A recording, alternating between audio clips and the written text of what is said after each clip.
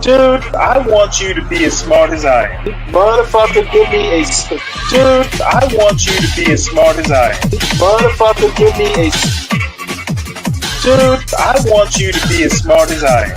Motherfucker, give me a...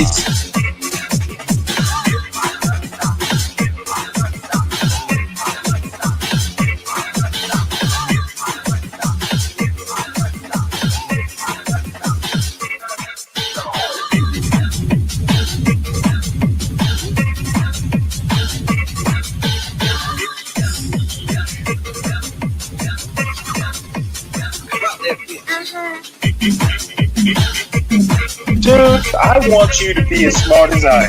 Motherfucker, give me a specific...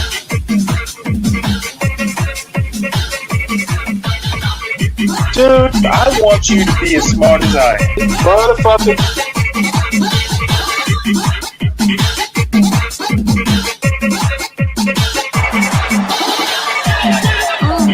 Come on out, you rapist!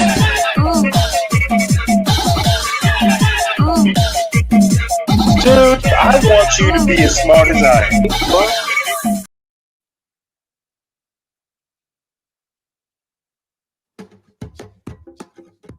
My name is Maura. Welcome to my channel, my little corner of YouTube here at the Lakeside Casita in Mexico. My dogs and I have been living in Mexico for 1 year. As of tomorrow, it's our anniversary from the day we drove away from Oregon to live in Mexico. My two dogs, Olive and Vigo, are here with me, and we're going to celebrate our anniversary. Mexico is a great place to live. I mean, beaches, the great weather, the great food, the really nice people.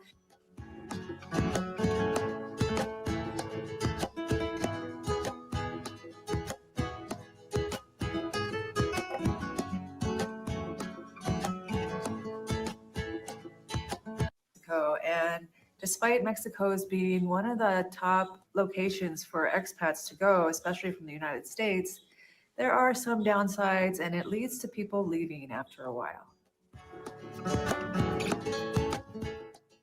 The dogs are already excited because the squirrels are out today. Anyway, I read this giant expat survey from Internations I want to tell you about. I will link the source in the notes below the video, but according to this survey, people are very happy to live in Mexico as expats, with nearly 9 out of 10 expats reporting happiness far exceeding the global average, which is only 58% satisfaction. Still, it seems like the majority of expats who come to Mexico and other places eventually return home to the States. This phenomenon raises an important question. If life is so great in Mexico, why do so many Americans go back to the United States? Mexico's appeal is undeniable. Wonderful weather, gourmet food, fresh seafood, wonderful people. There's just so many nice things about it. A slower, relaxed pace of life is really appealing to me at this point in my life. And a lot of people are even more social once they get here from out of the country than they were back home. It's like a new place to reinvent yourself, and people do so by meeting other expats and locals and having a great time. The lower cost of living is also nothing to sneeze at. First, it seems people go through the honeymoon phase. They make the giant leap, they come to Mexico to live, and hopefully they've found an awesome spot, whether it's at the beach or in the mountains or in the big city. And there's a period of time where everything is new and exciting and happy. Maybe I've been going through that myself in the last year. Tomorrow is my 1 year anniversary from driving away from Oregon and coming to Mexico. 1 whole year, yay! It's been a great year. And the slower pace of life just seems so nice. Everybody is just relaxed about waiting in lines or getting things done. You don't have to freak out about it. My incidence of road rage has gone down dramatically. According to the survey, one expat says, I caught on pretty quickly that the locals are in no hurry to do most things. Tourists would become agitated really fast. Why was the boat not leaving when it said they would? I overheard a local boatman saying to someone, why are you so angry? You're getting this boat to an island to lie in the sun and relax. Why do you think you can't do that while you wait? There's just a different attitude towards time and getting things done. So it's an adjustment. And if you are here long enough, the novelty and the slower pace, the joy of all that may wear off. Initially, this Mexican time feels refreshing to Americans like me, but eventually it could be wearing on you, especially if you're really trying to get things done, like building a house or getting some visa paperwork taken care of. You may get a little tired of the mañana attitude. Everyday practicalities can get on people's nerves. Everything from infrastructure to transportation. For instance, if you didn't have a car here, I can't imagine it being possible with an animal because animals are not allowed on buses.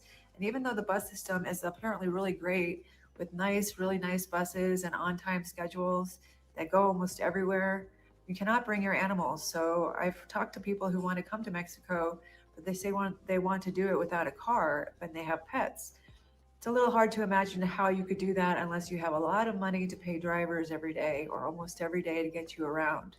Another thing people might have to adjust to is the lack of bicycle safety here. If you're really into riding your bike and it's a daily practice for you to get around, you might reconsider that here in Mexico. I think it could be dangerous. The unpredictability of driving here, the many potholes in the road, the treacherous bumps and topes could lead to a very scary ride in Mexico. So if you're really into your bike, you might have to reconsider that. No bike lanes at all. Speaking of that, regulatory inconsistencies can make you doubt what you're doing in Mexico sometimes. Everything from housing standards to enforcing laws and general safety standards don't seem to be enforced here in Mexico, which might initially make you feel like you have a lot more freedom, which I love that. But on the second hand, if you're, for instance, buying a house and there are no safety standards or lacks safety standards, how do you know your house is going to be as structurally sound as you wish it would be? These things might not seem like a big deal, but over time it can lead to a feeling of unpredictability and lawlessness in Mexico. Another issue that many expats talk about is trash. Trash on the side of the road, trash in the parks and on the streets. They say many of the lakes here are very polluted. I don't know if there's environmental standards that are kept up. And Mexicans just in general seem to have a different relationship with trash. Although my neighborhood is very clean overall, there's frequently just wrappers and Coke bottles and cups left over from last night's pasajata where people are walking around, and it's not really the standard that we're used to in the United States as far as cleanliness and environmental protection. Another reality you might consider is the weather. I love the weather here, especially in the mountains. It's one of the biggest draws for me. The summers are dramatic with lightning and thunderstorms, and the winter has been so beautiful. Highs in the upper 70s during the day and really chilly at night, which is perfect for me and the dogs. But if you have your heart set on living at the coast and that's your idea of Mexico living is at the beach, I don't blame you. I love it and it's beautiful. But you should definitely try a summer there before you invest any money in a house or decide to live there permanently. I know many people who thought they would like to live in Puerto Vallarta or Cancun or one of the smaller towns around those places, but when you get to April and May and June, it's a different story. It's intensely hot. It's intensely humid. The bugs come out. And for me and my dogs, it was not workable. So I was so glad to find other spaces in Mexico that I absolutely love. Up in the mountains.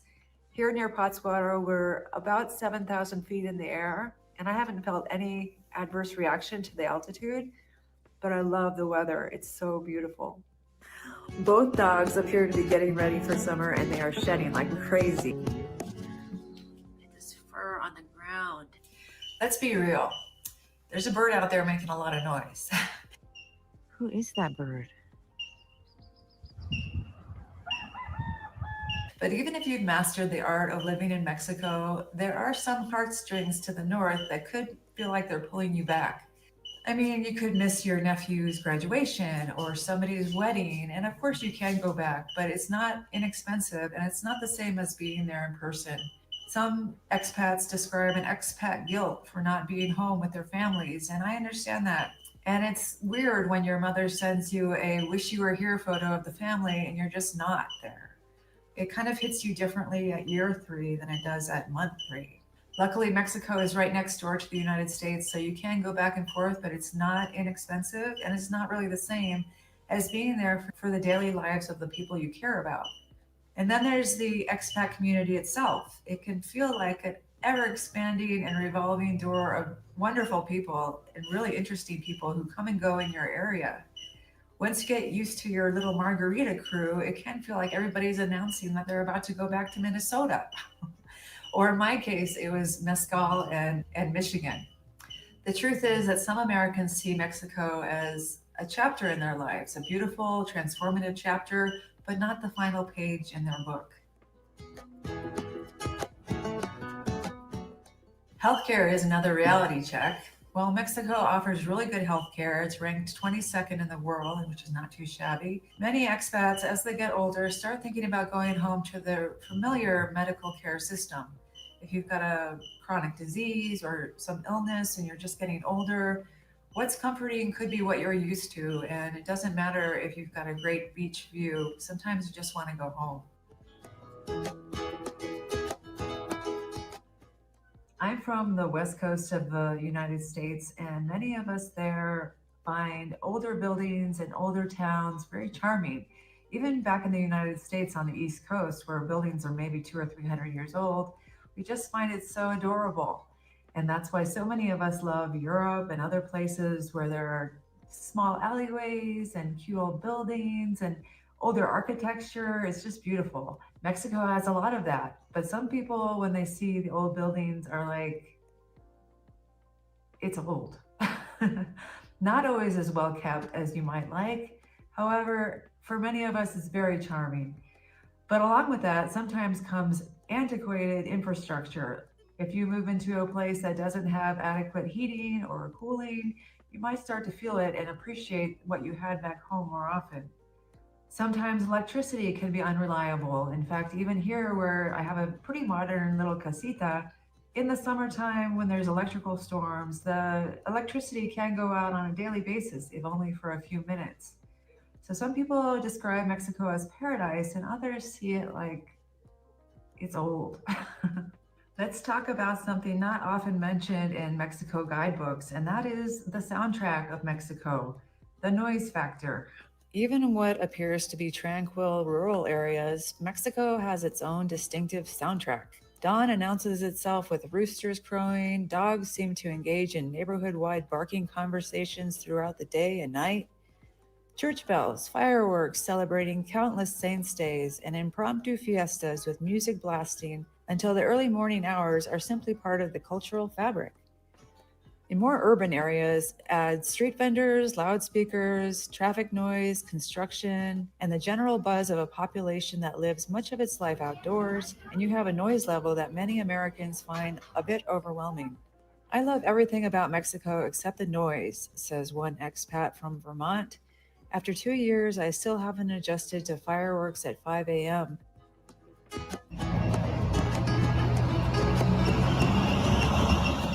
The noise factor highlights a fundamental cultural difference. Many Mexican communities prioritize communal celebration and expression over individual tranquility.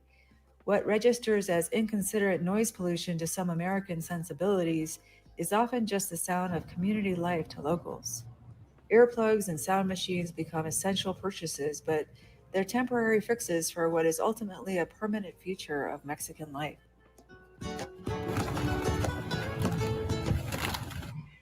Oh my God, the dogs are going crazy. So if you hear them, please forgive me. Perhaps the biggest reason Americans and other foreigners go home from Mexico is the safety factor. It's probably the most significant factor there is, at least for me and many other people I've talked to. Less than 2/3 or 66% of expats in Mexico feel safe, compared to 4 out of 5 expats in the whole world. This underlying tension can create frustration and exhaustion in people who are even the most and even the most enthusiastic transplants. Safety threats come in various forms. They're crazy today. Safety issues come in various forms, from cartel activity to pickpockets. Luckily, I haven't had any experience with those sort of things, thankfully, but it does wear on my mind being in Michoacan, and I know other people are feeling the same way. It's hard to know if you should read all the news because much of what happens in Mexico is very far away from where I am. At the same time, you want to feel informed, and safety is a concern. In the Expat Insider survey, Mexico's position at 25th place overall for quality of life accurately reflects this complex reality. The exceptional happiness rankings speak to Mexico's tremendous appeal, while the modest overall ranking acknowledges the practical challenges. For many foreigners in Mexico, the solution is not permanent residency here, but a hybrid approach. If they can do it economically, they come for a season or a few months in Mexico and maintain a home back in the United States. This isn't feasible for everyone. It's not feasible for me, and I've made the choice to live in Mexico and I don't regret it. It's hard to find any statistics on how many Americans and in fact foreigners actually live in Mexico, let alone how many live here for a while and then return back. A lot of people I talk to plan to stay for the rest of their lives. And in fact, healthcare is so good and end of life care is good and assisted living is also good here. So there are many reasons we might want to stay for the rest of our lives. Still, other Americans and foreigners find a reason to go home, even if it's just being homesick and missing their families. Either way, Mexico is a delight. I'm so happy to be here. Tomorrow is my 1-year anniversary, and me and the dogs were going to find a way to celebrate without any fireworks. This weekend is a big fiesta in the neighborhood because spring is here. And so there's going to be a lot of cohetes, a lot of noise, a lot of music in the neighborhood. And I did not really plan ahead to take care of Olive. I mean, I wish I could have gotten out of town for a few days, but we're going to be here and I'm going to comfort her as best I can with all the loud noises. I remembered I had this I got it before we left the States because I was hoping that it would help both of the dogs endure the long car rides more easily. And I can't remember it working that great, to be honest with you, but I'm going to give it a try this weekend when there's all this noise going to happen. I'm very nervous today because today is the day my sister in Oregon is going to try to re-rent out my house without me there. There's a lot of things that could go wrong. So I'm comforting myself with an extra cup of coffee. That is a scorpion. Sheesh. Coffee. And a little bit of Mexican chocolate. It's hard to say if most Americans will go back to the States eventually after their time in Mexico. There doesn't seem to be any record keeping on this sort of thing, but the people I talk to here love Mexico just like I do. So if you're thinking about coming to Mexico, I encourage you to give it a try. Mexico is a wonderful country. Thanks for watching my video. I'll see you next time. Well, good morning, everybody. I ran across this video. It wandered into my algorithm, and the reason I showed it is I ran across another story today. One of my favorite professors. I've never taken a class from him, but he says that well, let me give you a little bit of background. Jason Stanley is a Yale, I think he's a professor of philosophy of language, but he's also a fascism expert. He's written a couple books. I've actually read one of them, and the title escapes me right at the moment. But he's decided that he is, quote, fleeing the U.S. to work in Canada, which I don't know. You know, if Trump invades Canada, then I guess he's going to have to flee again. But he studies fascism, is leaving the U.S. to work in a Canadian university because of the current U.S. political climate, which he worries is putting the U.S. at risk of becoming a fascist dictatorship. So, you know, if the experts are running, that doesn't bode well for everybody else. And a little bit of background on him. His grandmother, I think, escaped Nazi Germany just in 1939 with his father. So, you know, he kind of uses that as a reference. or as a bit of a reason. Apparently he comes from a family of fascism experts. The other thing, interesting thing, is he has a wife who I think is a surgeon. And I guess, there's plenty of jobs for surgeons in Toronto. So just, forewarned is forearmed. Run for the hills, folks. Fascism is well, I was going to say knocking at the border, but they're already over the border. So this is a little bit of an interview that he did with Christian on Amanpour and Company. If people may remember Christian Amanpour, she used to be like a big time CNN reporter. She's got her own show on PBS, and I'll play a little bit of this. Probably won't play all of it. I think we pretty much get the message here. But I thought it was pretty funny that the experts are seeing warning signs. And redefine academic freedom. And our next guest is sounding the alarm. Yale professor Jason Stanley is the author of Erasing History: How Fascists Rewrite the Past to Control the Future. And he joins Michelle Martin now to discuss how new teaching guidelines are stoking a culture of fear and why he's taking drastic measures as a result. Thanks, Christian. Professor Jason Stanley, thanks so much for talking with us once again. Thank you, Michelle. It's great to be in conversation in this existential time. So you've been thinking about and writing about authoritarianism for quite a while. You recently wrote a piece for The Guardian in which you said that President Trump is leading the country down the path of educational authoritarianism. What does that mean?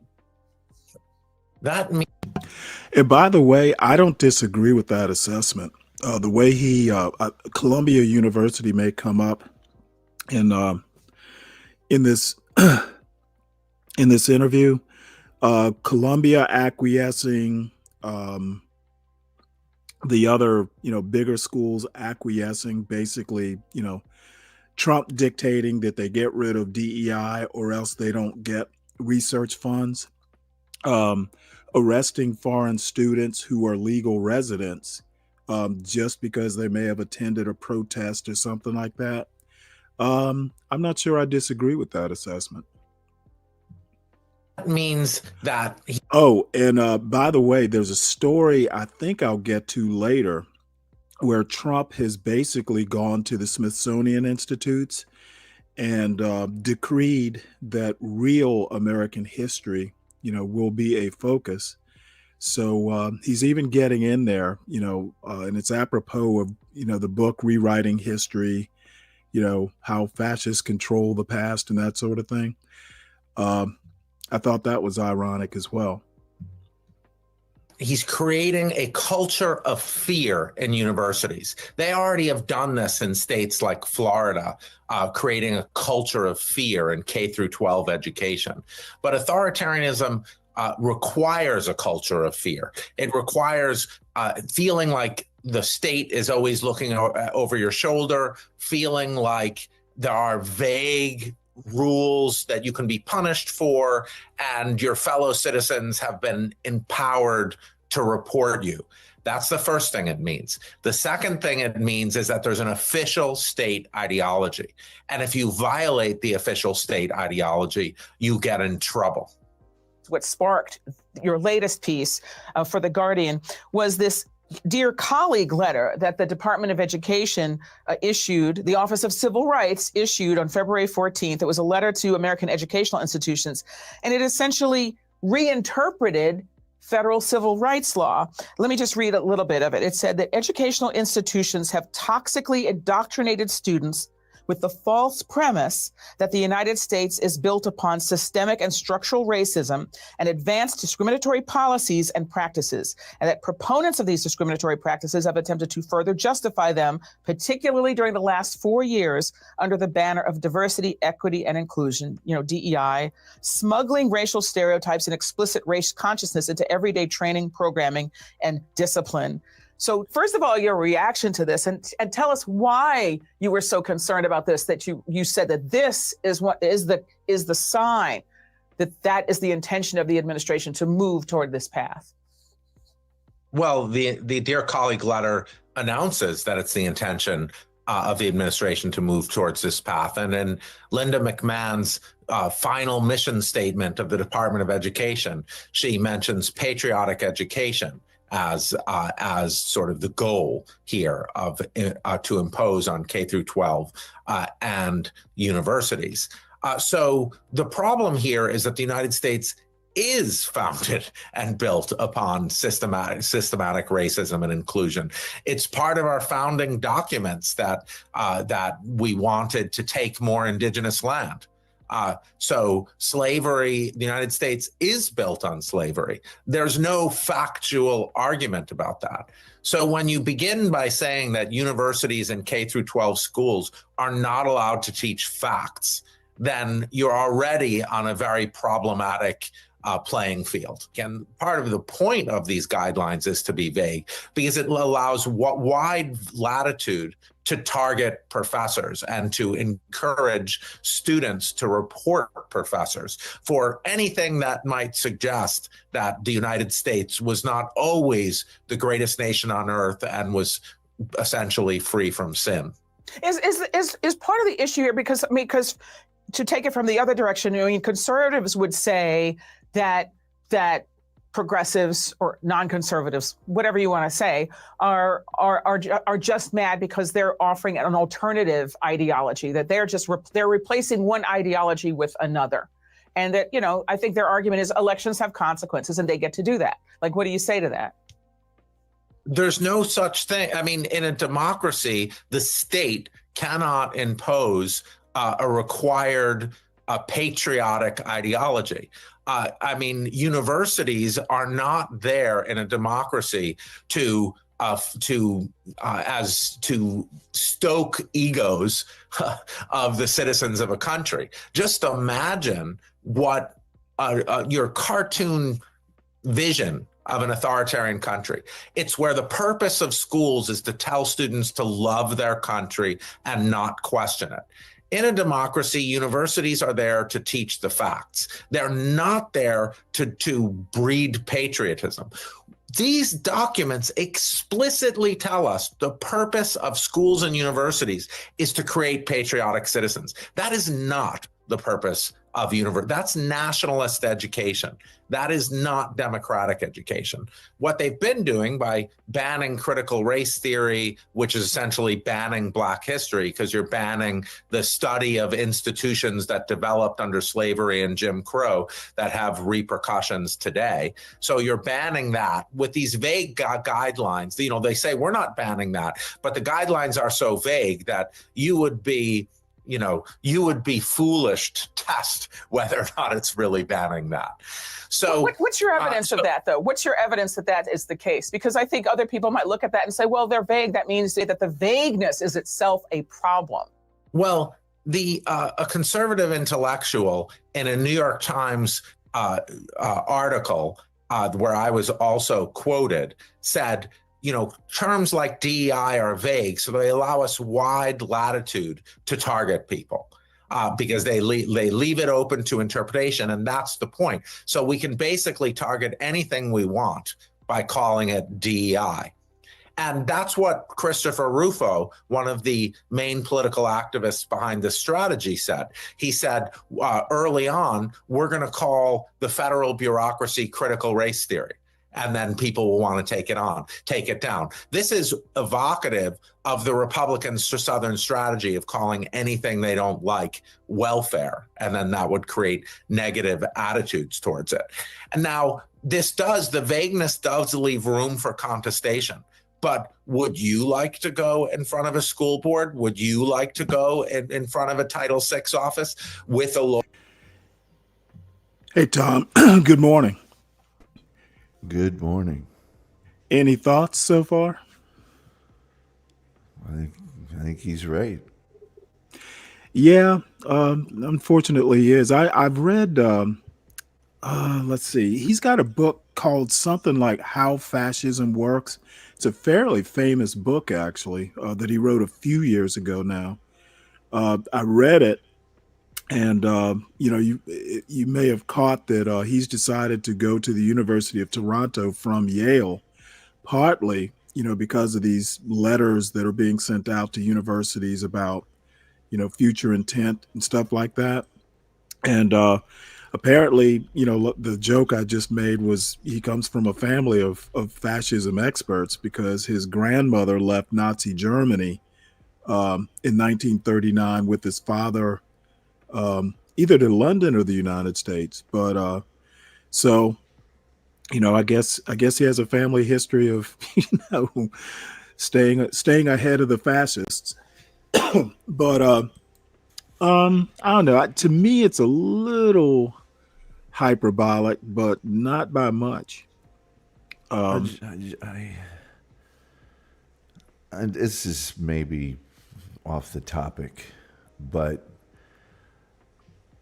one of the most significant things politically to me to happen, at least in the last 25 years, was the denial of Merrick Garland. And Right. I just don't think people realize that, the Congress could change, but that court is going to remain the way it is. Kavanaugh, Coney, Roberts, these people aren't in their 80s. It just, the restriction of free speech in the 60s, when the courts were admittedly becoming more liberal as it concerned free speech, the government institutions, like the city of Chicago or whoever it might be, that were squelching that. The left, there were violent elements on the left, the Weather Underground and stuff. I don't know that we have that now, and it caused a change, I think it's like a pendulum. History does that. It's a pendulum. It swings back and swings forth, and I am not optimistic about patriotic education. Well, what's that? Someone define that for me, Well, it was defined. I don't know if you kept up with the happenings at New College in Florida, which is part of their university system, Florida State. I'm sorry, University of Florida. Christopher Rufo, I think he's still a part of the Manhattan Institute. They literally brought him in, installed him on the the state education board of directors. He was some sort of chancellor or something. Well, they took New College, which was essentially kind of like a, ultra liberal bastion of, it was just full of skateboarders and, rainbow flags and all that stuff. And they literally took over the college, fired a bunch of professors, brought in their people to profess. And patriotic education. They did not allow AP African American history, for instance. They got rid of, the CRT stuff in high school, but they went ahead and started scrutinizing how it was taught in colleges or universities. So Florida is kind of a model. And they basically want to, either limit or put a collar on all this. Conservatives have been complaining about it for decades, and abortion. They got, they finally their long game worked with it, and apparently the long game in and reining in all this quote liberal thought on universities. I guess that was the second long game they were playing, and it looks like they're going to get at least what they want. So, you know, I I'm hoping that this is going to be a 4-year thing. I will be a little worried if Vance or some MAGA folk do another 4 years. That will be problematic.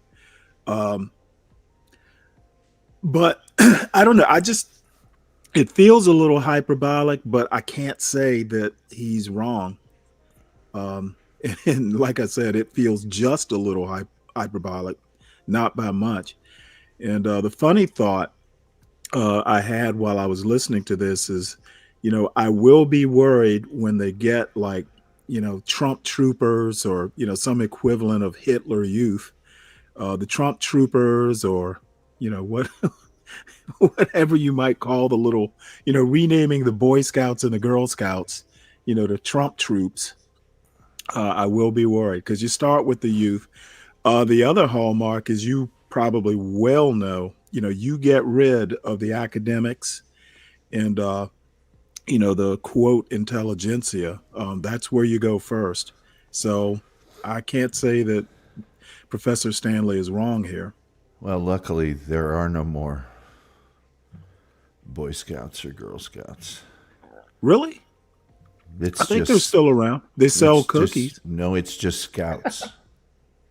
The Boy Scouts, the Boy Scouts absorbed the Girl Scouts. I didn't know that. It's so funny. Juliette Gordon Howe is the founder of the Girl Scouts. And about last time I was in Savannah over the Christmas holidays, my son and I walked right past the Juliette Gordon Lowe house. Apparently, I think she was born in Savannah. So I had no idea that they'd been absorbed. That's a shame, kind of. Well, it actually was not done for any ideological reason. They're still separate. They're still separate organizations. Mm-hmm. They did not merge, but the Boy Scouts is now called Scouting America. Interesting. I didn't know that. And so there's been like some structural changes and stuff, but it was kind of done because of the decline in sort of enrollment in both of those organizations. Mm-hmm. The precepts of the Boy Scouts, they've been trying for years to make that more palatable.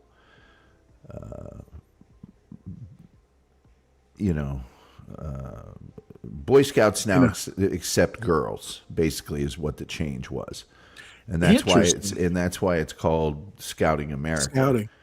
Girl Scouts have a different mission than Scouting America, and that was done because there's now merit badges for computer skills and things. They've had to update a lot of the merit badges, get rid of some of the older ones to appeal to a more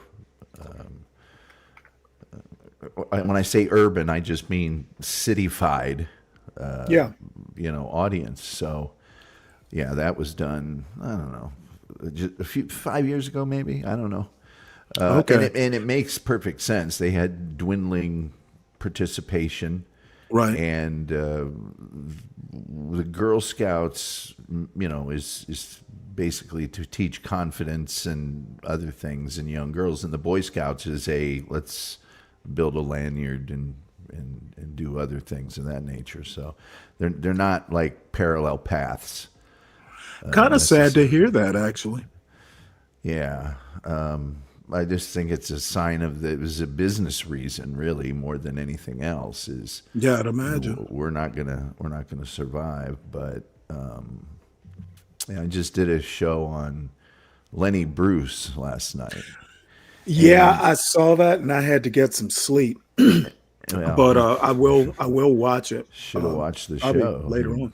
Well, you know what? I'm not averse to just rebroadcasting it here. I thought No, about doing I that. just mean if you need sleep, my show's the place to go. It's No. the only known cure for insomnia. But it just harkens back to a time when, you know, we look back on it now, and number one, the things that he was saying, any comedian could say now without even blinking an eye. But what was clearly violation of First Amendment, it was government restricting speech. And I don't know that this is necessarily a restriction of speech, but it's an elimination of speech, which, you know, the speech doesn't happen. So it doesn't get restricted, if you know what I mean. Which is troublesome. But I just remember when I was at, you know, not necessarily a bastion of liberal thought, Ball State University, we had speakers from all different walks of every political thought and background, and no one thought anything of it. It was almost like everyone said, well, of course, this is a college campus. That's where this happens. It's maybe the only place it happens.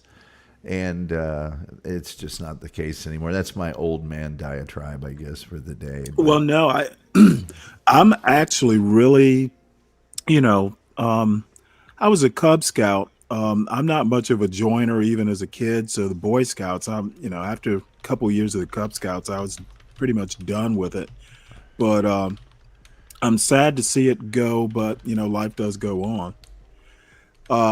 This next video, this short, a guy named Matt Lewis, he's a conservative writer, more in the Reagan, well, he's a Reagan youth. And currently a never Trumper. And this short is about populism, you know, which is the other thing I've kind of, you know, been thinking about for the past, well, probably for the past year now. He has an expert on populism who actually kind of paints populism in a good light. And just so Populism is I make this really clear, the Boy Scouts and Girl Scouts are two different things. Right. It's just that the Boy Scouts have now allowed girls into their organization. All right. So the Girl Scouts have absolutely no plans to admit boys, but the Boy Scouts now allow girls. And there was a lot of controversy at the time because a lot of people thought this will be the destruction of the Girl Scouts. And I don't think the Girl Scouts could ever be destroyed because, you know, they got the cookies. That's right. So you can't get past cookies. Cookies They're not going anywhere. Yeah, you can't destroy cookies. And Girl Scouts are basically focused on developing leadership skills for girls and troop activities and things like that. The Boy Scouts have always been much more elaborate in sort of their mission of you know, achieving certain skill levels and camping. The Boy Scouts also have a very elaborate, as you know,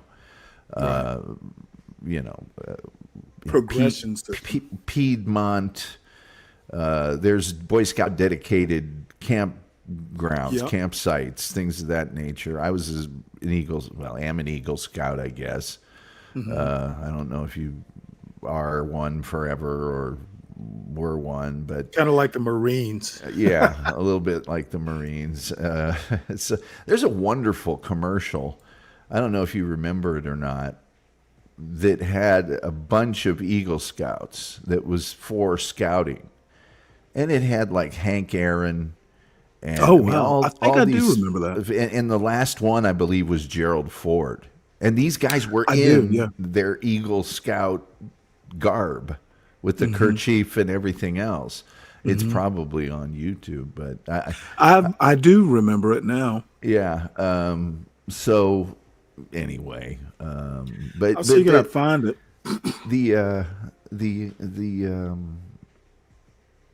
it's just this notion of we'll tell you what an American is, thank you. And it's like, well, Americans, I mean, was Joe McCarthy an American?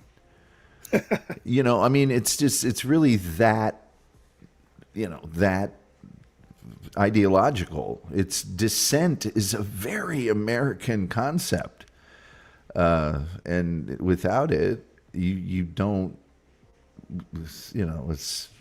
it's that sunshine is the best disinfectant idea. And so, I don't know.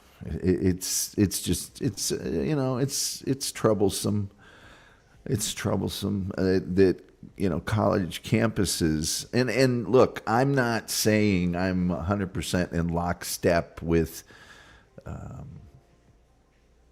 every single class that's taught at every single university. I do object to people talking about a degree in basket weaving. There's no degree in basket weaving. Let's just not be silly. Right. But if there's going to be things like that, a college campus is where it should be. Right.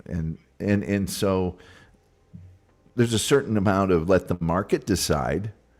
If you have coursework that no one signs up for, well, they're not going to have that class anymore.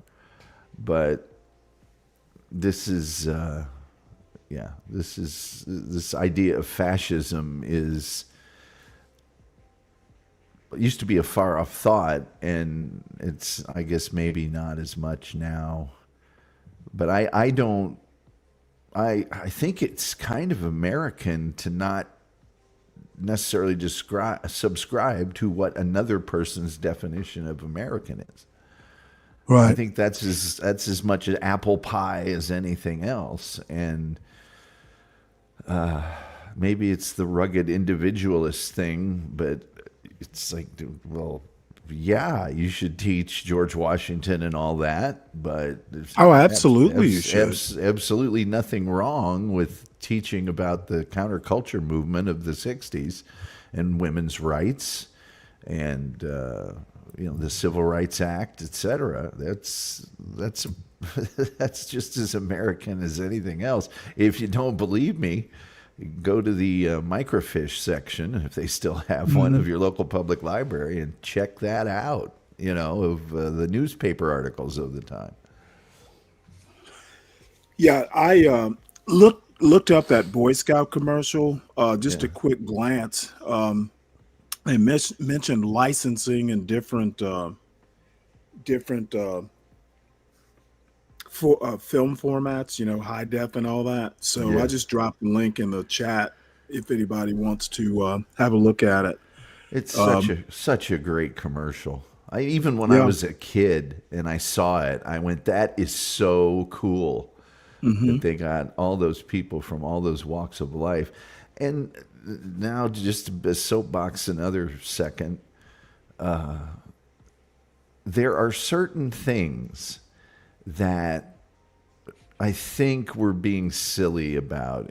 I would love for YouTube, or at least rights holders, to evolve to a place where if it was a public service commercial that I can tell you now, the Boy Scouts did not buy time for that commercial. They begged stations to play it. Stations probably wanted to play it. They had, dead time that, let's just throw a PSA in here. They ought to let that run. And I say the same of movie trailers or, openings of television shows, not the show itself, but just the opening or a trailer for a show. These are things that, I worked at a TV network. If someone promotes one of our properties for free, I don't want to stop that. But anyway, you can read the list right there. Yeah. James Stewart, Bruce Jenner. Oh, man. Wow. Henry Fonda, Gerald Ford, Arthur Godfrey, David Hartman. Remember him? Oh yeah. Eugene Cernan, the astronaut, Hank Aaron, Greg Spitz. They're talking about Mark Spitz. I'm Oh sure. yeah, yeah. Okay, yeah, you're right. It is Mark Spitz. I was thinking of Greg Louganis. Um, so yeah, I'll watch this commercial offline, but because And I remember it just barely though. and But Gerald Ford, and he said a member of the Knicks. I'm wondering if that's Bob Bradley. a member of the Knicks basketball team. Oh wow, okay, yeah, he does. That They don't might list be Bob Bradley, or is it Bill Bradley, the senator? Bill Bradley. Yeah, Bill Bradley. I'm so sorry. Oh, I can guess he'd be an Eagle Scout. Yeah. Oh, yes. Went to Holy Cross. Anyway, yeah, it's just a great ad for. I mean, even when it was the '70s and I was in scouting and I saw that, it was like, wow. I did not realize that all of these guys were scouts.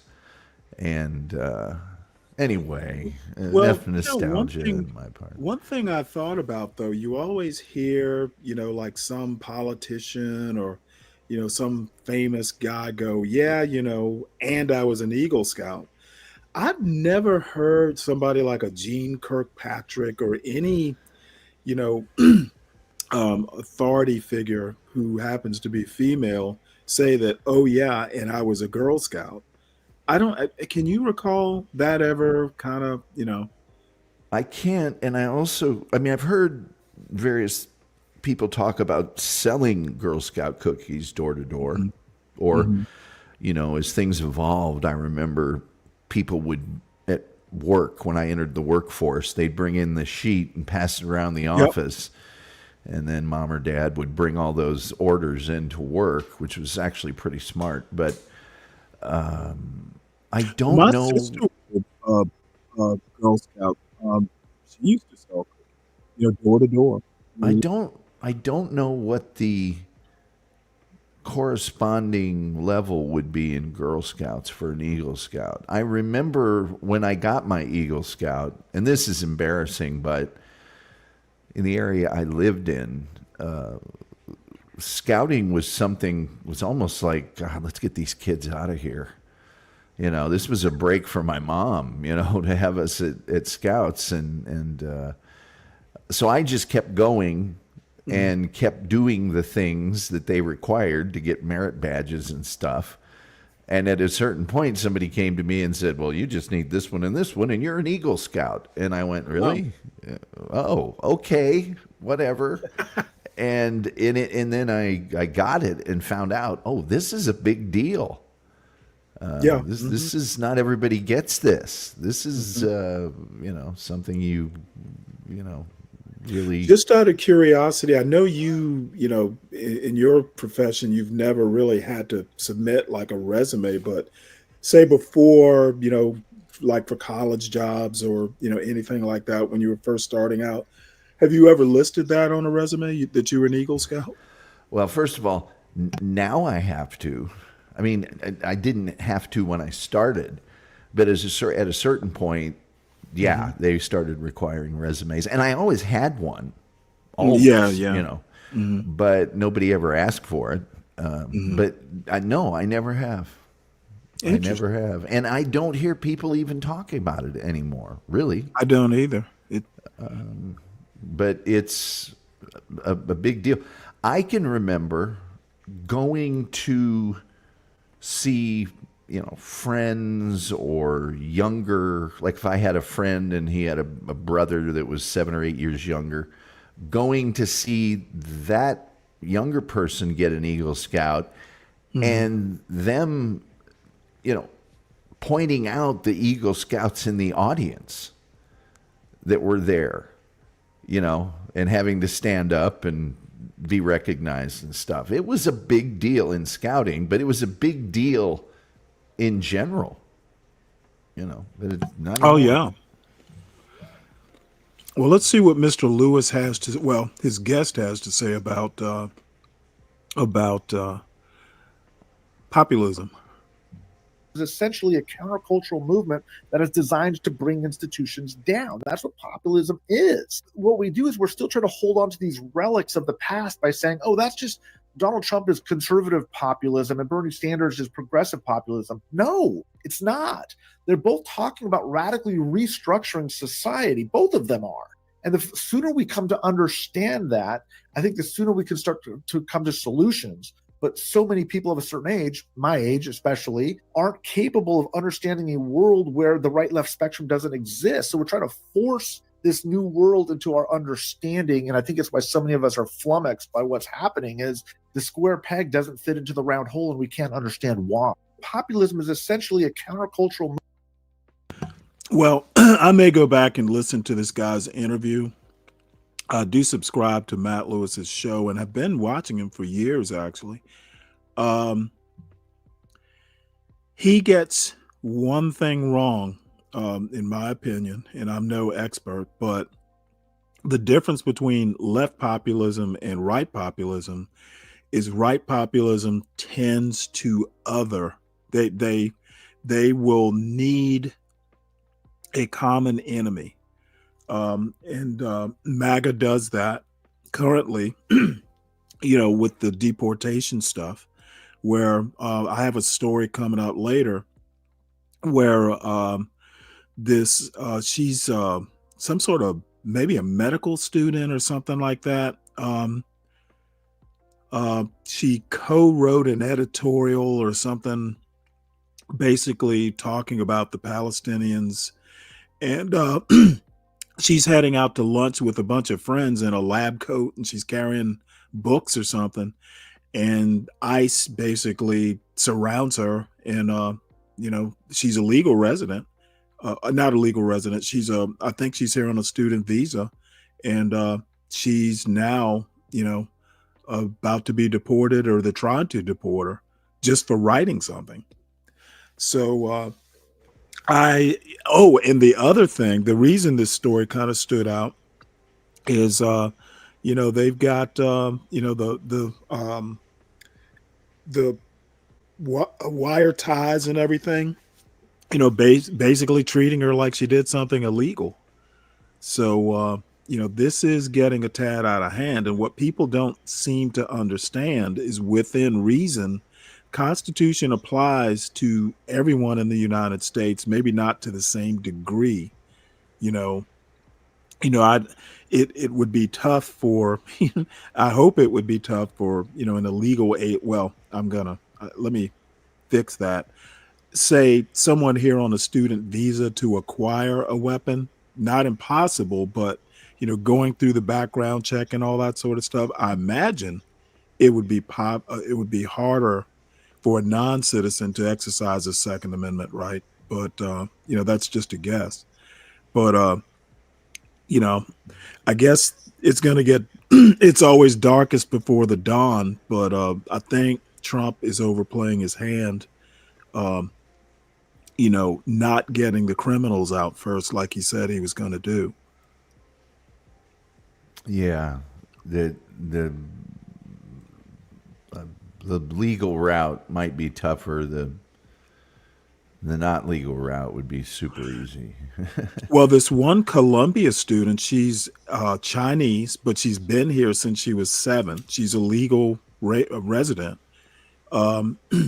They grabbed her, and a judge basically said, don't even take her out of, the Southern District of New York. You will leave her where she is. She's lawyered up and everything. What did she do? She just showed up at a protest. She wasn't like a leader or anything like that. So I'm imagining what's happening is they're snitches, on the campuses now. Oh, yeah. Here's that story. By the way, just because I worked for that, firearms company, you can purchase a firearm if you're not a citizen of the U.S. You can legally purchase a firearm, yes, but you have to have a lot of proof. What they call an alien number. Non-immigrant aliens are prohibited, of course, but it's complicated, but you can do it. You can do it. Yeah. Let me show this little video. This is surveillance footage of she's a Turkish student at Tufts University.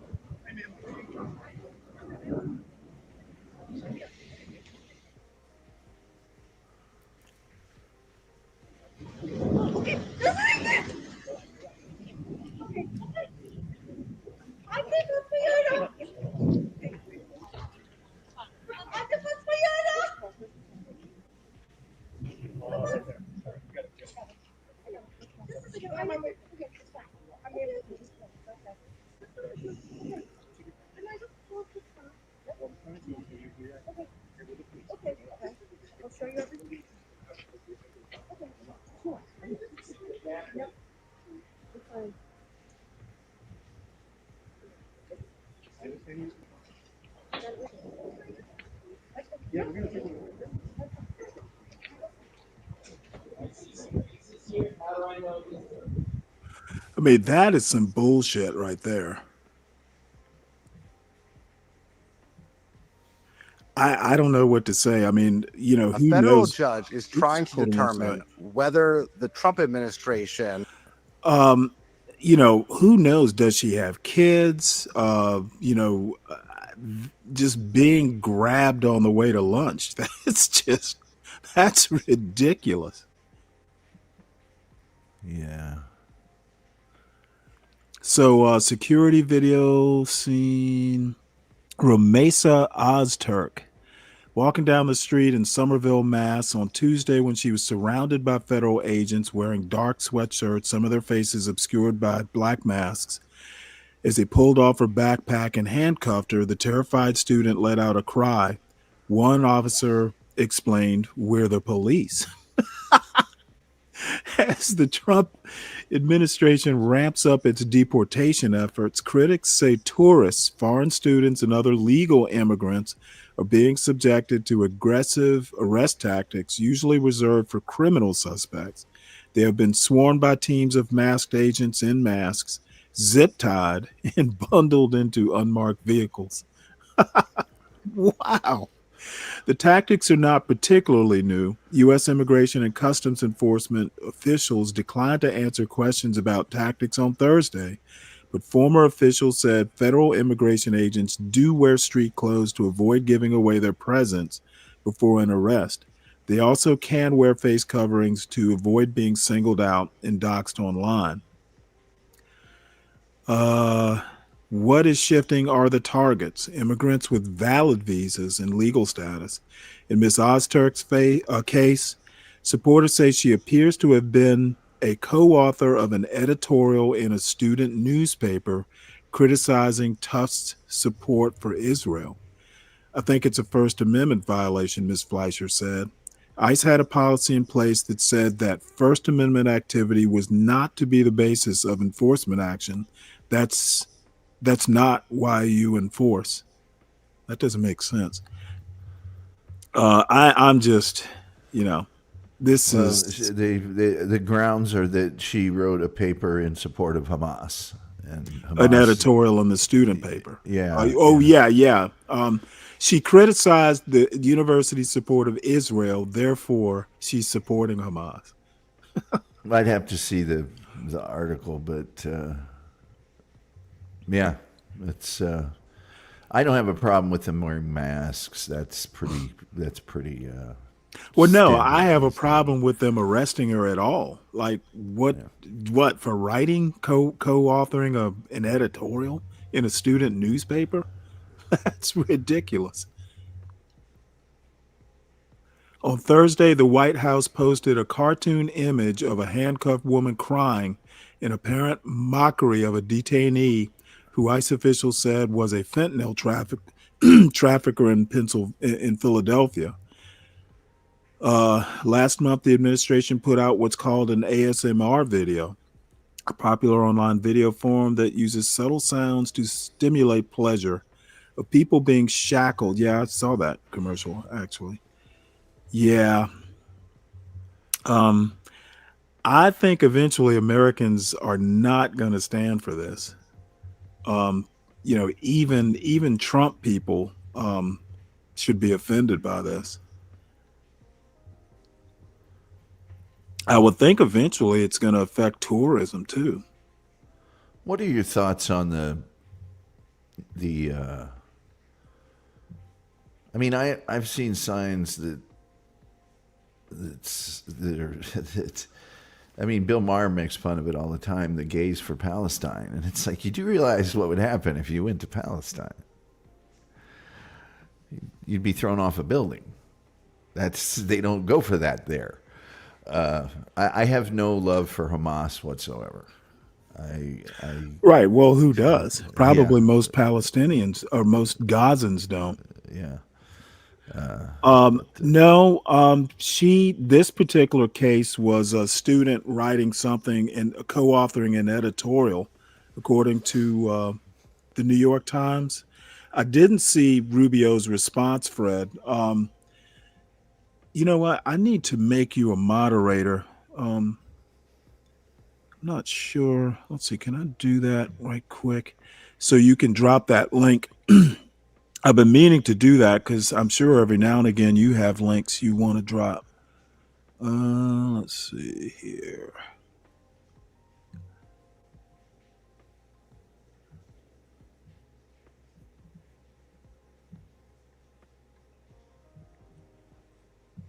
Let's see.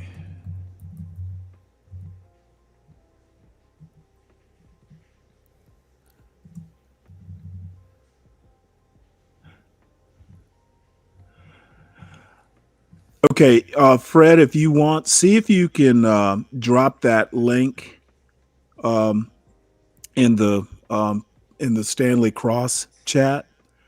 I just made you a mod, so whenever you have stuff you want me to see, just drop it in there. I would be interested to see Rubio's response. I'm sure it will be stunning. Let's see. Okay, here it says this is a picture of Rubio. We gave you a visa to come and study and get a degree, not to become a social activist that tears up our university campuses, Marco Rubio said on Thursday regarding the recent arrest of a Turkish student in Boston. She didn't tear up anything. Um, yeah, okay. Yeah, well,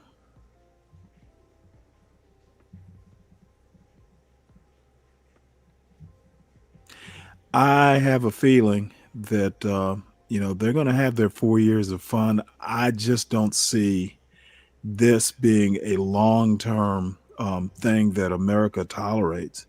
Because if you're going after, students doing something as simple as co-authoring an editorial, this is going to start happening to American citizens.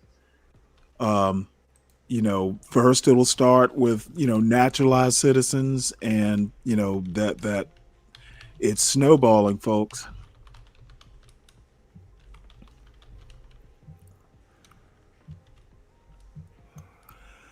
So this next story, Elise Stefanik took one for the team.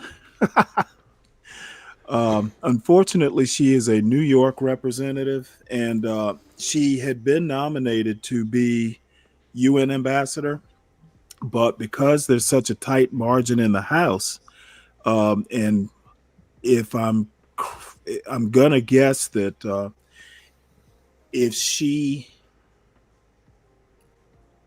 she resigned her seat, I don't know whether New York is a special election state or whether the governor gets to appoint a replacement. Usually I think that's for senators, but more than likely her replacement would probably be a Democrat due to, the recent unpopularity of Trump in at least.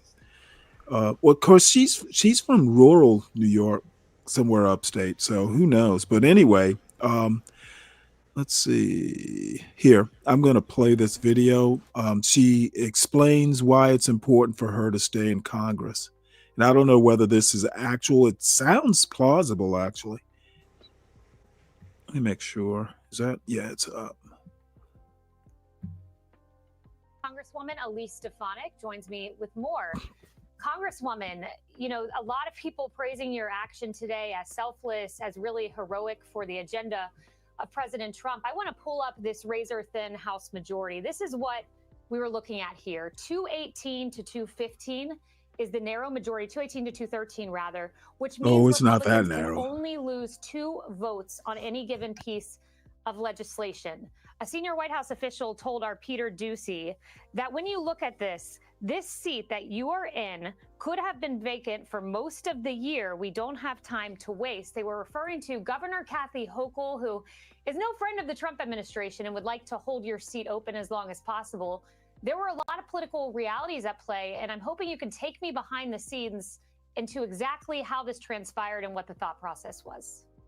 Well, thank you, Kaylee. First of all, I was honored to have earned that nomination by President Trump, and I'm proud to be one of his top allies on Capitol Hill. This goes back to fighting against the witch hunt impeachment. It goes back to being the first member of Congress who endorsed him, as well as leading the charge in so many ways to combat anti-Semitism, which of course he is taking action on today.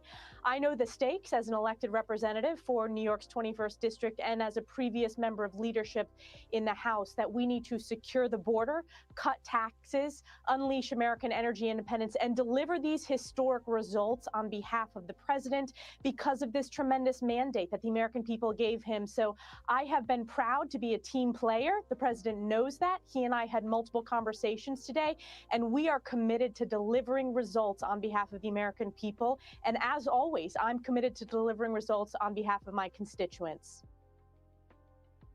What was the timeline? Nice of this? Did prepared this all transpire speech. today? Was it a long and thought out conversation? There's a lot of factors. There's, of course, the key election in Florida on Tuesday. There's Kathy Hochul's part in this. There's the notion that your seat does not have an open primary. So there's a lot of factors. You know, what was the timeline of this? Was this a quick decision or one that was long and thought out? Well, as you know, Kaylee, I had my hearing the day after the inauguration. The hearing went incredibly smoothly. It passed by voice, and there's been universal praise for the nomination. The reality is, as Democrats, as we see in New York State, it is totally corrupt. Kathy Hochul started threatening to move the ball on the election date. You see a highly, highly politicized radical left trying to do everything they can to defeat the president. And this is about stepping up as a team. And I am doing that as a leader to ensure that we can take hold of this mandate and deliver these historic results, that we can pass this reconciliation bill, which will have tax cuts, it will have border security, American energy independence, and importantly, I look forward to continuing to hold higher education accountable for their failures, as well as all of my work on the House Armed Services Committee and in the national security space that I have been known for at the highest levels in Congress. So it really came to a culmination today, but it was a combination of the New York corruption that we're seeing under Kathy Hochul, special elections, and the House margin. And look, I've been in a House. It's tough to count these votes every day, and we are going to continue to defy the political prognosticators and deliver victory on behalf of President Trump and, importantly, the voters across this country. Congresswoman, you were the first Congresswoman or Congressman, first member, I should say, to endorse President Trump for president. I remember when I was press secretary, he called you a Republican star. You showed that to be the case in the anti-Semitism hearings, where you were responsible for some of these presidents stepping aside. You've been instrumental to this party, a warrior for the party. House Speaker Mike Johnson had this to say about you today. We'll pull this up here. Today's selfless decision shows America what those of us who work with Elise already know. She's deeply devoted to her country, fully committed to see President Trump's agenda succeed in Congress. I will invite her to return to the leadership table immediately. Your old spot GOP conference chair is taken by Lisa McClain. What do you think your new leadership position will look like? Do you even know yet? I'm going to continue speaking out. The good news, Kaylee, is because I am not pending confirmation, the American people will be hearing a lot more from me because you're limited in what you can say when you are pending confirmation. So I'm glad to have joined Fox today, as I will continue to do, and just look forward to sharing my voice as I always have, being one of the top fighters and top allies on behalf of President Trump and behalf of the American people and on behalf of my district, standing up for our principles to make sure that we have a strong economy, a secure border, strong national security, and that we are unified as a team to deliver historic results. President Trump, I noticed in his Truth Social today where he very much praised you and in your efforts for the party.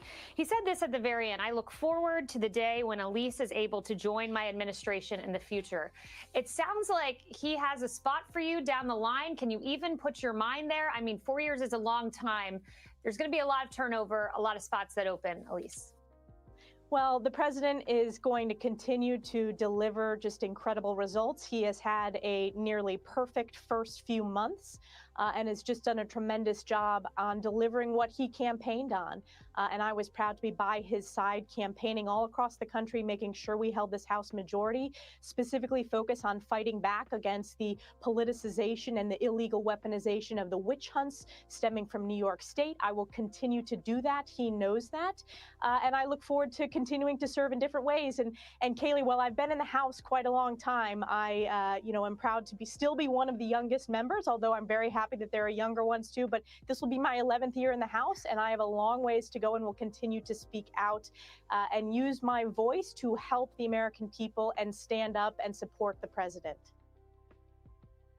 And Congresswoman, one last question, because Hakeem Jeffries and the DCCC, they're all out there saying this is, a sign that the Trump agenda isn't working. And it's almost laughable because when you look at polling, you see President Trump at record highs in NBC. You see him at record highs in CNN and our Fox polling. And then you see Hakeem Jeffries there and the Democrats at record lows. So is this just political posturing he's doing? Because it seems to have no bearing in truth. It's desperate political posturing from the Democrats. As you pointed out, Kaylee, they are polling at a historic low point versus President Trump has historic approval ratings, as well as congressional Republicans have historic approval ratings right now. And I want to point out that Hakeem Jeffries actually has among the lowest approval rating for any leader of either party in the House in modern history. And add on top of that, you have the implosion of Chuck Schumer, who is likely going to face a very, very contested primary in New York State. And you have Governor Kathy Hochul, who is the lowest polling New York State governor ever. So this is a Democrat party that is an absolute free fall. Democrats are failing to unify versus Republicans are defying all political odds. We are defying what the media is saying and continuing to pass these important agenda items, which we will do in the House, working through the Senate, and the president will be there to sign them. But this is a shift in leadership from the abysmal failure of Joe Biden to the strength that we're seeing under President Trump. I've been proud to be a part of it. I am here to deliver results on behalf of my constituents and the American people. And that's what I committed to doing today with the president. And I consider him a friend. I'm proud to be a leader in the House in terms of one of his top allies, and that will continue to be the case. Well, Congresswoman Elise Stefanik, you're being praised as a selfless warrior, and I look very much forward to seeing what the bright future holds for you. Thank you so much.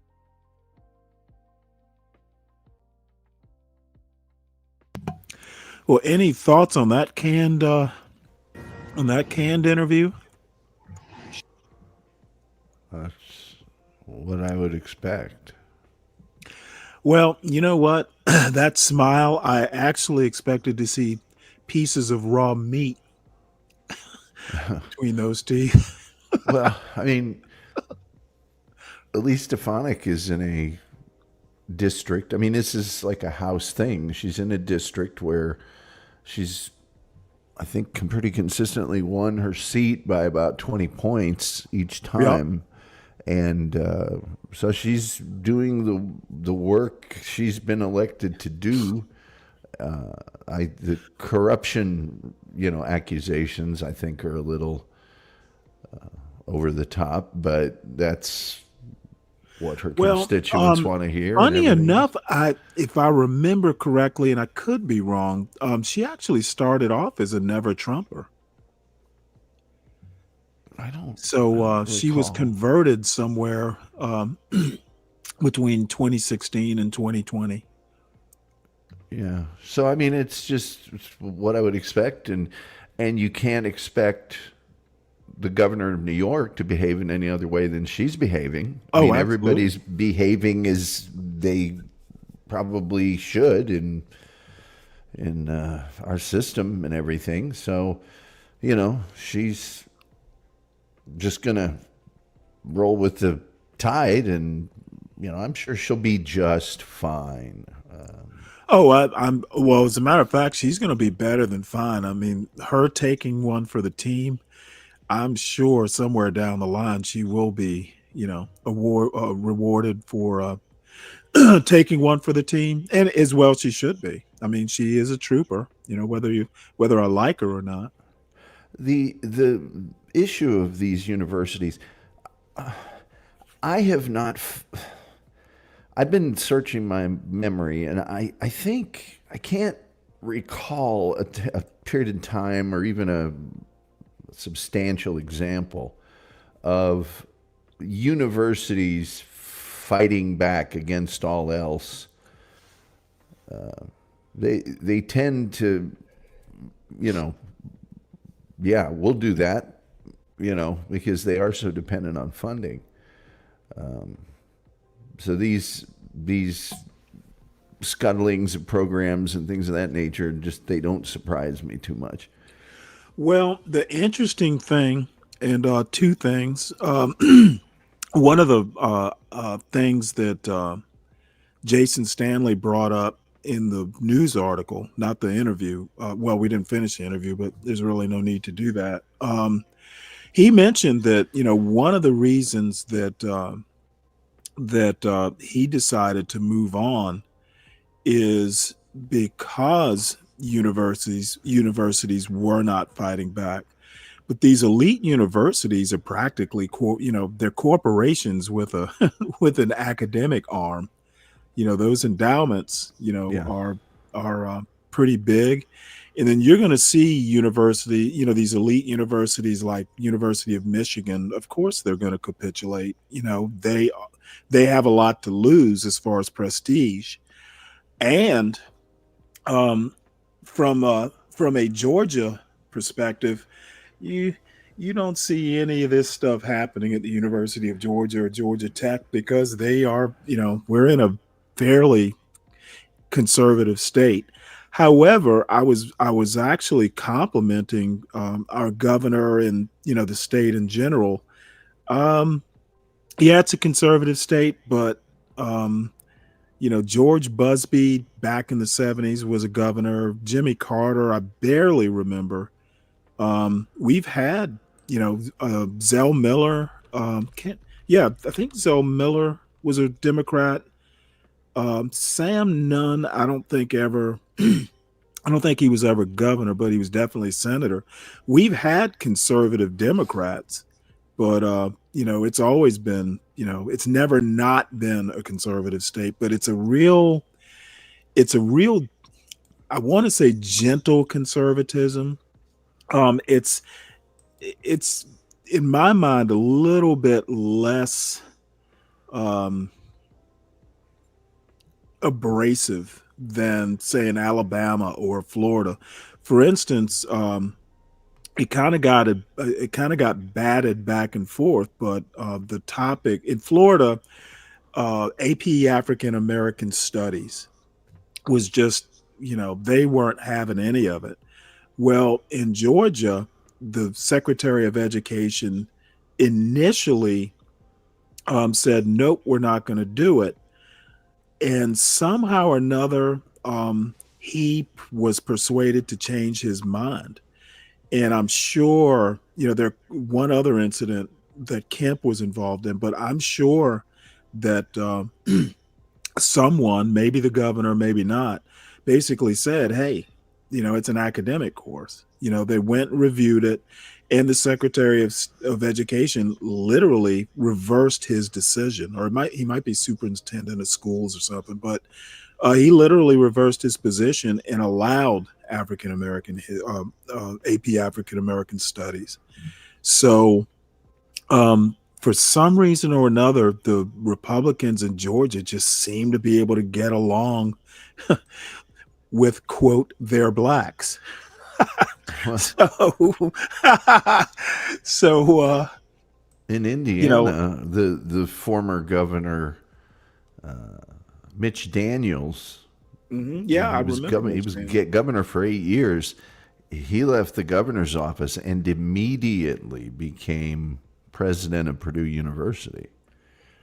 So, I mean, I don't think you need to guess where he would reside on most of those types of issues.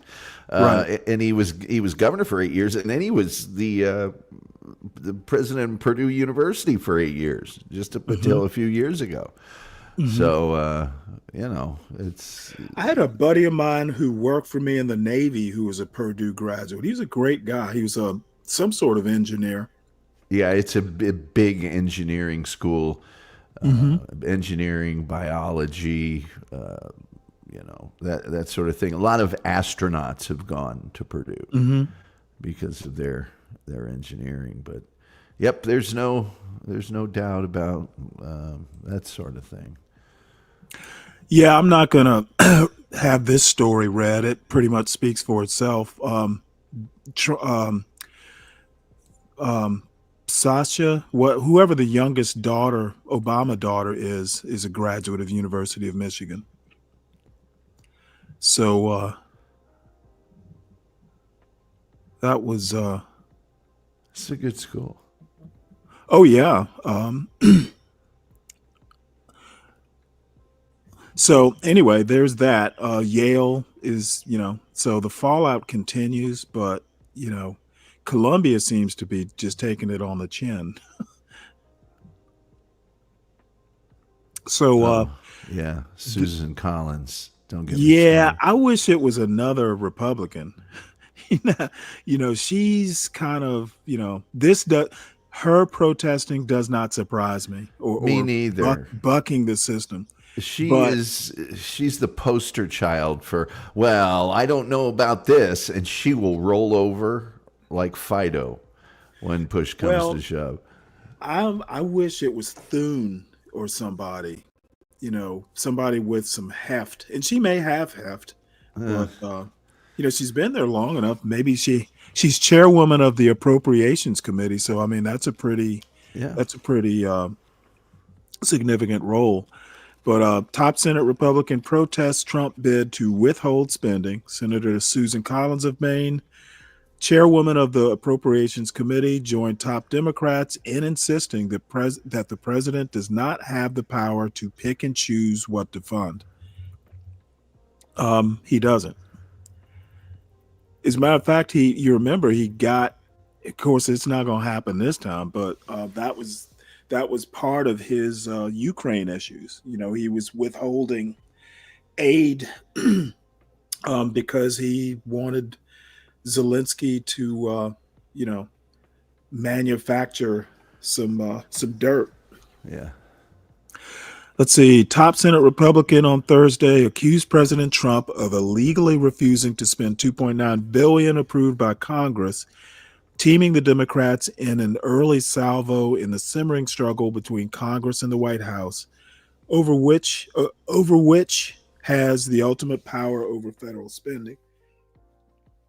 Senator Susan Collins, Republican of Maine and the chairwoman of the Appropriations Committee, initiated a letter to the White House signed by Senator Patty Murray of Washington, the panel's senior Democrat, asserting that the administration had violated the 6-month spending law approved by Congress earlier this month. They pointed to a memo Mr. Trump had sent to Congress on Monday that declared that only a portion of the $12.4 billion designated as emergency funding in the legislation would actually be spent, because I do not concur that the added spending is truly for emergency needs. Then why didn't he just veto the bill? The appropriators vigorously contested that assertion, arguing that the law requires the administration to spend all emergency money or none of it, and does not allow the president to decide for himself what money to spend and what not to. Just as the president does not have a line item veto, he does not have the ability to pick and choose with which emergency spending to designate. They noted that the Trump administration's interpretation of federal budget law was at odds with how presidents of both parties had viewed it for 2 decades. It is incumbent on all of us to follow the law as written, not as we would like it to be, Ms. Collins and Ms. Murray wrote. Documents compiled by the appropriations panel showed that the White House action would deny funding in 11 areas that it has already targeted for elimination or steep reductions, including $750 million in international disaster assistance, $750 million in immigration and refugee assistance, $234 million for the National Science Foundation, and $100 million for the National Oceanic and Atmospheric Administration, among others. Oh, those are juicy targets, and obviously he will want to withhold their funds. It also withheld $115 million for international narcotics control and enforcement, a decision singled out by Ms. Collins as particularly confounding. Why would you want to do that given the huge drug problem that we have had? She said in an interview. We need the help of other nations to stop that. Yeah, now if this, something like this ever winds up before the Supreme Court, I will look for that session and I will figure out how to listen to it, because the Constitution is perfectly clear on this. So I don't know. It's just going to be really interesting to see how this turns out. So I rarely do local, something local around here, but this caught my eye. A weapon found in students' belongings at Douglasville Elementary School. I'm like, my God, an elementary school? The weapon was found in a student's belongings Tuesday morning, officials said. First, we do want to get you to some breaking news right now out of Gwinnett County. That's where there's an urgent search tonight for a missing nonverbal 5-year-old. Ooh, look at her. So she's cute. Take a moment. Let's see. So the story reads, a weapon was found in a student's belongings at Chapel Hill Elementary School in Douglasville on Tuesday morning, according to school officials. In a statement, Douglas schools confirmed the discovery and stated that the weapon was never used threateningly. At no time was the weapon used to threaten or harm anyone, the statement said. Officials did not provide details about the type of weapon that was found or how it was discovered. Due to federal student privacy laws, the district also did not share the student's identity or any possible disciplinary actions. It remains unclear whether law enforcement was involved or if further action will be taken. Yeah, I don't quite get that. It could have been a knife, a pocket knife. You never know. Yeah, that's true. Yeah. I remember. Yeah, you're right. I'm thinking gun. Pocket knives. Everybody had one in school when I was in school. Swiss Army knives. Yeah, you just had one. But now, can't have that. Well, for obvious reasons. Yeah. So now we come to my new toy, ground news. Judge orders Trump administration to preserve Yemen attack plan messages. And there's another story. Let's see, where is it? Now you subscribe for that, but you don't pay for it, correct? No, I paid for it. I paid for a year's subscription. Just to check it out. It was $30. Now here's and damn it. I wonder, did I save that story? There is a story that Trump is actually really pissed off about this signal business. No, I didn't save it. Or if I did, I don't know where I put it. Oh, there it is. Before we get to that, Oh, it was a New Republic story. Citizen's Guide to Resistance. It was a headline, but I don't see the story.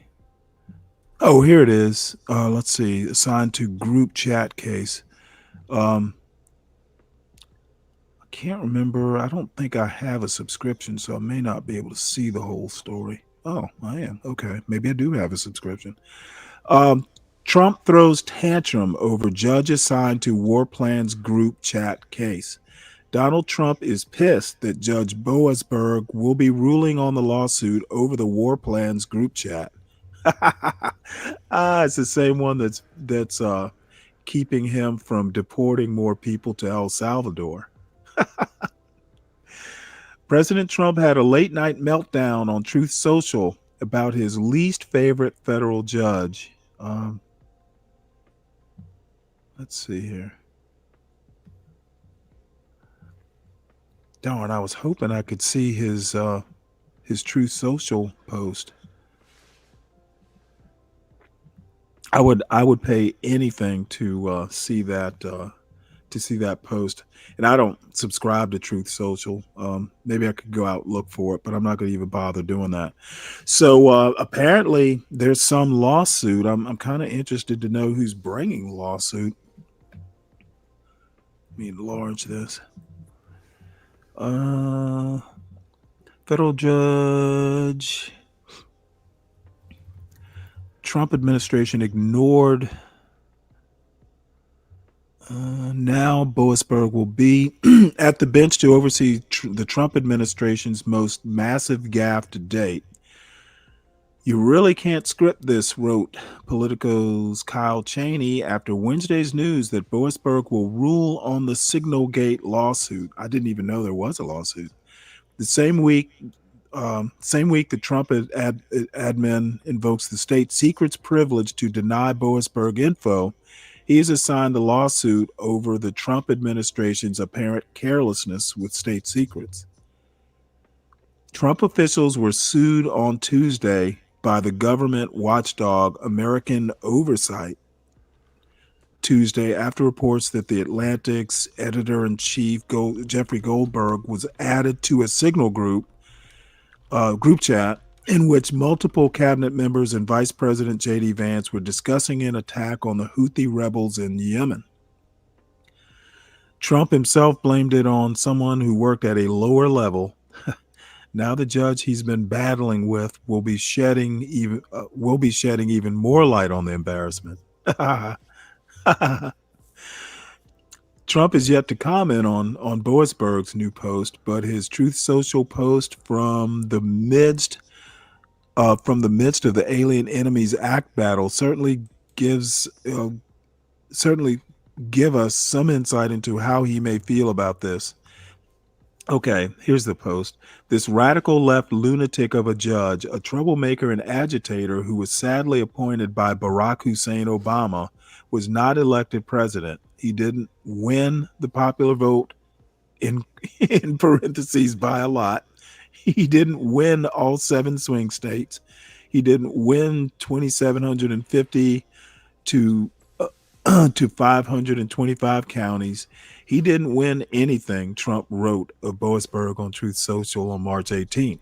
This judge, like many of the crooked judges I am forced to appear before, should be impeached. We don't want vicious, violent, and demented criminals, many of them deranged murderers, in our country. Make America great again. Oh, Trump. Oh, Trump. So let's get back to ground news here. Trump, Judge Boasberg apparently orders Trump administration to preserve Yemen attack plan messages. Let's see. A federal judge ordered key Trump administration agencies to preserve messages sent on Signal between March 11th and March 15th. Judge James Boasberg ruled in a preservation lawsuit related to discussions on on war plans among cabinet officials. Okay, so the lawsuit is to have them not delete messages. The Justice Department stated that the administration is already working to track down and preserve the signal texts from the time period. Boisberg's temporary restraining order requires the administration to file a status report by Monday, along with declarations from officials about the preservation steps taken. Oh, this is too good. So this column here, this little middle section here, has Trump news. Trump signs executive order to end collective bargaining at agencies involved with national security. That's interesting. Yeah, that Trump lawsuit was filed by American Oversight, which is a kind of a transparency organization. They claim they're nonpartisan, but they're just all about transparency. They want to make sure everything's transparent. And I think one of the things about doing that kind of communication on Signal is that it is outside quote unquote official channels where everything is preserved. So maybe that's their concern. I don't know.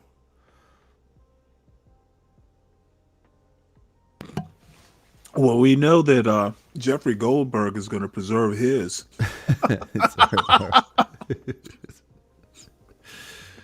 Yeah. So Trump launches task force to make D.C. safe and beautiful, focusing on deportations, crime, and homelessness. I'm sure Muriel Bowser will appreciate his help. Let's see. Trump targets divisive narratives in Smithsonian museums. Yeah, I definitely want to read this one.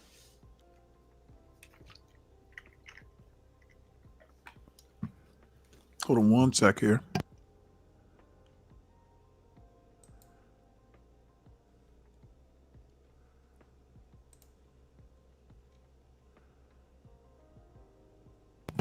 Well, I guess jalapeno kettle chips at 5 in the morning. Oh, man. Are not the thing to do. Yeah, I'd be lying if I said I don't occasionally in the morning indulge in some non-traditional snacking myself. I had some garlic parmesan pretzel twists the other day at like 3:30 a.m. So. Now this, I like history and, I love the Smithsonian.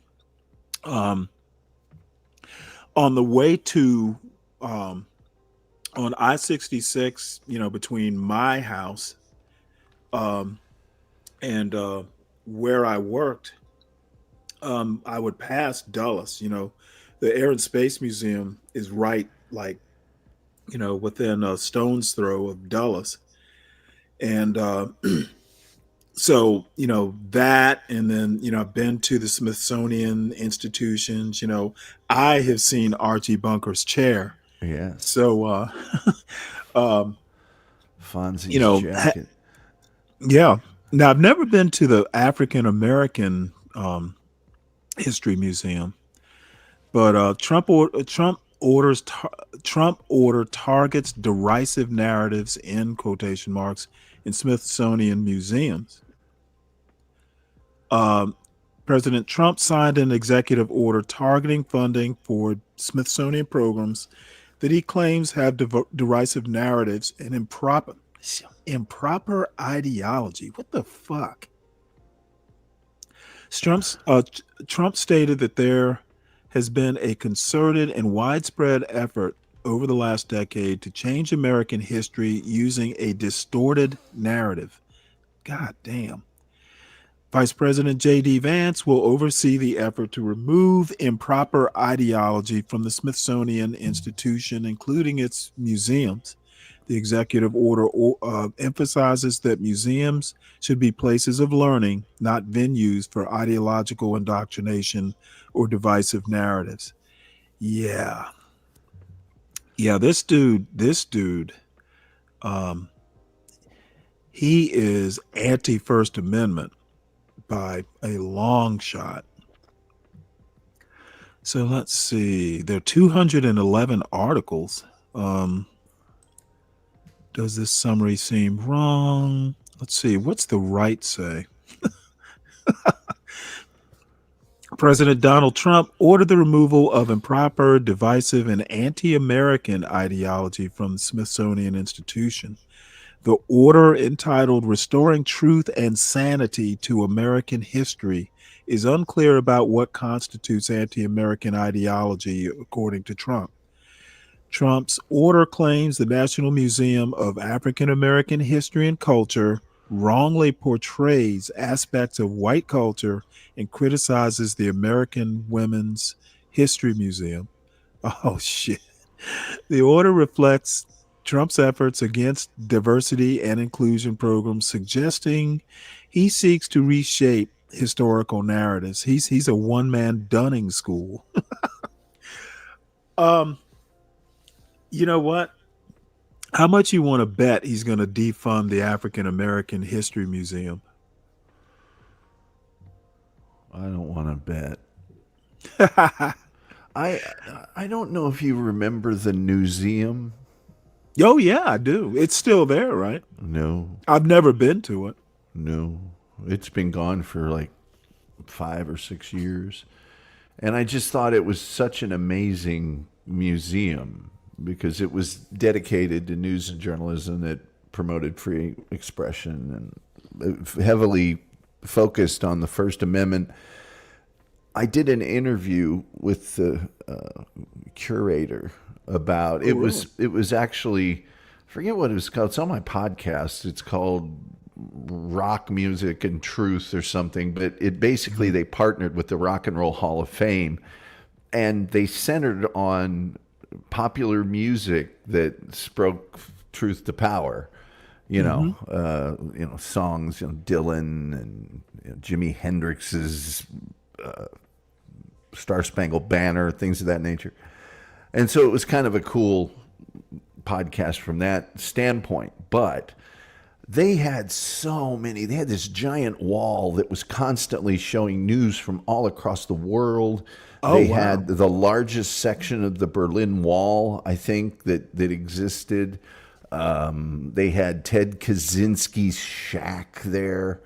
They had a whole 9/11 section, and those were just permanent exhibits. They just had so much stuff. They had a section dedicated to journalists that died, while pursuing stories.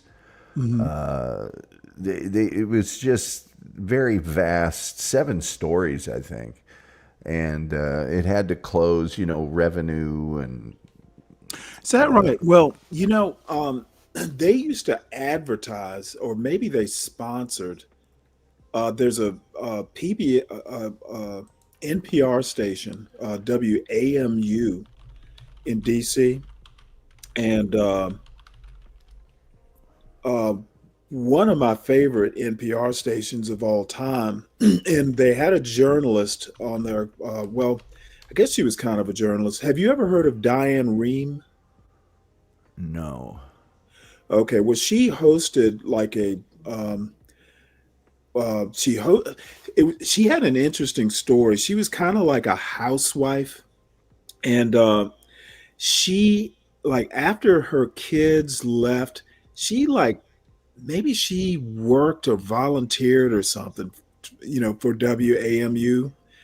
And somehow or another, she started hosting this little show called Kaleidoscope, and it evolved into the Diane Rehm Show. And she hosted that show forever. And so anyway, she was one of the shows I just listened to. It was an interview show, but she was a wonderful interviewer. So, she's probably deceased by now, but I have very fond memories. And the museum was one of the sponsors, I guess. So, this, Diane Rehm Show, one of the sponsors would be museum and other types of sponsors. So, never got down there though. I put the link in the back chat. Okay. The openings of all my podcasts, the vast majority of them, are the highlights of that interview, because the interviews themselves last for an hour or something. So, but the opening 3 minutes to 5 minutes are just the sort of the highlights from it to get people excited about sitting through the rest of my drivel. But it was just a really cool museum. I think museums, by definition, unless they are like the Smithsonian, but which, by the way, is more vast. You know, you're seeing 10% of what's in the Smithsonian when you travel. Yeah. I mean, you could spend a week there and not see everything that they're showing, but they have vast amounts that are not on display. Unless it's a general museum. You know, the Museum of Women's History, I don't know, it might have a focus and a slant toward women's history. Right. You know, it just might.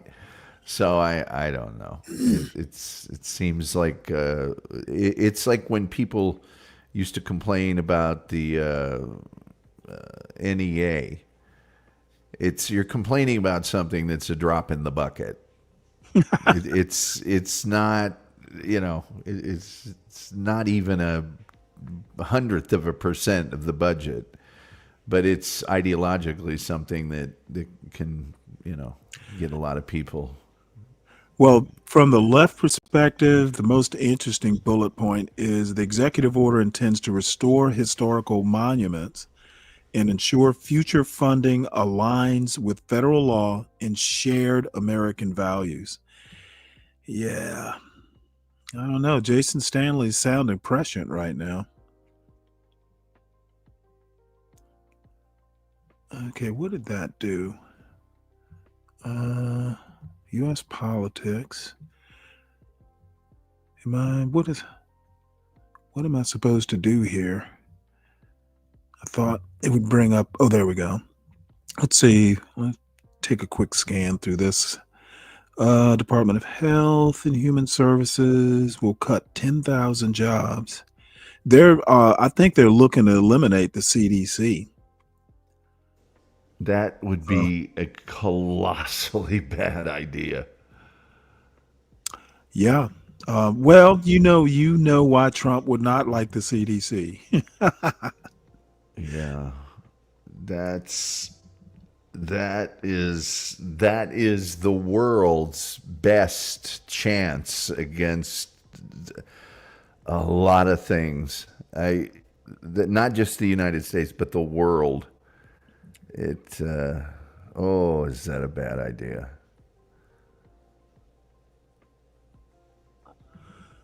Let's see. Doge team defends federal layoffs. Almost no one has gotten fired. They've all. If you call them layoffs, then you can't call them firing, right? Let's see. Let's have a look at this right quick. Ken Martin. Let's see. Republicans grow concerned about Trump's handpicked candidate in Florida special election. Ken Martin, Democratic National Committee Chair, will campaign alongside Florida Democratic Party Chair Nikki Fried probably, in Florida's 6th congressional district ahead of Tuesday's special election to replace former U.S. Representative Michael Waltz, who's now National Security Advisor. Let's see. Let's look at the right. Josh Wheel has raised over $10 million for the special election, while Randy Fine has less than $1 million, indicating a significant financial advantage for Wheel. A recent poll shows Fine leading Weil by only 4% within the margin of error, highlighting potential competitiveness in the race. Republican operatives believe that the special election in Florida could be closer than expected, as it as it may reflect on Donald Trump's record ahead of the 2026 midterms. Yeah, this will be pretty important. DeSantis expressed skepticisms about Fine's performance in the election, stating he expects Fine to underperform in the district. All righty. Well, we'll definitely, let's see, did they say when it's supposed to happen? Did they give a date? No, and they don't give the district number either, which is problematic for. Let's see if there's let's see. I'll find it real quick here. It's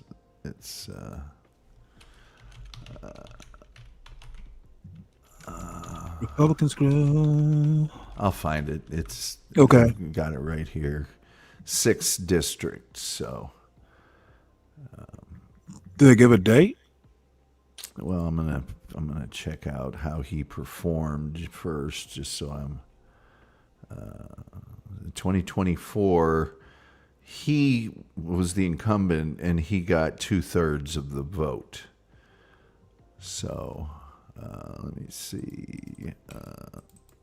Let's see, Florida, 6th district, special election. Date. Whoops. Date. Primaries general. The general, it says, will be held. Oh, okay. This April 1st. Oh, shoot. That's in a few days. Okay. Special election to fill the seat representing Florida's 6th congressional district will be held in 2025. Primaries were scheduled for January 28th. General election will be held April 1st. 2025. Okay, well, definitely keep a lookout on this one. There are 5 candidates: Josh Weil, Randy Fine, and then a libertarian, and someone with no party affiliation, and then someone that's a write-in. Oh, wow. So. Fred wanted me to have a look at this. Man accused of setting fire to Tesla vehicles in Las Vegas arrested. Let's see. A man who set fire to Tesla vehicles. Let me enlarge this. Old man enlarge. A man who set fire to Tesla vehicles in Las Vegas and who painted the word resist for authorities to find at the scene has been arrested. Paul Hyun Kim, 36, faces charges in connection with the March 18th attack in both state and federal court in Nevada. Authorities announced, bet he'll be deported. He better be a citizen. In state court, Kim is facing charges of arson, possession of an explosive device, and firing a weapon into a vehicle. Damn. Who says Asians aren't violent? Kim is also charged with federal unlawful possession of an unregistered firearm and arson, according to a criminal complaint filed Thursday. Wearing a black t-shirt, black jeans, and tennis shoes, Kim appeared briefly Thursday in U.S. District Court in Las Vegas. He told a judge that he completed 12 years of schooling. Kim is scheduled to return to federal court on Friday for a detention hearing. Federal Public Defender's Office in Las Vegas, which has been appointed to represent Kim, declined Thursday to comment. Wow. Trump hasn't gotten rid of the Federal Public Defender's Office yet? Security video played at the police at the police news conference showed the suspect dressed all in black and covering his face paint the word resist across the glass doors of a Tesla service center. McMahill said the suspect threw Molotov cocktails, crude bombs filled with gasoline or another flammable liquid, fired several rounds from a weapon into multiple vehicles. No one was injured. The only way this could be better would be if he was an illegal alien or here on a visa. Yeah, it's just, I don't know what he thinks that's going to do. it does more harm to his cause than it does good. And, well, as a matter of fact, I would posit, and people will probably disagree with me, so do most protests. The only protest that I know of that had positive results and actually did something was January 6th. That's got to be one of the few protests in history. That and the March on Washington. Those are the two most successful protests that come to mind. I don't know, Selma. Some of the '60s protests. Well, was Selma a success though? Yes, I think it was. And it's a PR success like no other. Right. Right. But okay. When you shift public opinion, and even some of the anti-war brought so much political pressure on the government that they were successful. But when you do protests like this, you just give the other side so much ammo for seeming intolerant, whereas the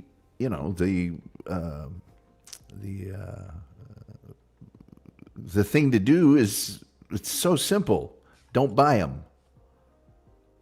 That's the real way it hurts, Yeah, I agree as well. And by the way, don't buy them is hard. They're damn good cars, regardless of what you think of them. I mean, they're damn good cars.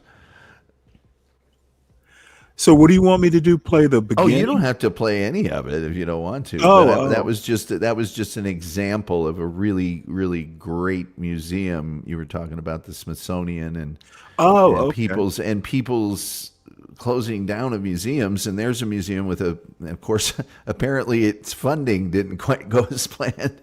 The newspaper industry was heavily subsidizing that, and so it ended up closing down in 2019. But museums should have a focus of some kind.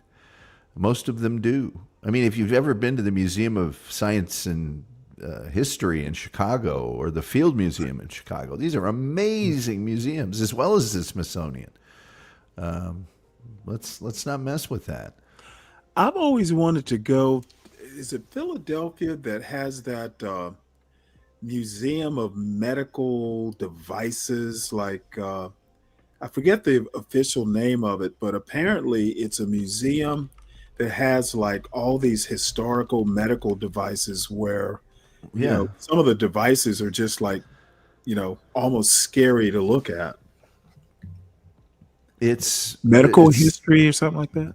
It's the Mutter Museum, and I think it's medical instruments, anatomical models, biological specimens. Some people call it the Museum of like medical oddities. It's the mysteries and beauty of the human body. But yeah, that's certainly there. But the museum was a wonderful thing. It really, really was. It was just a fabulous. And by the way, I have a lot of objections to the Rock and Roll Hall of Fame. Who gets in? Who doesn't? Why is Warren Zevon in there? Not in there. Anyway, along those lines. And I think a lot of people do. There are people that are not what you would traditionally call rock artists that are in there, but the museum itself is incredible. Mm-hmm. It's amazing. They have, at least when the last time I was there, when you walk in, there are all these TV screens. You walk down this big hallway, and the TV screens have like looping video of the beginning of rock and roll, and people going, "This is the music of Satan," and all these protests when it first started. And then you go into an area where they have the actual performance garb of, has to be 100 artists: Buddy Holly, Al Green, Madonna. They're actual things they wore on stage, on like mannequins and stuff, and they're very varied. There's a sort of a room that's dedicated to one-hit wonders, and you go upstairs, and there are these little kiosks that aren't like a dedicated display, because they do have dedicated displays that are just, this is U2 or this is the Beatles or whatever, but they're like kiosks for a specific artist, and it'll have the number of song lyrics, especially in the early days, but even more recently, that were written on hotel stationery is just staggering, and various little things. There was Bruce Springsteen, when somebody had saved like a pizza box. He was known as one that would eat a lot of fast food and not great for you food. And it's got written in heavy black marker, "Do not eat this food, the boss." And that's why people start calling Bruce Springsteen the boss. Stuff like that was all over. It's really amazing. We have just a breathtaking array of museums in this country. The Children's Museum in Indianapolis. Oh my God. It's world famous. It's just spectacular. And we're just really lucky that way. People need to take advantage of that. I don't think a lot of people do. It's a great place. A museum, if you can keep it. Yeah. It's just a great place. Stank D, why does a picture of, I don't know. Maybe it has something to do with your algorithm. Stay off those websites. Maybe that won't happen. Yeah. What? Why are you even typing that in? Is it like, are you searching for love or what? He's got a patented way of avoiding the language restriction on it. It must be used to that. I don't know.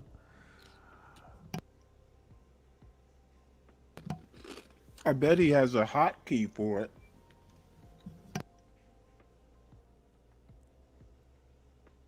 Why has no one ever typed your name into a search engine?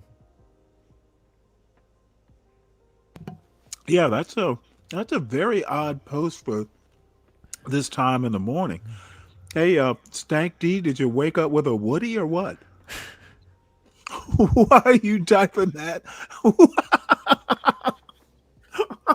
Why would you be typing my name in anywhere, frankly? Wow, you got a secret admirer, Tom. I know. Wish I could say Did it you was get? flattering.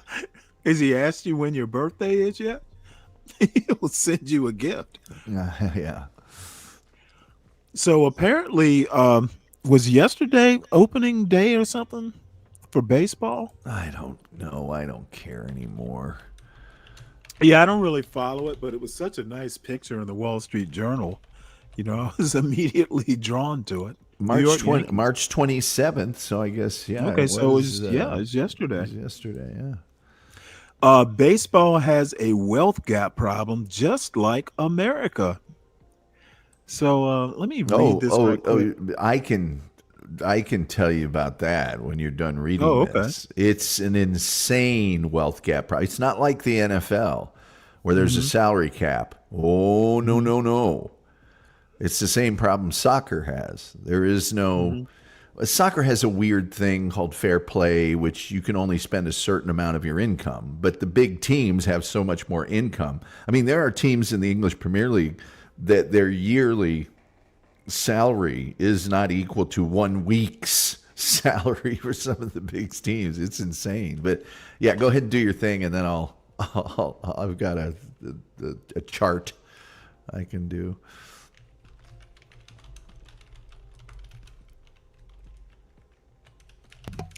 All right, well, let me read this. Let's see here. Major League Baseball has never been anyone's idea of a socialist utopia. Unbound by a salary cap, like America's other professional leagues, this sport has long been split into haves and have-nots, with the richest franchises able to attract top talent by offering enormous contracts for their that their smaller market counterparts can't easily afford. But as the 2025 season begins, that enduring wealth gap has become a gaping chasm, creating an even more stratified landscape that is stretching an already fragile economic system to its breaking point. Well, the active 26-man roster of the LA Dodgers is about 300 million. It's 293 million, right? Oh my Lord. For the Miami Marlins, 41 million. That's a gap. Wow. It's a gap. I mean, even if you go down to, say, mid-table of the 30 teams, the 15th team is the Los Angeles Angels, right there in the same city. They're at 100 and they're at 139 million. They're about half of what the LA Dodgers is. It is, every year one of these teams and they're never super far down, but some of these teams that are quote unquote, lesser salary, they do overperform. But when you get down to going up against LA or the Mets or the Yankees, I mean, the Yankees are only 7th this year. I mean, they used to be first. Phillies are 2nd. Do you follow the Senators? The Washington Senators? There's a Senators team now? Yeah. Oh, yeah. You know what? Well, I mean, I knew there was a historical team. Oh, no. Did they rename them? I thought they were the, did they rename the baseball team? No, they've been the Senators ever since they redid them about, I don't know, at least 10 or 15 years ago. They're only at 71 million. I imagine you're an Atlanta Braves fan, if anything. They're ninth at 160 talk million. About the Washington team. I was there when the team was inaugurated. I had just met my wife. And as a matter of fact, I have to dig that thing out. She bought me like this great sweatshirt. I even have there was a poster in the Washington Post, I think it was, for the team. It was it was an actual, I was there. I've even been to games. I've been to a few games. My father-in-law and I have been to a few games. Because I used to work for Ticketmaster, so every now and again I would actually get tickets. As a matter of fact, is a reward, I guess, for some good work I did. My boss's boss gave me tickets to the last game that they played at. I'm sorry, they're the Nationals now. Yeah. Oh, that's all right, but. I actually, and I couldn't make it because my parents were in town, and I started to blow them off and go to the game, but I just couldn't do it. So I didn't wind up in the tickets were like these plastic cards that were keepsake. I don't know what I've done with them, but well, they better be what they want to go to a ball game. I'd rather go to a minor league ball game. I announced 3 seasons of minor league baseball on the radio. Oh, really? Yeah. I did. Well, when you do radio, you do play-by-play and color, but minor league baseball is a tremendous value. They want a lot of money for major. Now, we used to go. There was the Norfolk Waves. I used to go to their minor league. I forget who their farm team for, but yeah, I used to go to a lot of minor league games. Savannah Sand Gnats, the old bottomless mug night. I used to love to go to those. Well, they've also upscaled all of the minor league ballparks now, so they're not sort of run down and stuff. Now I can tell you that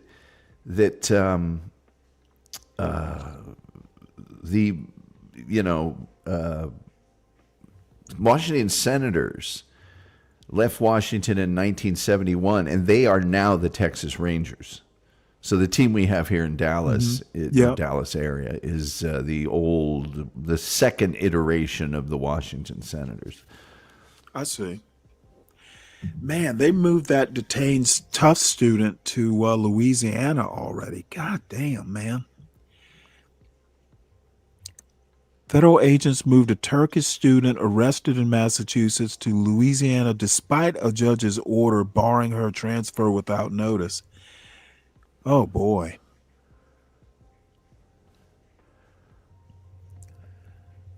Well, the judicial isn't going to stand for this. If you defy a federal, I mean, possession's 9/10 of the law, but if you defy the order of a federal judge, that's going to. Well, I mean, what are they going to do to the president? I don't know that they'll do anything to the president. They'll do something to someone in Homeland Security or. Yeah, well, I mean, the problem is they. I get, the federal marshals don't work for the judiciary, do they? They work for the executive. So they really have no power other than, hey, the law. There's not a thing they're going to be able to do to stop ICE. I mean, who do they find?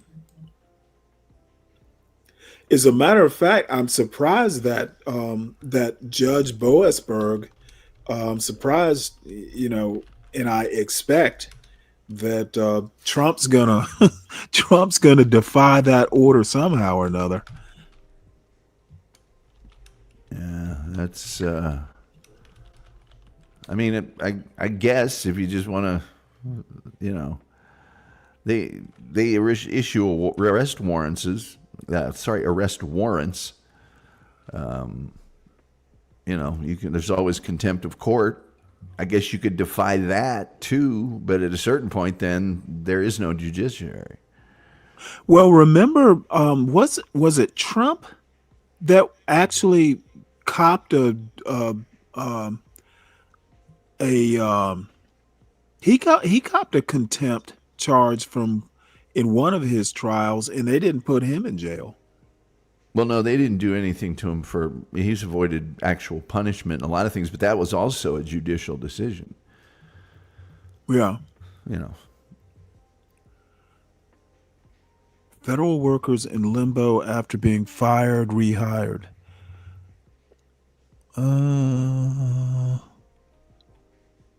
Okay. So she was some sort of, he's Corps of Engineers. Interesting.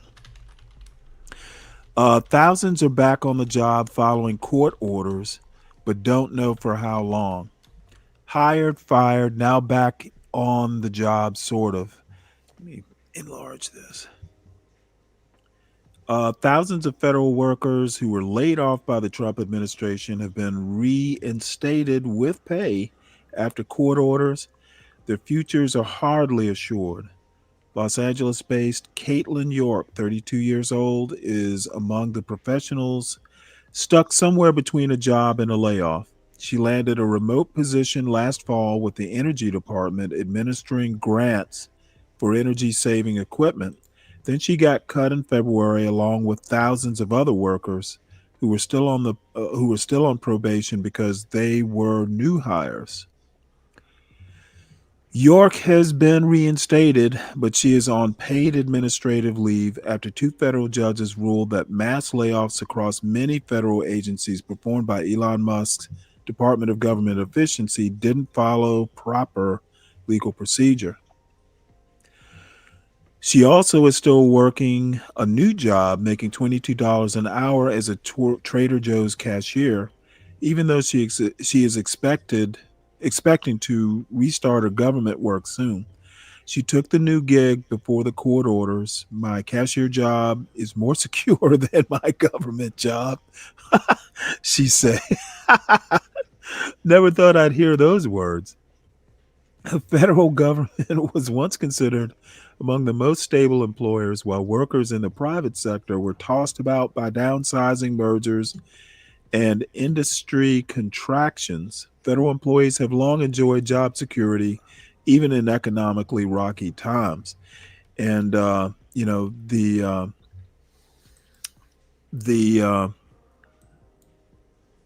populists have taken care of that. Federal government is so difficult to be hired into, said Kara Woodson Welch, who leads the Public Sector HR Association. A lot of people believed it to be very much a dream job because they were able to do the type of work they wanted to do. There was a lot of opportunity to stay in the federal government once you're in it. Not anymore. Trump took care of that. Uh-huh. Jay Boogie, you live up there in Frisco. I've been out there as Dr. Pepper Park when I was going up there. And we actually, Frisco Rough Riders, right? We actually carried the Rough Riders on the sports station that I was on. And so we got to go out there for a lot of events and stuff. It's a very nice ballpark, by the way. I'm sure Jay Boogie's been there. It's like I said, these minor league ballparks are no joke anymore. I did a quick scan of this. Now, the marshals are who enforce criminal contempt orders, but a judge can order a civil contempt order, and if the marshals refuse to enforce it, they can appoint other people to enforce that. Oh, like deputize? Yeah, well, it's not clear as to who those other people would be, but they can appoint others who I assume they would select people that are actually going to do it. Whoever they may be, and Democracy docket. What's this? This looks interesting. So basically, the gentleman David Knoll is just pointing out that there are tools available if the marshals say we're just not going to do it. Then you know what? I've heard of Eye on the Right. So anyway, there are methodologies at their disposal, but. Okay. Yeah, thanks for this. I'll subscribe off air here. Oh wait, it popped up in a good. It popped up in a new tab. Yeah, I'll definitely check this out. Send out Eyes on the Right helps keep you informed on far right extremism. I'm sure there will be news of the John Galt Urban Landlord channel regularly. Well, incidentally, this article was just written on the 14th. So it was written kind of in response to what we're talking about. And I don't care who appointed the judge. A federal judge's order, unless stayed by the Supreme Court, that's got to be enforced. You don't have a choice. This idea that I can a la carte the decisions that I like, hey man, that's just not cool, man. All right. Well, let's see what else we got here. By the way, and since we're talking about baseball, a couple of years ago, maybe it was last year, not the year before, baseball instituted this pitch clock and all these other rules to shorten the game. Yeah. Mm-hmm. If I like baseball, why do I want the game to be shorter?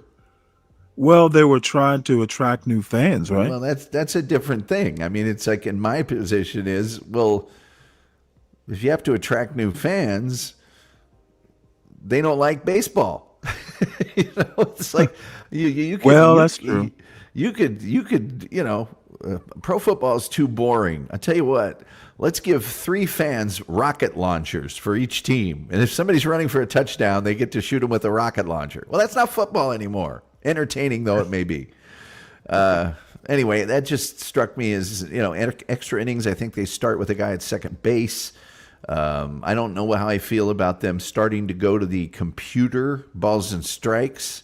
I think the umpires, and this is true of everything in the world, including our current political situation, if you have extremity, if there are umpires that are jerks or terrible, there will be a response, and it may be extreme.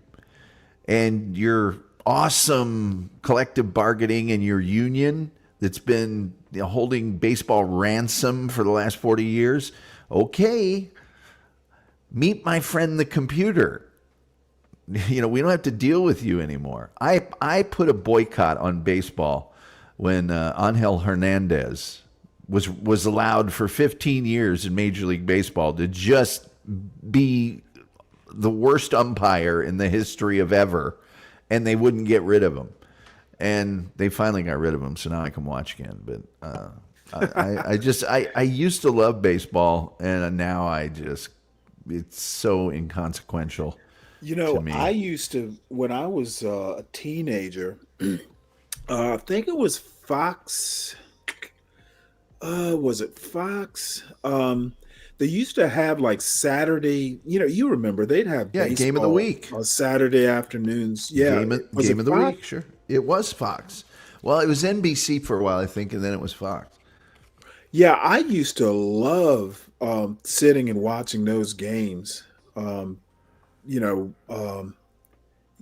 I don't know. I've gotten so far outside of almost all sports, but maybe I'll try and catch a few baseball games. Well, It's gotten so.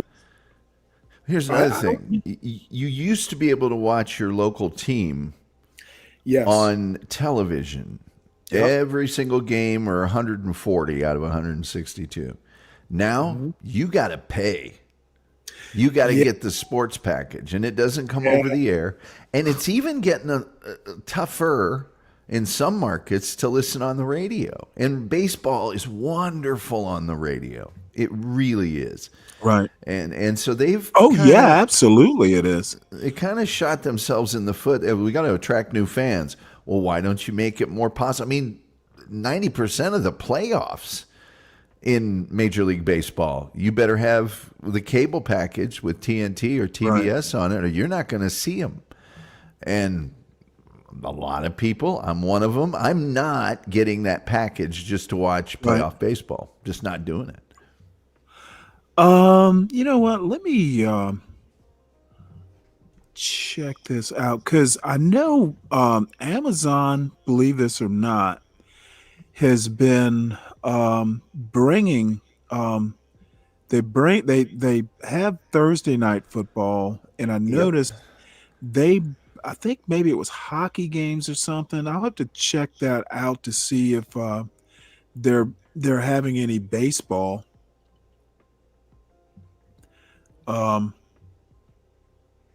If they do, I'll definitely try and catch a game or two to see if I can get the fire rekindled. But here's another one. Major League Soccer sold out to Apple TV. If you want to watch Major League Soccer, you got to have Apple TV. Yeah, if you want to watch the games. There's a have Apple TV. There's a few matches that they show on Univision, or I think it's ABC, maybe one or whatever a week. But all those local announcers got canned that you got used to listening to. The ones here the one we had in Dallas is terrible, so I wasn't too upset by that. But now I just watch the 7-minute game recaps. I don't even, I'm their target, man. And it's like I'm not doing it. Sorry, there's just not enough there. There's not enough meat on that bone. If it was Netflix or something where I got a ton of other stuff, I would do it. It's like when I had Amazon Prime. The big feature was get your stuff in 48 hours and you don't have to pay for shipping or whatever. Well, I lived in the middle of nowhere in Utah, and I was ordering tons of stuff off Amazon because there's nowhere to buy anything there. And the stuff wasn't getting there in 48 hours. And I wasn't necessarily even mad at him. I'm like, well, of course it doesn't. I'm in the middle of nowhere. Nothing comes through. But I still was like, but you said, and then the things that you get to see on Amazon Prime for free, I was like, I can see this anywhere. Right. I can see, what's the Harrison Ford movie where he's the president on the plane, executive Air Force One or something. Yeah, it's Air Force One. Air Force One. I'm like, I can see Air Force One on any streaming platform for free. It's not, exclusive. And anything I really wanted to see, I had to pay extra for. And I'm like, well, this isn't an advantage. And so I'm pretty harsh about that kind of stuff. No. Well, I'll tell you one reason I actually, if every corporation in the world goes under, I want my Amazon Prime. Reason being is you can kind of a la carte some stuff. Like I have through Amazon, I have HBO Max, I have BritBox, and I have PBS, like the PBS kind of a la carte its programming, so you can watch all the masterpiece theater, like their long limited series, that sort of thing. Yeah. I have all three of those in one place rather than subscribing. It is three subscriptions, but it's all through Amazon, so it's kind of centralized. And there's no way, I would have to pay for HBO Max, and I don't pay for BritBox. I don't even know where I would get BritBox. I don't pay for anything. I get 70 channels over the air, digital. Really? Just for my antenna. Okay. Oh, wow. And that has Me TV, Antenna TV, Cozy TV, all the old stuff that I like to watch. It's got various other things, but then I have a Roku TV, so I get, I don't know how many channels. I got a Google Chromecast, which is like a $35, what they call a dongle, that I plug into my HDMI outlet, and I get so much stuff. I get Google Free Play, which is, I don't know, like 300 channels or something like that. Yeah, but don't you get commercials? Yeah. So yeah, I can't. You know what? I've gotten I don't even watch regular TV or cable now because of the commercials. I'm just done with commercials. Not everything has commercials when you watch on demand programming. When you you binge watch a TV series, not all of them have commercials, but 2 minutes of commercials, I need the 2 minutes. Because I'm usually watching. I mean, I'm on my phone wikiing one of the actors, or getting up and grabbing a snack or whatever. I don't mind the commercials; those don't bother me. Pause. If I want to watch something, I'll just buy it. I'll just buy the DVD or Blu-ray, and then you're a different sort of animal. Buying box sets and stuff like that. I don't like commercials so much that I have YouTube Premium, because I just don't want to deal with commercials while I'm watching YouTube videos. Well, the commercials, though, unlike broadcast television, are kind of tailored to what you're watching or what you watch. So one of those commercials might be a movie that because you're watching a certain piece of content that you're like, oh, I got to see that. That looks really good, or whatever else, I'll find them through a different medium or. By the way, most of these, especially on my Chromecast, I use my Google account to sign up for all of the various channels, and therefore it knows all my preferences, what I like. It's serving up the things that I like. Turner Classic Movies says commercial free. And by the way, I get elements of, now, do I get BritBox? No, I don't. But I get a channel called BritBox Mysteries that's got all of their detective shows on it and stuff. Yeah, so you get a lot of that kind of stuff. There's some History Channel, there's some, and PBS, I just generally watch PBS. PBS's website also is a great source. Oh yeah, that's PBS true. That's true. Yeah. You know what? I don't watch PBS anywhere near as much. The only thing that I actually, as a matter of fact, believe it or not, I'm watching Wolf Hall. PBS Masterpiece Theater, or just Masterpiece Theater, I get through Amazon. So, because about all I ever watch, I used to watch a lot of cooking shows on PBS, but these days the only thing I'd really watch would be the Masterpiece Theater sort of things. Now, do you get the old ones with Alistair Cook announcing the beginning of them? I'm sure it's some library somewhere. I loved him, man. PBS. His introductions were so great. Oh yeah. Today it's just music, and it's not what it used to be. But I just, Amazon. I'm just a fan of Amazon just overall. Well, I love buying things from them, but usually I'm spending over $50, so I get the shipping free anyway. And I'm like, why am I paying this money for? I watched last night on, I believe it's Plex. That's the other thing. There's so many. There's Crackle, Tubi, Plex, Pluto.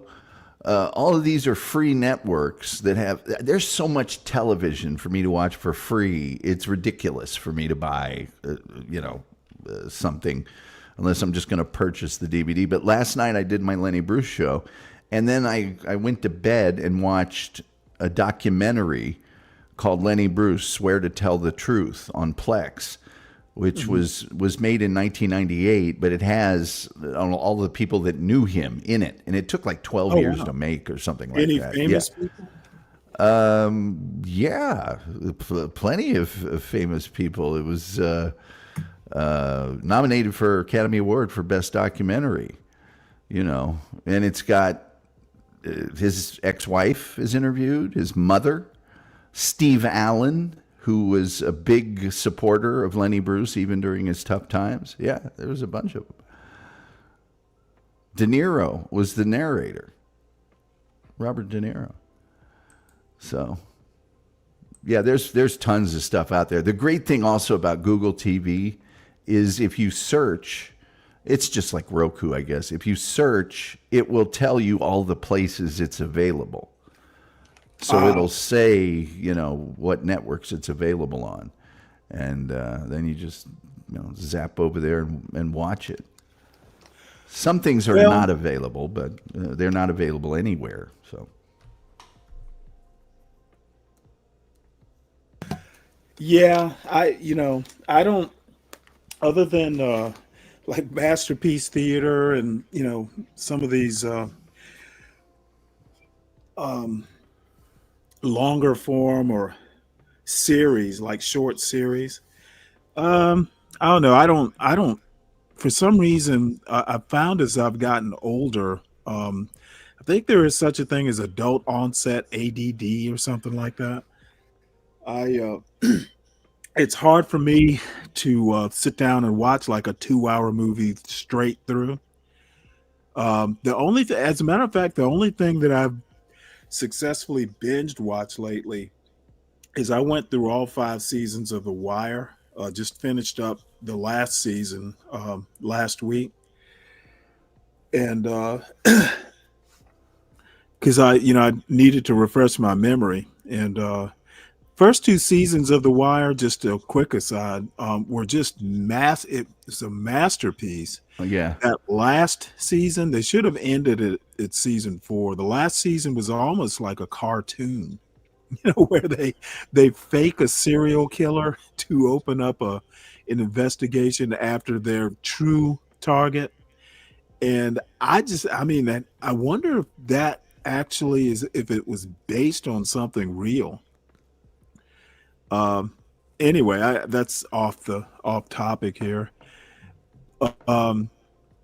This is interesting. This is the Wall Street Journal again. Apparently, Trump nominees practice treated transgender men. I have to read it. President Trump's pick for a top health post is an Alabama urologist whose practice has advertised its work treating erectile dysfunction in transgender men.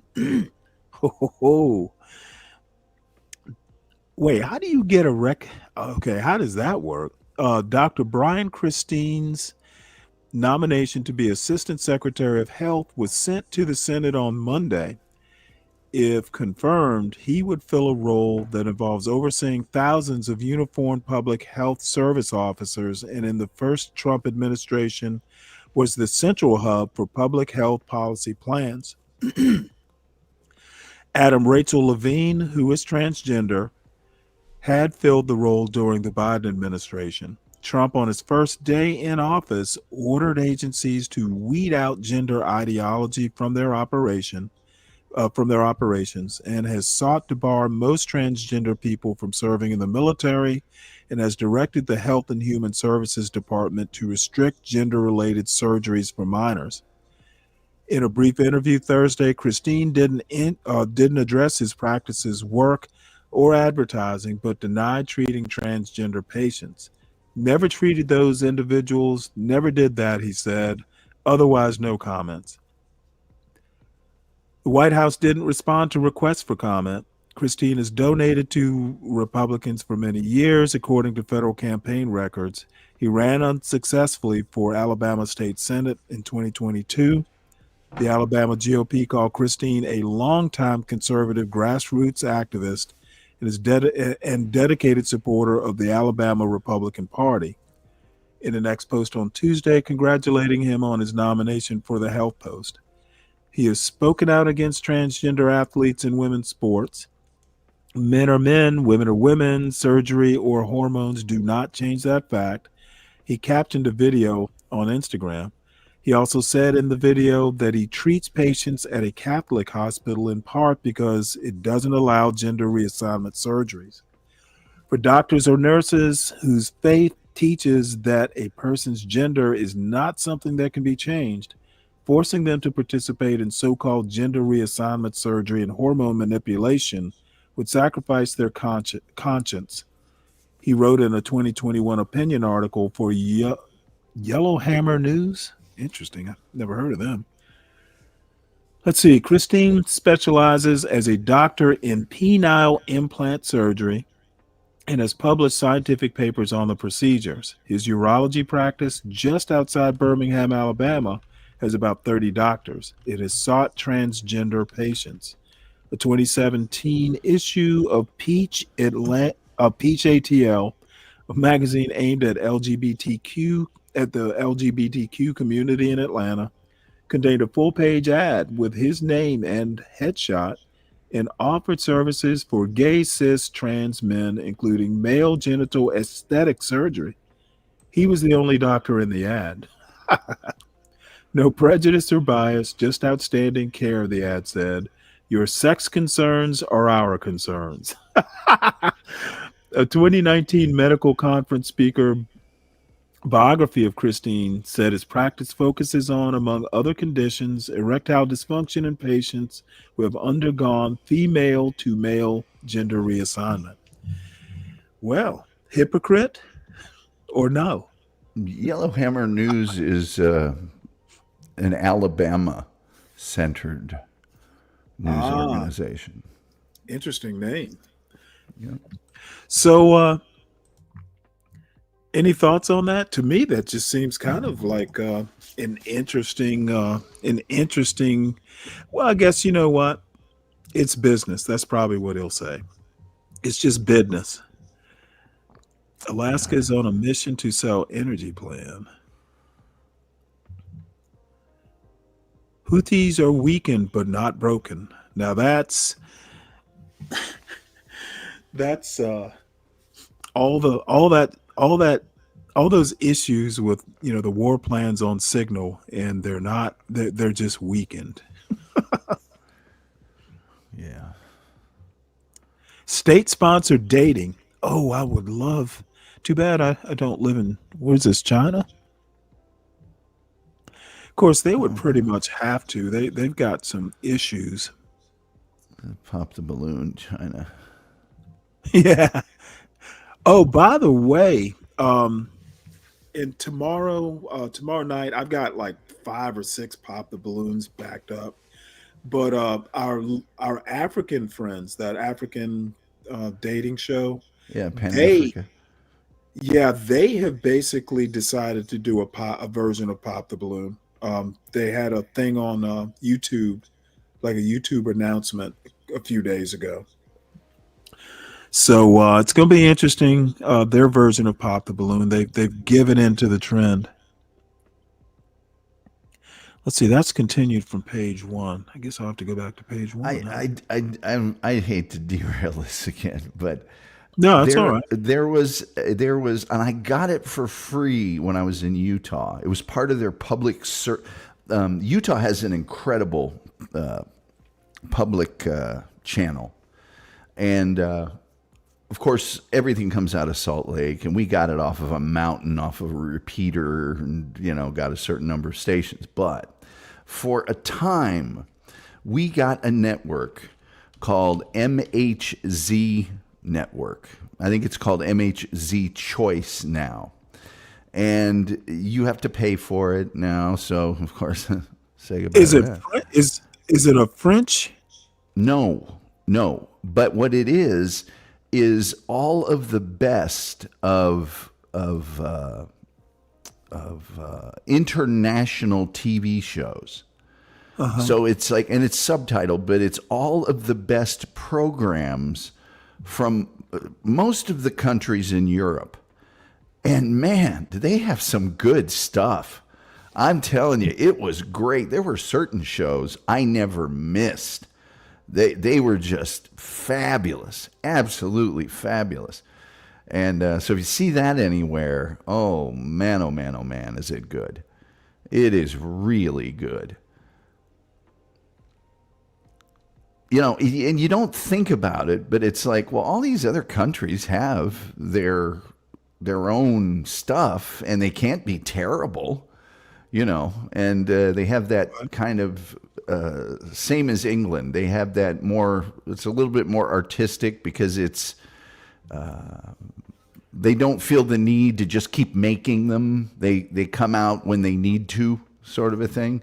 They have a Law and Order franchise in Germany called Tatort it takes place in different cities. And it's been on for like 20 years. Yeah, it's really good. Does it come with subtitles, or is your German yes. good? All of it is in subtitles. Yes, all of it is subtitled. There's a couple of detective series out of Italy. One of them is called Detective Montalbano.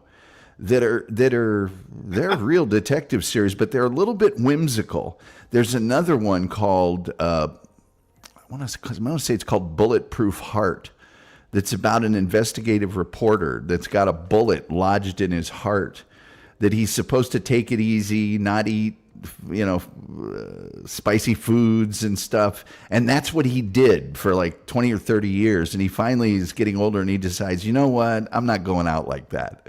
So half of the show is him conniving to live this exciting lifestyle and hide it from his family and stuff. There's some wonderful stuff on it. But anyway, I thought I would mention that because you showed the Chinese dating and stuff, and it's MHZ Choice. It used to be called MHZ World, and by the way, part of their programming was an English language German newscast that like puts BBC News to shame in terms of balance and sort of documentary style deep dives into certain subjects.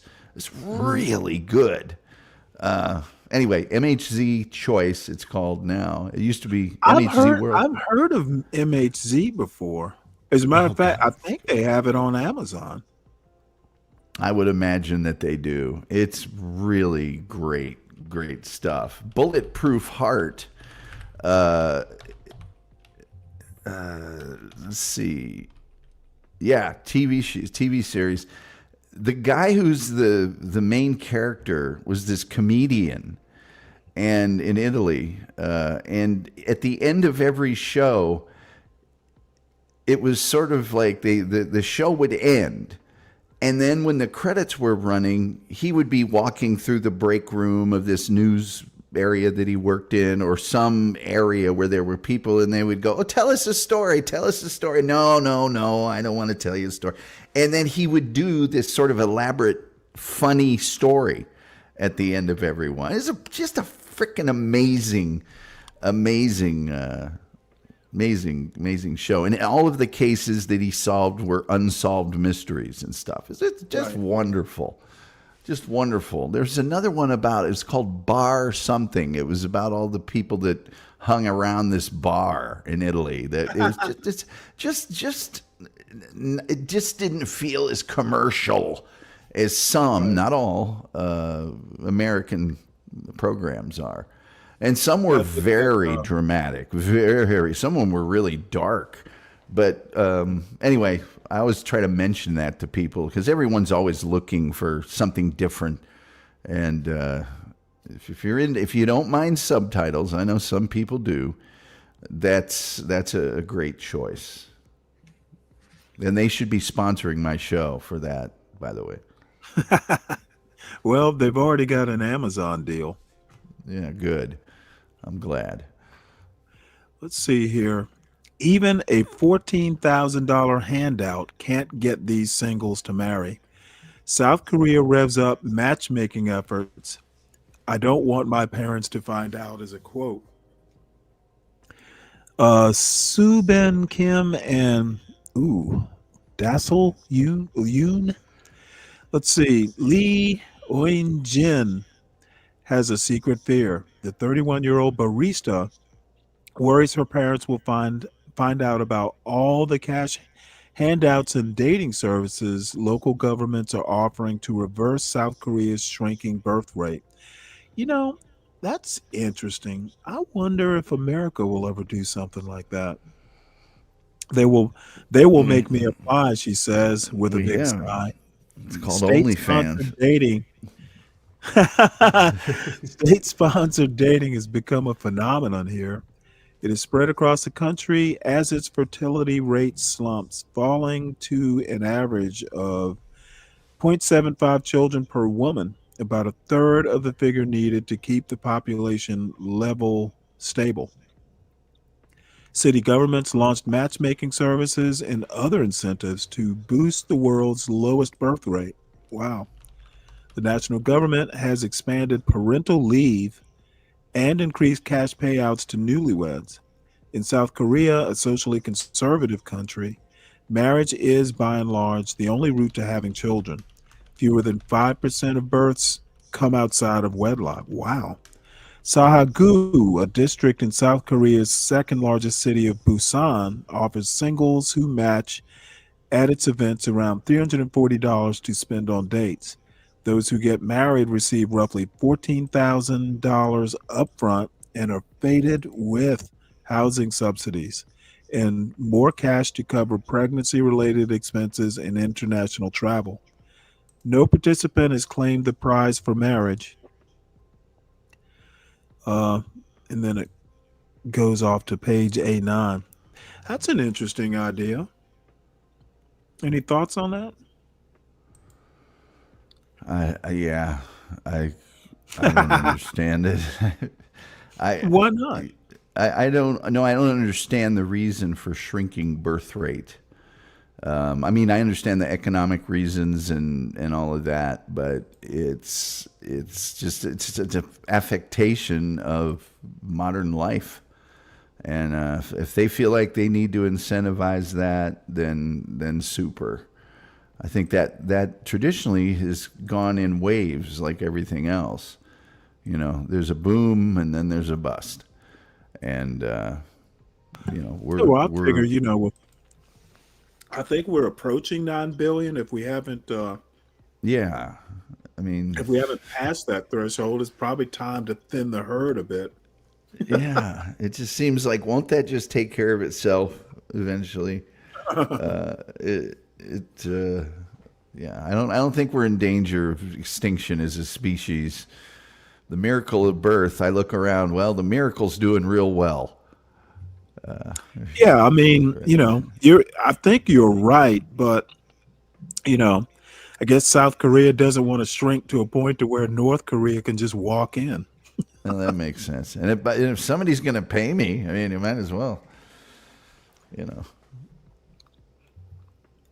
Stocks fall on new auto tariffs. Interesting. Ferrari cites tariffs for price bump. Yeah, well, you know what? I don't think anyone who can afford a Ferrari is going to worry that much about it. Yeah. I heard Jay Leno talking about how difficult it is to buy a Ferrari. What, because of a waiting list? That and, really long waiting lists. You, you order one, then the production's limited, the demand is high. VIPs get them first. You know, he basically said, no, I'm not doing that. I'm not doing that. You know, I just like to buy cars. I don't really need to, you know. So he was complaining about it. And that guy has cars made of burlap and leather and brass from the 1910s. I mean, he's got every car on earth. What, is he not a big enough celebrity? I guess he's a huge car guy. I don't know if you're aware of that or not, but Jay Leno. Oh yeah, got, absolutely. Yeah, As a matter of fact, you know, he's definitely on comedians in cars getting coffee. But I've seen he used to have like a car show. I think he still does. And he's got, it's just, and he doesn't just have high end, oh boy, cars. Like he's got a Yugo. You know, he's really into all cars. Letterman just is kind of into winning the Indy 500 with his cars. I'm sorry, I always have to one up Jay Leno. my allegiance to the Letterman scholarship, yeah. So I'm looking at a story here on my phone. In an effort to crack down on student activists who support Palestinians, the U.S. has revoked hundreds of visas. Damn. Yeah. This is going to become problematic, I fear. Hey, Virgo. Hey, how you feeling, Virgo? She was back to her old self last night. Well, that's good. You're on mute if you're trying to talk, Virgo. Or if you're just ignoring me, I number one, I understand, and number two, I respect that. Hey, sorry. I had to put my TV on mute because I didn't want my mic to mess up. How you feeling? I'm feeling good. I'm getting well rested. I don't return to work until Monday. That'd make me feel better right there. I'm going to shimmy on to work on Monday. I might take a gallstone out and throw it at somebody at work. Use it as a paperweight. Yeah, I can do that too. Oh, you better pray they're not that big. I know. So what are you guys up to tonight? Or this morning, I should say. Nothing much. Why is Chelsea Handler at the top of the Wall Street? Well, it's the weekend edition, I guess, is why or something. The comedian this is let's see here. Like she's on M12. Real estate edition. Chelsea Handler, you know what? I would love to get my paws on her.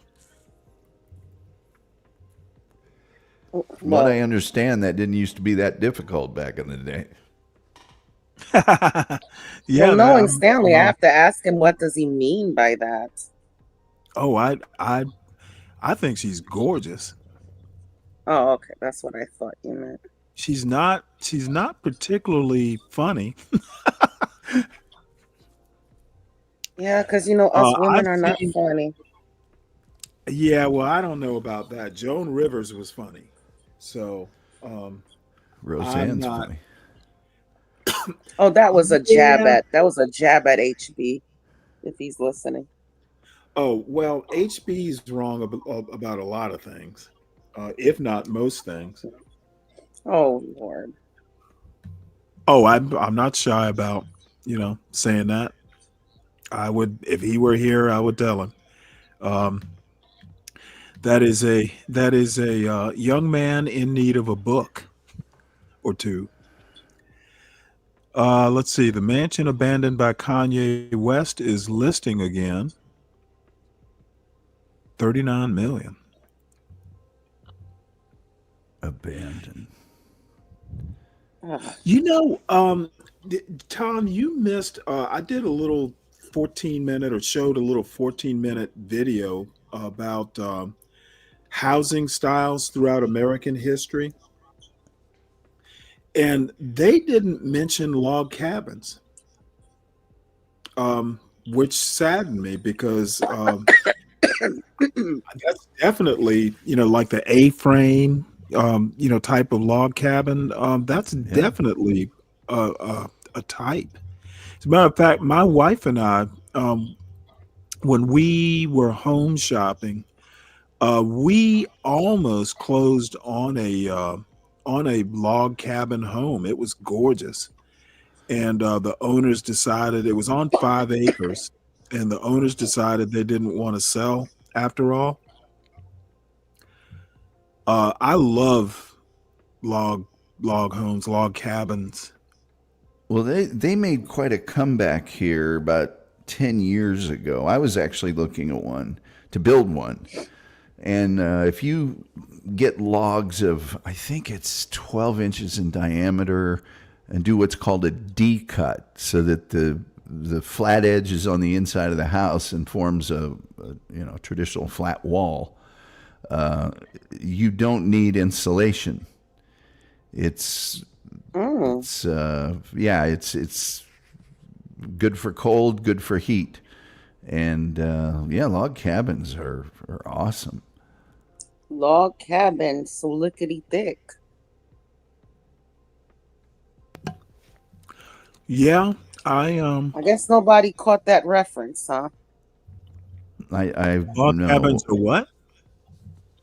So lickety thick. Log cabin.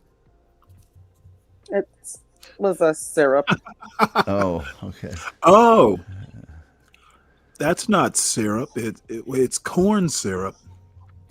No, well, you know what I mean. It was pancake syrup. Yeah. I prefer, to be honest with you, I prefer to maple syrup? I prefer maple syrup. I prefer maple syrup, or believe it or not, sometimes I make my own blueberry syrup.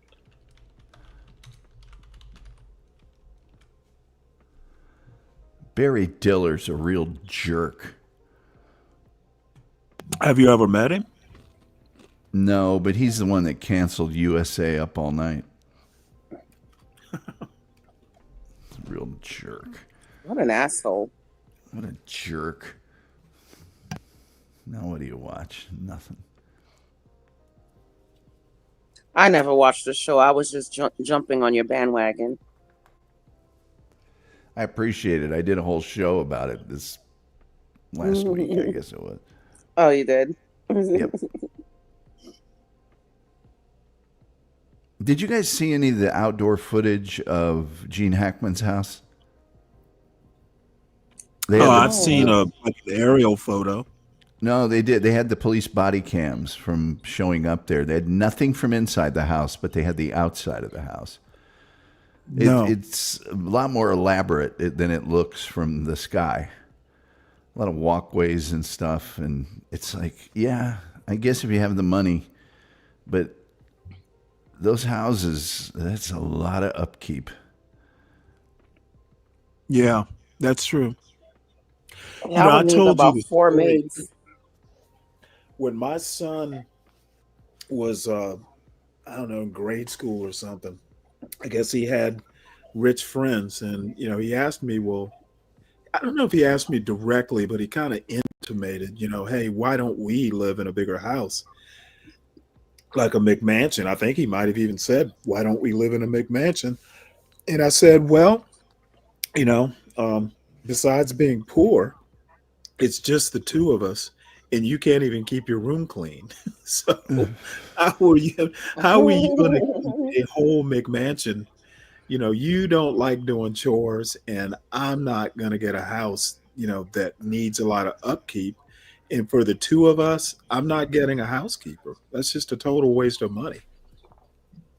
They're kind of ridiculous, McMansions. You know, they're usually packed in next to each other.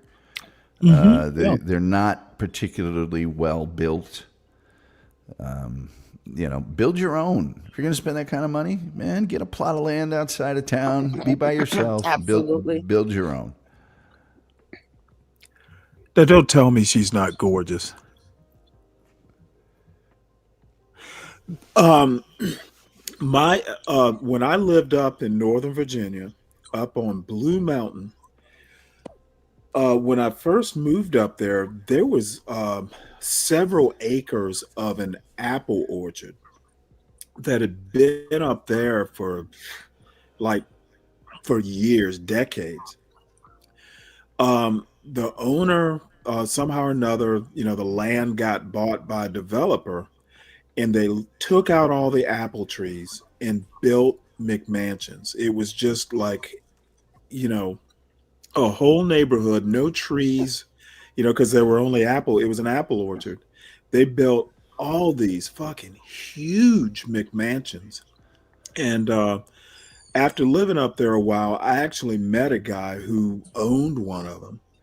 And several of them had like, you know, the owner would have like a roommate, you know, one would take the upstairs, one would take the downstairs.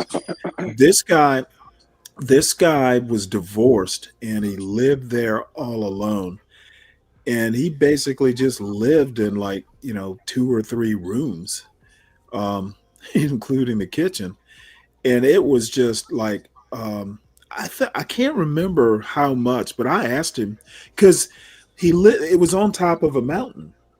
And, you know, there's always a breeze blowing up there. And in the wintertime, you know, with the snow and everything, you know, it's just like, I asked him what his heating bill was, and it was some ungodly number. And he only heated parts of the house that he lived in.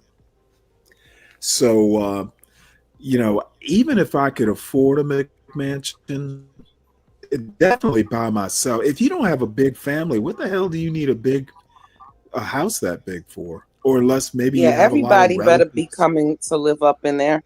And I don't like to live with people. I really don't. No, I don't either. I'm telling you right now, because I'm going through it. Hey, Deacon Dave, that number that you quote here, is that on the order of Be Brave 70%, just kind of pulled out of your ass? You didn't get that. You didn't get that number from your son's diaper, did you? It's also the average temperature of the human body. He got it straight. He got it straight out of HE's diaper. That's right. And it's still at body temperature. Or at least, you know, your thermometer check is supposed to be 98.6, I think is normal. There's a song, hey, 98.6. Yeah. No, that's the radio station he's listening to, right? Must be. Is this woman married, Stanley? I don't believe she is. She used to date 50 Cent. Stop it, for real? Yeah. Oh, that answers all of my questions. What questions? That answers everything. Well, why? She's been pretty. Pose, I would, as a woman, especially you know, being in politics, I would never do a pose like that. That just says, "Come get it." That's what that pose says? I believe so. Okay. So it's a fetching pose. she's dated some, you know, some very wealthy men as well. But 50 Cent is also wealthy. Sure, but not like some of the other men that she's dated are, you know, Like really up there, like billionaires. Yeah, hotel chain owners that are in hotels all across the world. The head of NBC Broadcasting and CEO of Comcast, chairman of ABC Entertainment.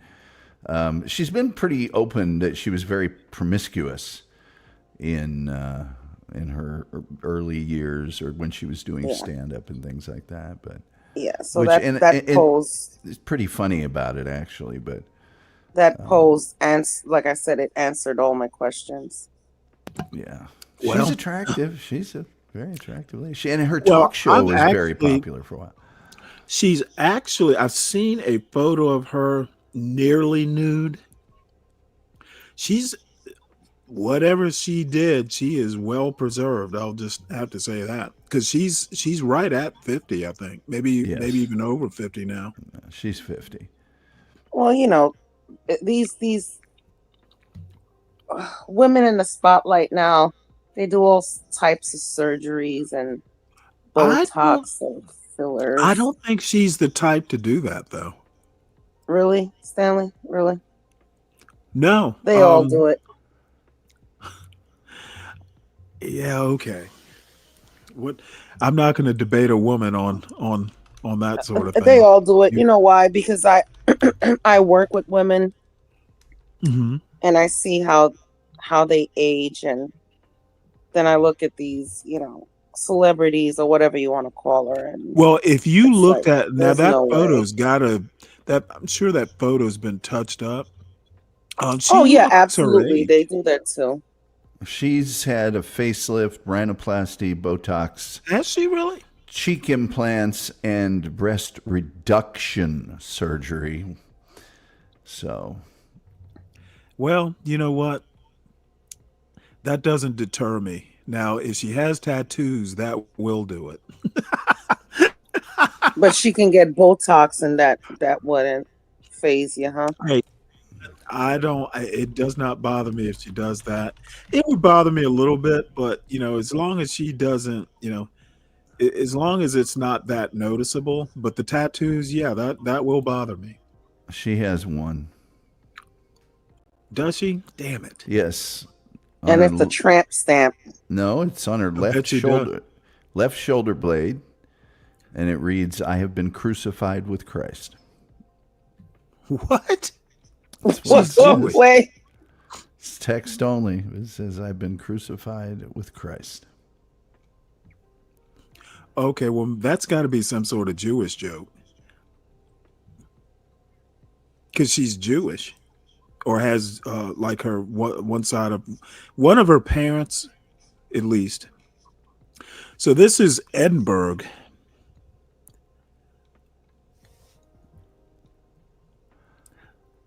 Her father's Jewish. Her mother's German. Okay, well, her mother actually immigrated to the U.S. and was Mormon, by the way. Her mother. Oh. She was a Mormon? Her mother, yes. Wow. Handler said, "I grew up as a Jew and a Mormon. I chose Jewish, obviously. Mormonism is so ridiculous. What would Brian Montano do? But I related to the conflict of religion for both parents. She was raised in Reform Judaism." So, okay, her maternal grandfather, she found out, served in the German army during World War II, during that Learning Channel series, "Who Do You Think You Are?" Oh wow! That's not the same? That's not the one with Henry Louis Gates, is it? Oh, let me see here. He's got one. No, it's similar to that. A guy named Mohsin Melvin is says here is the narrator. I have to check that out. I haven't seen TLC in quite some time. Didn't they used to have like live births on the Learning Channel? Yeah, a long time ago. Oh yeah. There used to be a Learning Channel. Now it's hoarders and storage wars and things of that nature. But They all And 90 Day Fiancés. There's no more M on MTV, so you know. Oh, me and my husband was talking about that the other day when MTV used to just strictly be music, and now it's like all these shows, and we're like, what the hell? They shouldn't even call it MTV anymore. I don't even watch MTV anymore. Yeah, a lot of it went to there's that VH1 turned into kind of a classic MTV deal for a while. I don't even know what they're doing anymore. Oh yeah, they're doing all those stupid shows too. Like, But now my Roku TV has like I can put it on 70s or 80s and it's nothing but music videos. wait, what app is that? Because I have Roku as well. It's just when you go to the live TV, there's a bunch of music stations, sort of at the very bottom of the live TV section. Okay, I'll check it out. Because I like to listen to my little soft rock sometimes. I'm sure there's a soft rock option. There's a ton of them. I mean, a ton.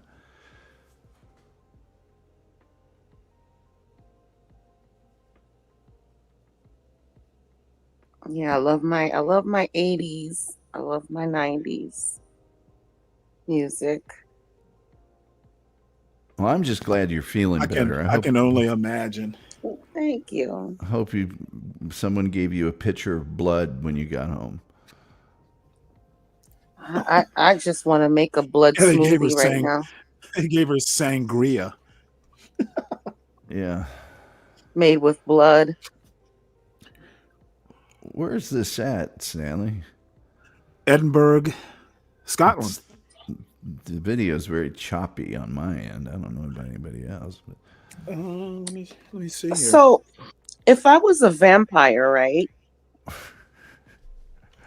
Does that mean I would smell what kind of blood type I can bite? I'm gonna have to reload it. Say that again. If I was a vampire, right? Does it mean that I would be able to smell what kind of blood type the person has? Because my blood is very rare. It's an O negative. all the vampire movies I've seen, the only thing I know about that is they can detect the quality of the blood. You know. Yeah, but if I bite into somebody, like, let's just say they're AB positive, I would die. Right. Well, not if you're a vampire. Oh, so it's the rule. Well, then here you go. Here you go, Tom. What about vampires? Let me tell you about vampires. Your next show. You've probably already done that, Joe. No, I haven't, but I probably should at some point. Yeah, I've been suggesting a couple to you, Tom, and you haven't. What did you suggest? Oh, I forget now. I mean, Well, as we see, talk, on here, if I showed you the women aren't funny and women aren't creative. The stack of 3x5 cards I have with scribbled down potential topics just this week, you know, pretzels, you know, I mean, it's pretty extensive. I'll get around to them. Mm-hmm. Whatever, HB Cross. Let me see if I can. Let me write vampires. CB Radio. Vampires. It's hard for me to do certain things because, I mean, vampires are different. I don't think people believe in them like they do Bigfoot or the Loch Ness monsters. This is 4K. Yeah, you need to scale that down to 1080. You don't have a 4K or? Well, no, it's probably StreamYard. Oh. Yeah, 1080 at 60 will be fine.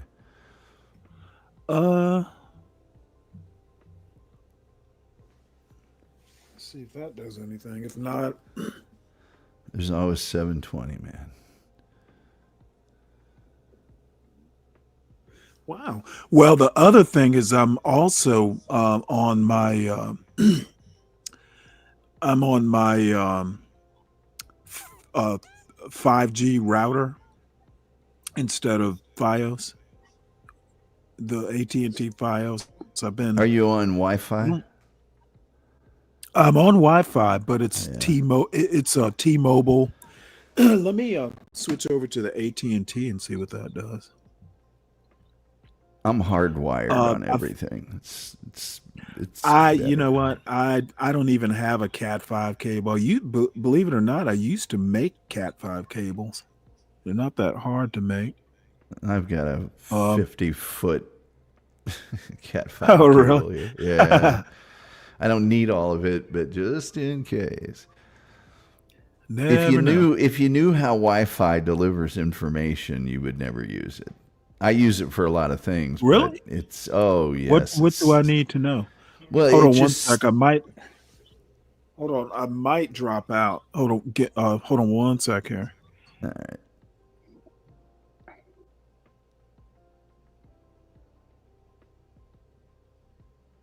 And so that lady looks like she's very Scottish. There we go.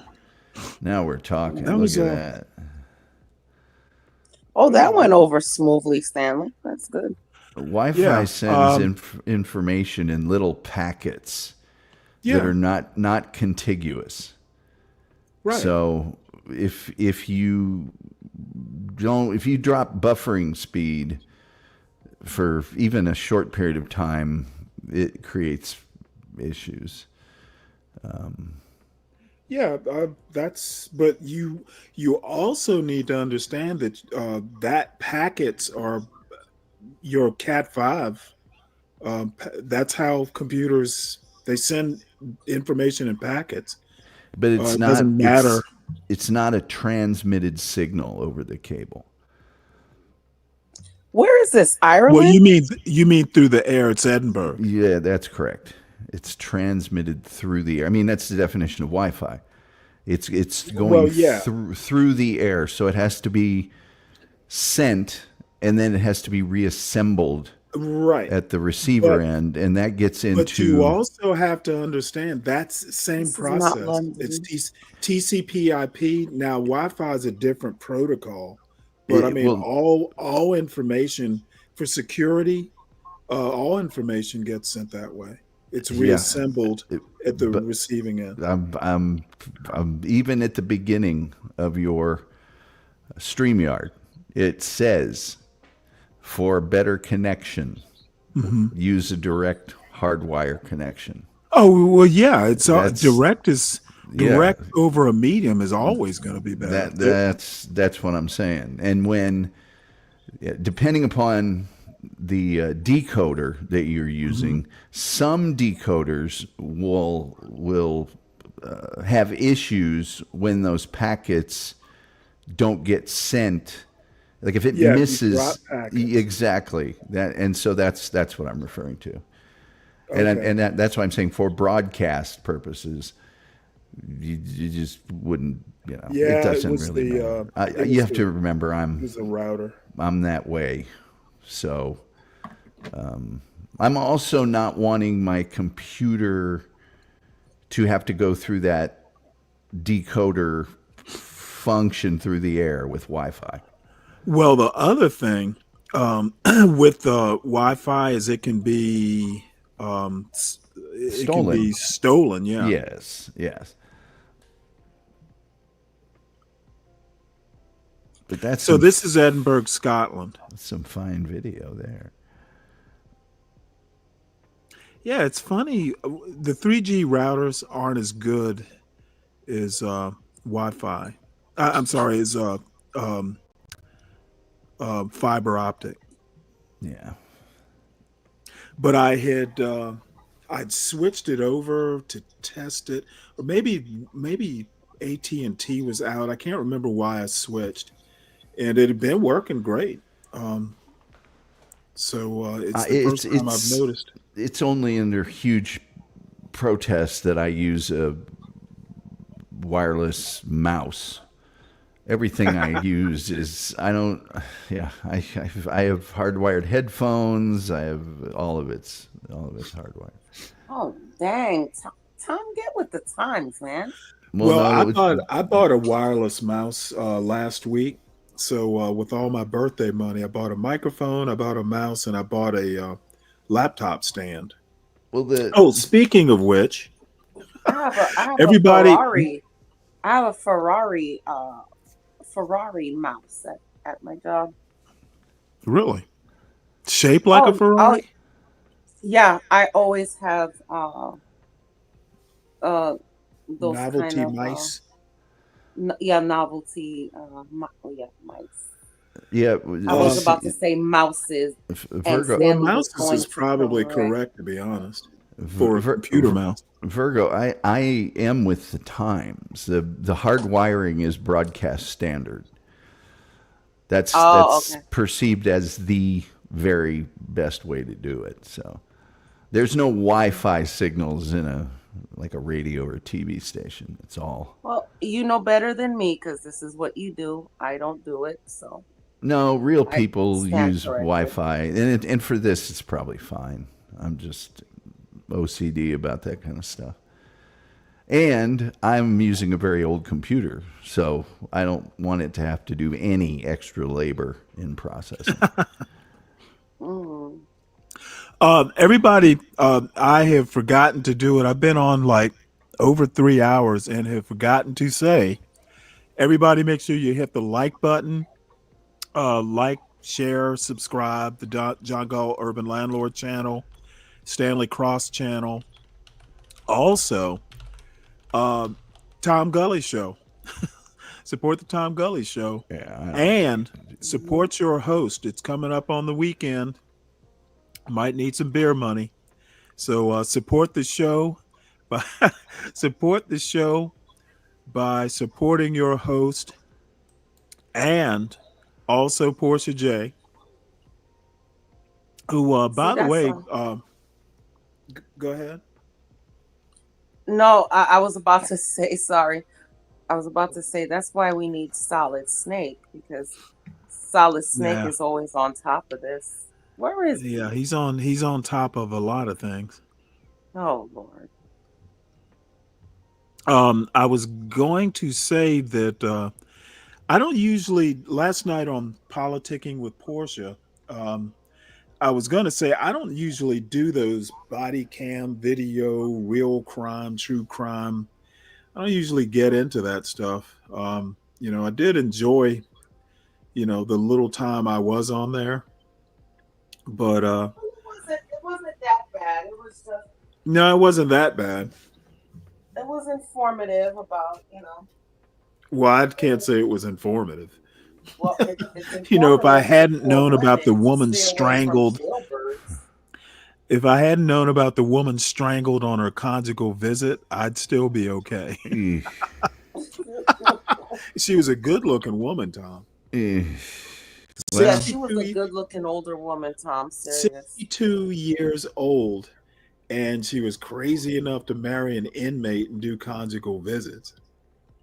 And I actually think, though, it was like a kink sort of situation, because she didn't, when they found her, she was unconscious. She wasn't dead. So, I think she and her prisoner husband were, doing some stuff, and didn't turn out well for her.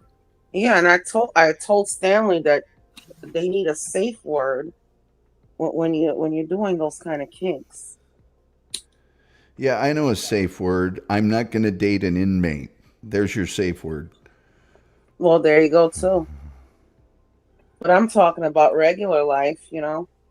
If you're into kinks, you need a safe word, or if you don't know how to do those or an oxygen tank and mask. I had a friend, he didn't pick a very good safe word. His was "don't stop." Oh Lord. I crack myself up sometimes.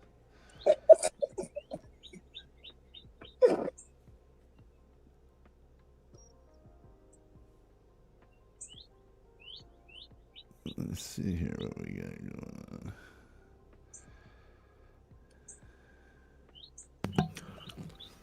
Well, let's see here. What else is in ground news? Is this Ireland or Scotland? It's over there in Scotland. I love Oh, how okay. on Sky Sports, sometimes if they have a Scottish football player, they have to use subtitles. I'm not joking. It's, well, first of all, it's stop the ball first time and it's the back of the net. And you're like, what? What'd you say? I hit the ball first time and struck in the back of the net. Okay.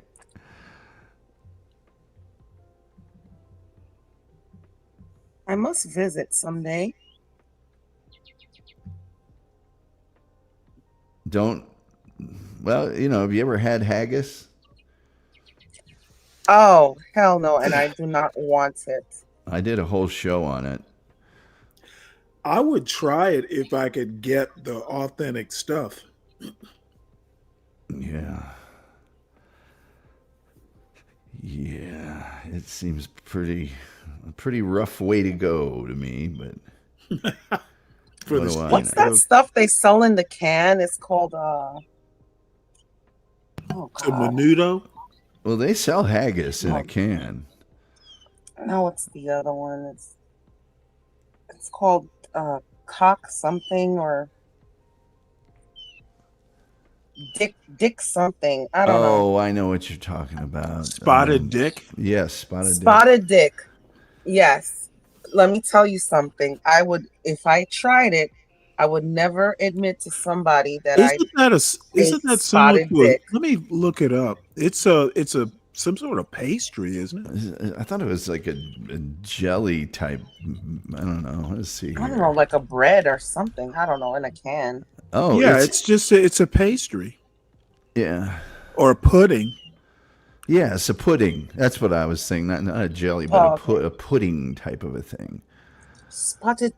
I've had spotted dick. It's kind of congealed. It looks like it comes out of like a mold or something. It's a big. Yeah, so you ought to try it. It's like a. Let me look at the. Let me see. I wouldn't admit it. Recipe. It's a steamed pudding. And could you imagine the jokes if I said I've had spotted dick? I ate spotted dick. Oh, it involves shredded suet. You can also get that on your conjugal visit.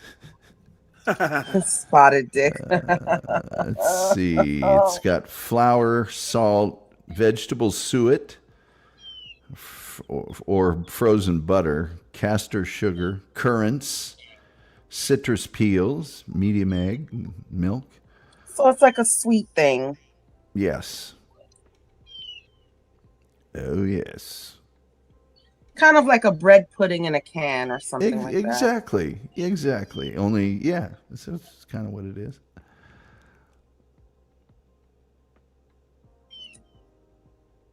Castor sugar, lemon, Well, I don't orange, like bread whole pudding. milk, currant, shredded suet, salt. I cannot find flour. currants. I cannot find currants here. And I love to make a currant pastry. Well, get it. Can't you get it from Amazon? I'd have to have somebody coming from the Caribbean to send it to me. I've tried looking on Amazon. I can't find it. So I just use raisins.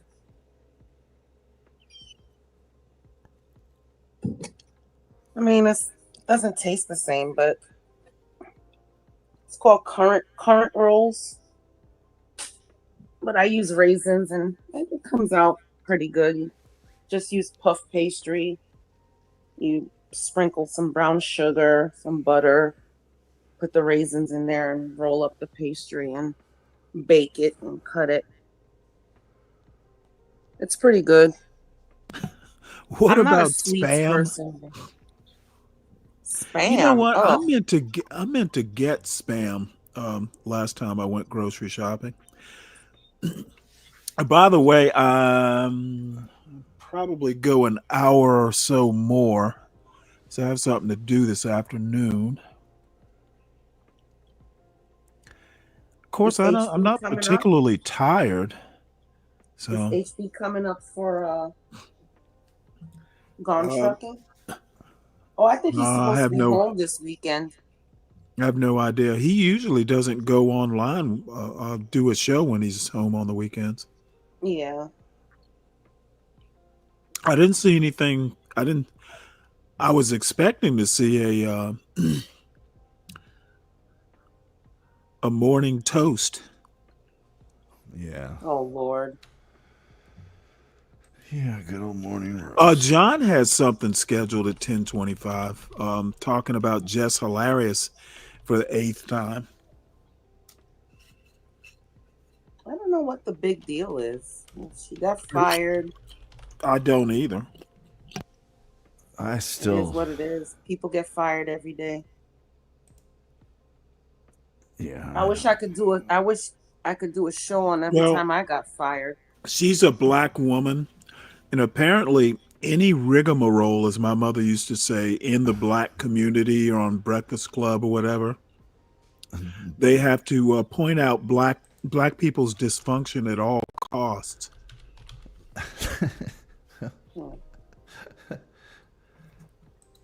You know, it wouldn't be a day. You know, a day without black dysfunction pointed out is like a day without sunshine.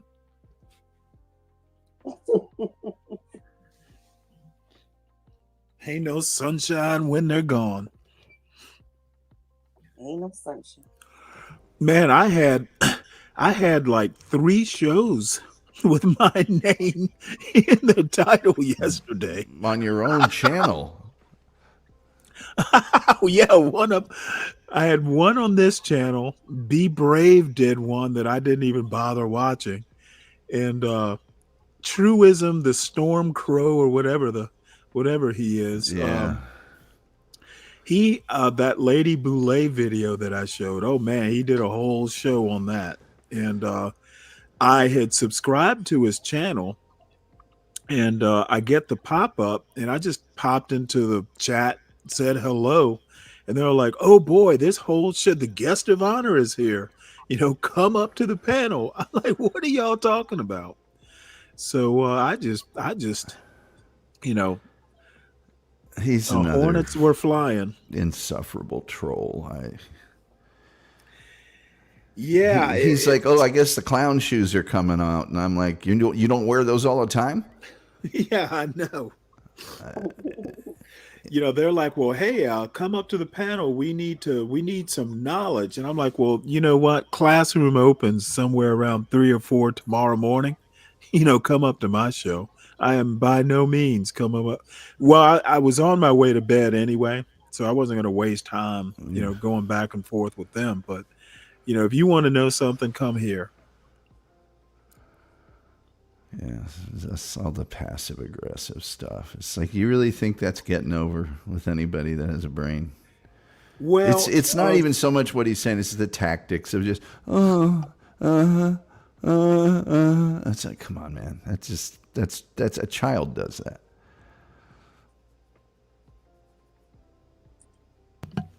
Well, I tell you who's passive aggressive is Mr. Barney. That motherfucker, he decided to fuck with me last night, and I had to shut him down. It's like, dude, do you know who you're playing with? I don't even know who that is. So. He's our resident. He's the guy, the other landlord in Maryland with the mustache, white guy. I must have just accidentally missed him. Yeah, well, you know. Good thing you did. I'm like, dude, don't pull that passive aggressive stuff with me.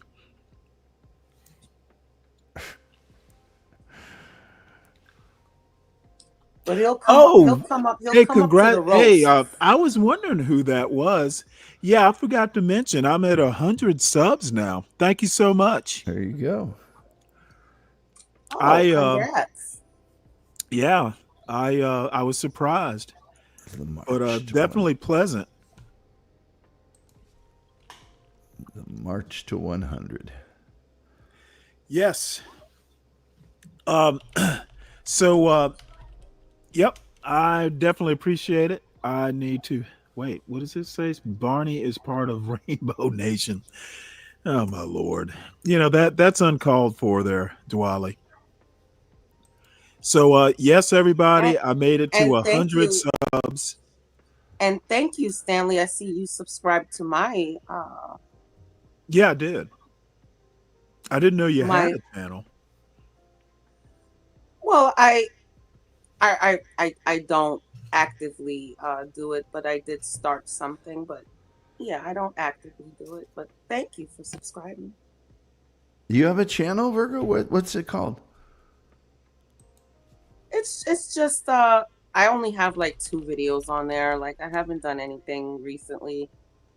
It's tattoo 1976. She only puts semi-nude photos of herself. Is it at tattoo 1976? I guess. TATOU 1976. Okay, I'll Like the subscribe right Mr. now. Rourke's. Mr. Says Rourke's it's says it's not found. Well, let me see. I'll find it. Tattoo. I miss the plane. The plane. Douglas, the plane. The plane. Well, that was my little nickname. When I was That'll growing be up. enough, Tattoo. You got to put the link in here because I'm not. Yeah, you should. I'm not finding it, but Well, shit, I haven't been on it in so long that I don't even know it. But Stanley found it. Yeah, just if you go into the chat, just double click on her icon. yeah, but I don't watch on. All right, hold on here. When I'm on a show, I don't watch YouTube. But hold on, I'll take care of it.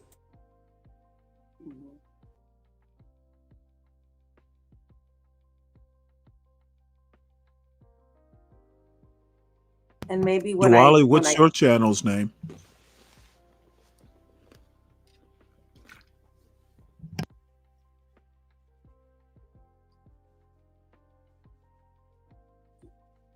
when I quit my job. What's up, Lead? How you doing?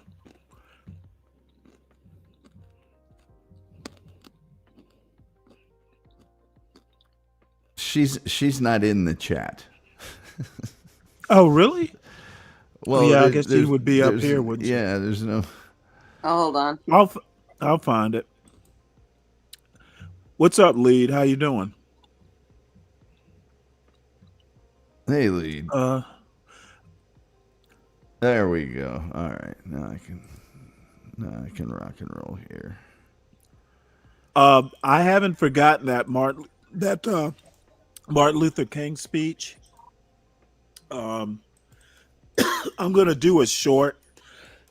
Excuse me. When I do the short, I'll put the link in the info.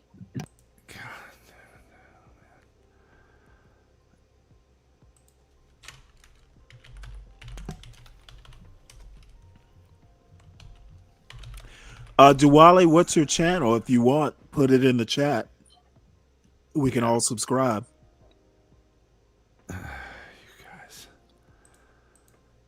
You guys are killing me here. Just put the freaking link somewhere, for crying out loud.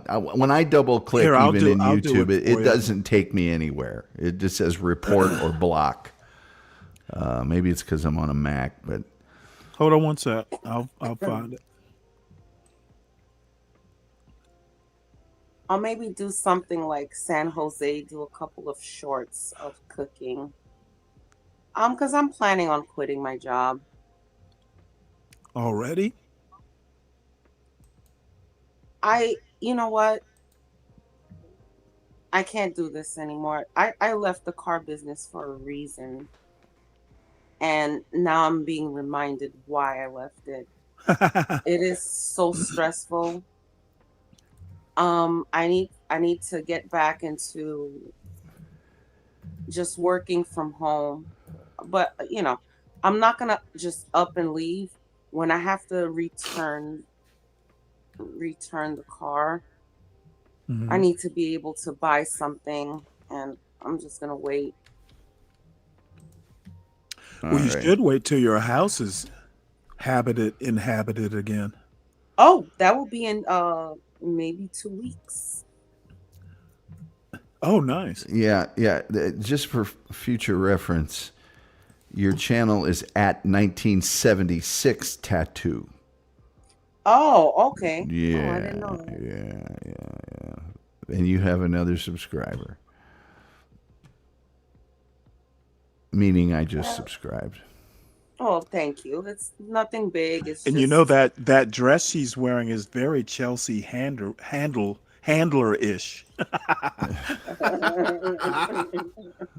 So is that a new dress? you know that comment you made about that pose she was striking in her photo. Now do you feel hypocritical now? Yes. Oh no, Stanley, no. Yeah. By the way, there was a gigantic. It's like a 7.7 earthquake. Yeah, in was it Myanmar or where was it? Myanmar. Yeah. Let's see. Well, I haven't. Miramar. Wait. Myanmar, the country. Yeah. It's formerly. Oh, okay. Is it we have formerly a Miramar, Burma? Florida. Was it Burma? I think so. Have I guys told you? Apparently, it wasn't massive enough to make the front of the New York Times. Well, oh, there it is. No, I see it here. I have somebody from Burma at my job. He's a salesman. Really? Yeah. Really? Is he short? Oh yes. All right. It says at least 20 dead in Myanmar after strong earthquake. A 7.7 magnitude quake caused havoc across a swath of Southeast Asia. 3 deaths were reported in Bangkok, where a skyscraper that was under construction collapsed. Holy shit.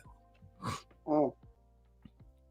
Oh, look at that picture. That's a bridge. Oh. That bridge survived. That one's now did the skyscraper collapse because of the earthquake, or did it I'm cause sure it the did. earthquake? No. Oh, okay. Okay, let's see. There's several pictures here. Let me shrink this down.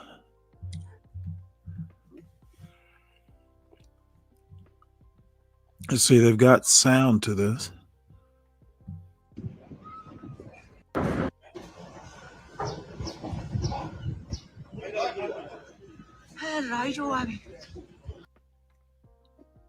Whoa. I'm so glad that it didn't cause a tsunami.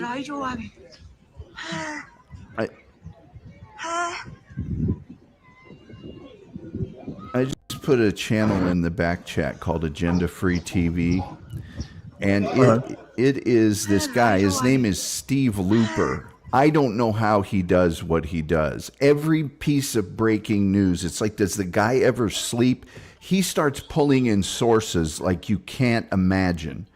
And he's live a lot of the time. Right now, I think it just says Steve will be back in a while. But anything that's breaking, it's always at the top of my algorithm.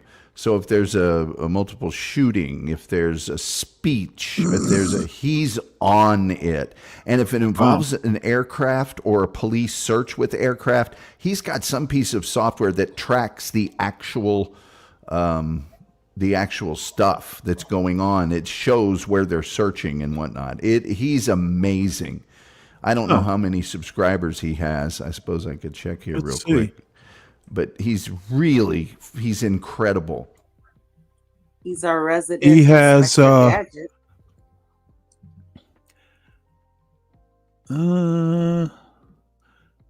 he's got 58 almost 5,900 people watching right now. Wow. 500,000 subscribers.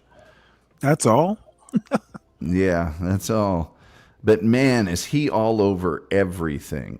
You know, he's a little nerdy looking. He's always got a tie and a dress shirt on, and he's just all over it. He's really, really great coverage of stuff. And you want to talk about no agenda. He's almost C-SPAN from a million sources. And he's very good also about saying, I don't have the rights to show this. I don't have the rights to show that. But he's got, there he is, up there in the corner. And he's just got great coverage of everything. Does a great job of watching the chat room. And it's like, dude, do you ever sleep? It doesn't matter what it is. He's on it.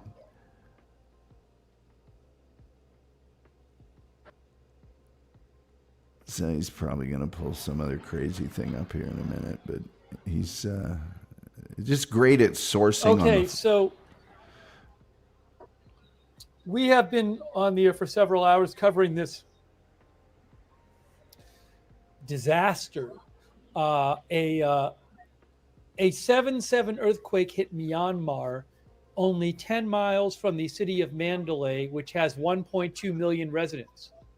What you're looking at is Bangkok. Bangkok is 600 miles away from the earthquake, but a 30-story building under construction collapsed. And the latest numbers I saw were that 70 workers were missing, I think 3 dead and 20 trapped in an elevator shaft. So this is in Bangkok. This is 600 miles away. And this is a terrible situation. But we don't have a lot of information about Myanmar. There's certain reports here and there about certain buildings that have collapsed and fatalities, but I think we're just basically scratching the surface of what's going on in Myanmar. And I did want to mention, the New York Times said something interesting. They said that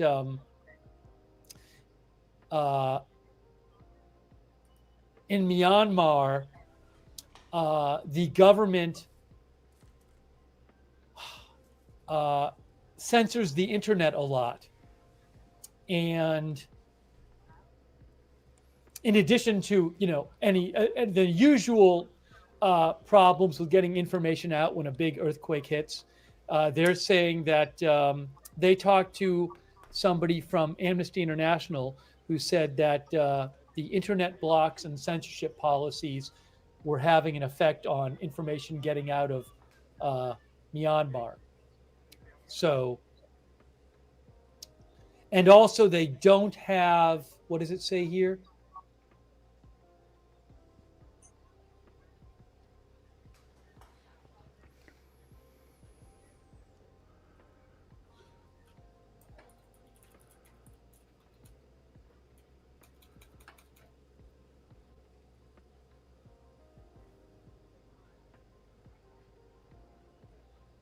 I thought I'd read that. Oh, is this some sort of official or something? There's people taking pictures of this person. I don't know.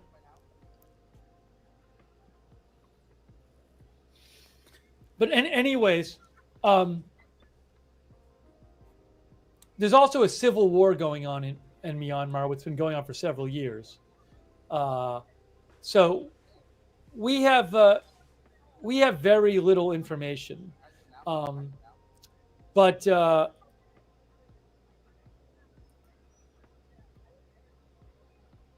in the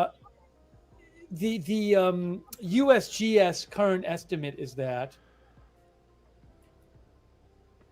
they say there's a 34% chance of between 10,000 and 100,000 deaths, a 30% chance of between 1,000 and 10,000 deaths, and 22% chance of over 100,000 deaths. I would certainly not be surprised if thousands and thousands of people died. They say most of the population in the region where the earthquake happened resides in structures vulnerable to earthquake shaking. And they say the predominant vulnerable building types are informal metal, timber, galvanized iron, and unknown miscellaneous types of construction. So there's a lot of people who live pretty close to this earthquake who are living in non-earthquake resistant buildings.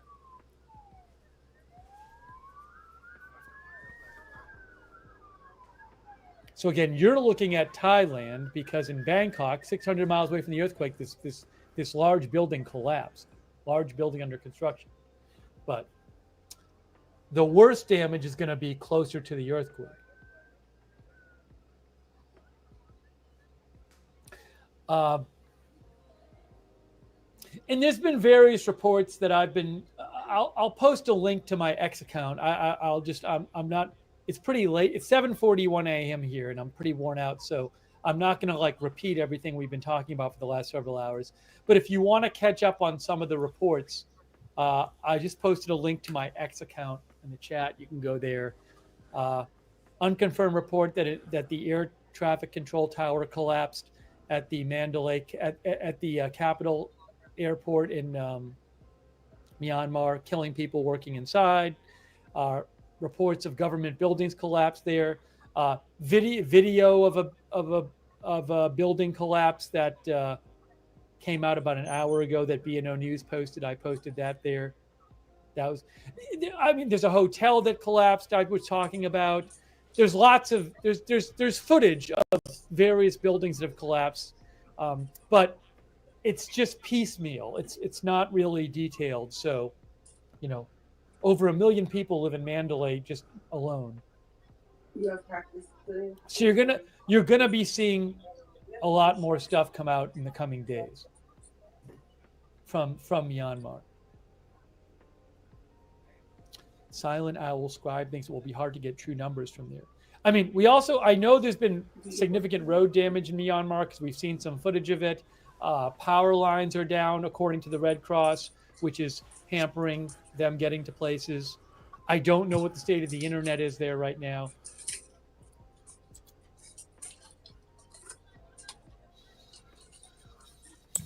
Hey, Uncle Fatty. Hey, buddy. Didn't change the subject on you there, but yeah, this is all right. A couple hours fresh. But this one I got set on half speed with no sound.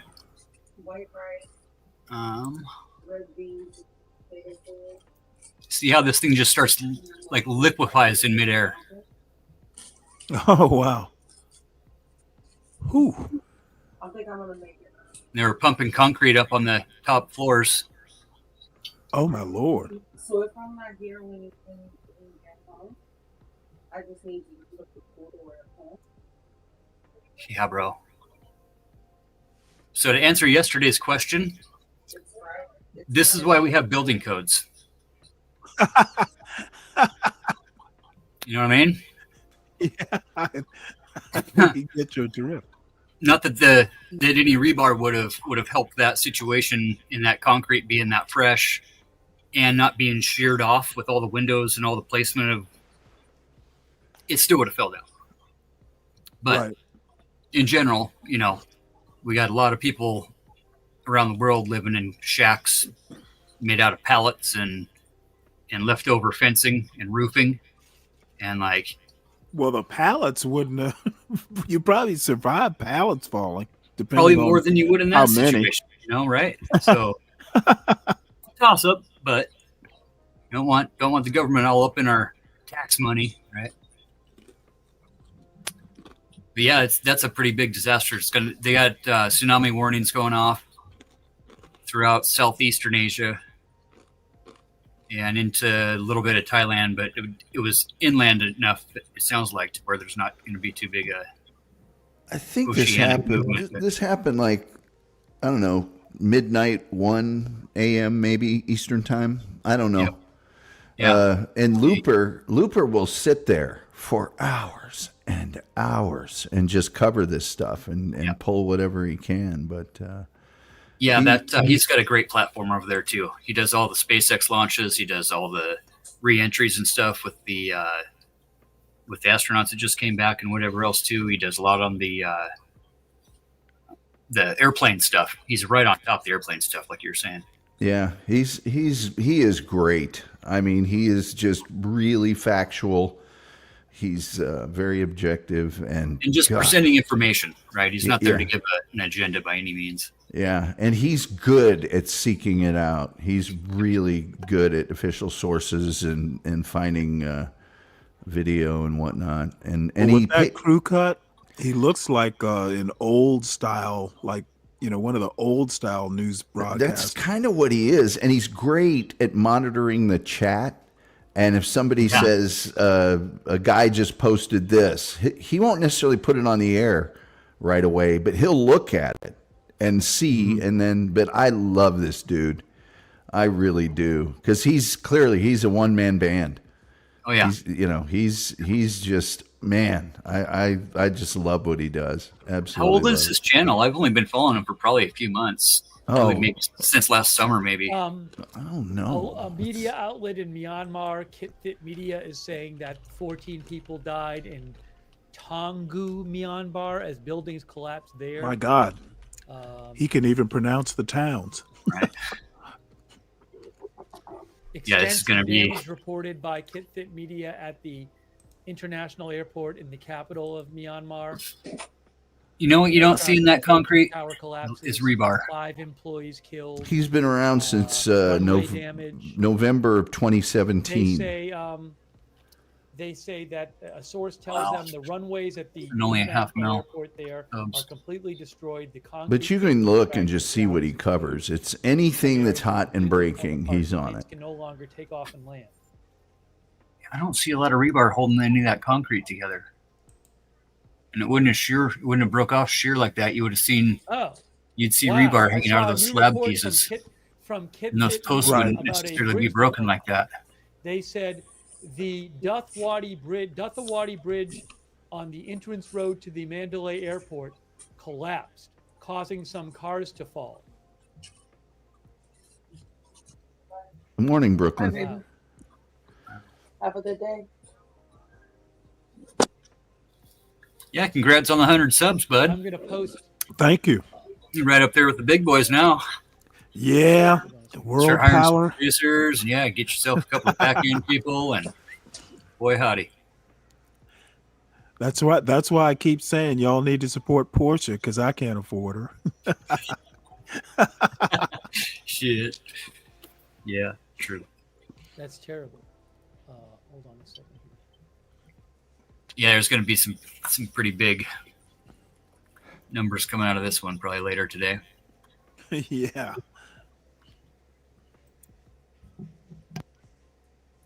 I think the other thing I like is he doesn't overtalk the video. Right. So again, that's from KitFit. Sorry, media, a Myanmar news outlet. Where did it go here? I have too much open on my desktop. Hang on a moment. I don't know what that access he has to whatever flight path. There was an active shooter situation, and they were searching for where the guy might be, and he had the actual search aircraft's KitFit Media flight path. in Myanmar again said that Wow. You think he was in on that this bridge had this signal? The Signal Duthwadi war Bridge on planning the group. Mandalay Airport entrance road collapsed, and some cars fell The down. world will never know. And they have a bunch of pictures of it. And I know it's not a huge thing, but he's always got a dress shirt and a tie. Always. And I just posted a link. I just posted it on my X account. He's a Moro man. Oh, here Crux has got a bunch of kind of a compilation of people's I'll post a link in recordings and stuff when it happened. BBC's got a live stream of a couple different things going on it. Yeah. Of course, it's still early on the East Coast, so and way early on the West Coast. But 7.7 is just. That's pretty big, you know. And isn't it? I think it doubles for each Gimlet point Media you has been go one of up the or best something. sources It's for this. Yeah, not for every like a, 10. Outlet Yeah. in Myanmar, and like they're not even posting that many updates. Right. Yeah, Asia's going to be pretty stingy on letting too much stuff out.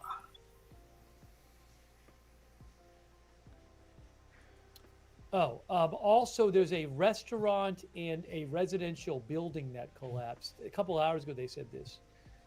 I don't even know, in Mandalay. People are trapped. A firefighter chief and some house chiefs are coming to see and rescue them, but there's no equipment. Earthquakes. And wow, Thailand got hit too.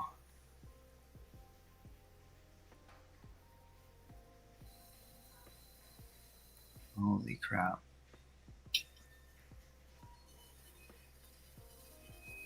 I really only experienced one earthquake, and it wasn't that bad. And it was still kind of like, whoa. Mm-hmm. This is. Well, we get them once in a while up here. We'll have some little 2.0s quite For often. those of you But on Facebook, I'm posting a link to another. The DC area had large one building years that's ago, leaning and over I was at work in, actually, I assume and that's Mandalay. it was the one where the Washington Monument had that little bit of damage. Yeah. It was so weird. It almost felt like you were on water. You know, I guess the Earth's crust liquefies or something like that. Yeah. Yeah. Like riding on a ship almost. And yeah, it's weird. Oh, down in Billings, you know, Montana and Wyoming The have bridge I tons just of talked about, the entry bridge to the airport, seismic bridge to the activity with airport, is a Yellowstone. different bridge. There's a whole other bridge. Are they in that is caldera? Yeah. That's Kind of right on the edge of it. Yeah. And they've got along the real bridge near hard Mandalay building that codes in collapsed. Montana for That was different than the one I just mentioned. compared to wind. You just use different hangars in different places, but like 4.0 was definitely The like capital being where extended on a the waterbed. airport where the control tower collapsed is the capital. That's not. I was up really early in the morning one time, shocker, and my computer monitor started, doing a hula in front of me, and my blinds started, chunk, chunk, chunk, chunk back and forth. I got up to see, I was going to look out the window because I lived like a block, not too far from a railroad track. And I thought, did a train derail? What the heck's happening here? And when I got up to start walking, it was like a fun house floor or something. It was like, I mean, I wasn't going to fall down, but I was on a surfboard for a couple seconds. And that one was like a 2.1, 2.3, something like that. And it didn't last long. It was maybe 20, 30 seconds tops. And I went, well, I don't want to do that anymore. Oklahoma was weird when we were cleaning up after the Moore tornado. We were in like south Oklahoma City proper, down around Moore and even down towards Norman. And with all the fracking and stuff going through there, and even Kansas, I felt this too. You'd be standing there and it felt like somebody dropped a really big rock right next to you, like a big boulder, and you could feel the impact vibration. Yeah. And then just kind of little waves, but like every so often, but then sometimes you'd get like 20 of them a day. Of course, everybody there's just kind of used to it because they're around it, but like standing out in the road, got tractors running, and it's just nice and By the calm. way, and Israel feel this destroyed a building in kind of Beirut. Well, there's a day every year out in Utah that it's called the Big Shake Day or something like that, where they do a drill for a potential earthquake. The Beirut area since and they're real prone right there too. That's all part of the back end of Yellowstone that drops down in that way. In the Wasatch, they get a lot of tremors in the Wasatch Mountains.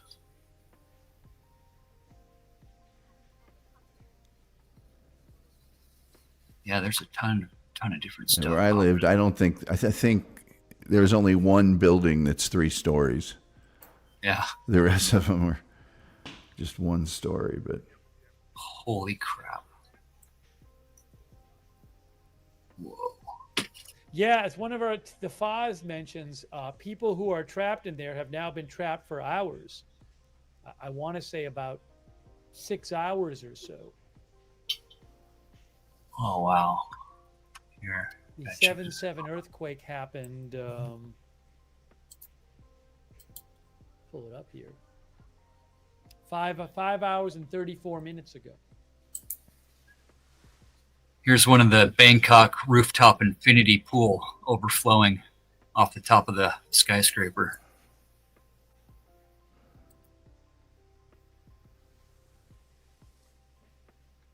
Wow. Right? Oh, I would not want to be next to that hotel. Holy shit. Yeah, those infinity pools. That's who dumb. Who needs a tsunami? Right? That's the most rain they've seen for a few months, so. Could you peasants imagine can maybe eat. the impact? Dude. Holy cow. Yeah, look at those big waves coming off of it now. Imagine if somebody was in the infinity pool. I'm sure there probably was. Oh, shit. I mean, I would think it's usually pretty packed. Oh, my God.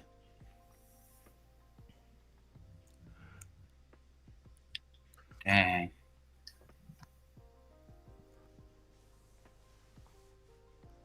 Yeah, foolish man builds his house on the sand. Well, Doesn't mean the rocks don't shake too. In the coming days, we'll be getting all sorts of cameras from just security cams and everything else. It is China, though. Half this stuff might disappear pretty soon. Yeah, look at that concrete building next to it. There's no rebar in that shit. It wouldn't crack like that. Wow. There you go.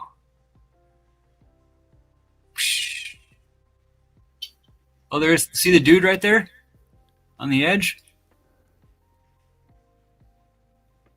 Wow.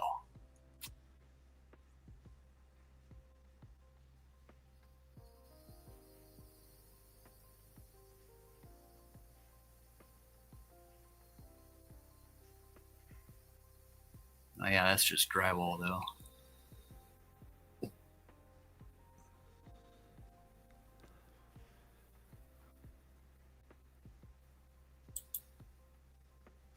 Whoa, there you go.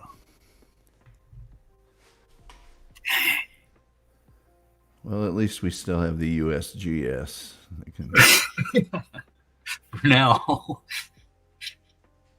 Yeah, Noah's halfway gone, but yeah. Hey, that's a lot of water. It really is. I mean, it's just stupid. You can see it's got like probably 6 or 8 foot tall glass around the edge of the pool, so it's got to be, half of an Olympic size or something. Yeah, that is, and it's maybe it just is replenishing. I don't know, but yeah, not that fast, but that's insane. Looks like, well, that's probably in regular motion too. Cars are going the same.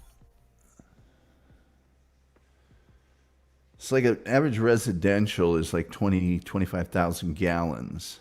Right. And I know that,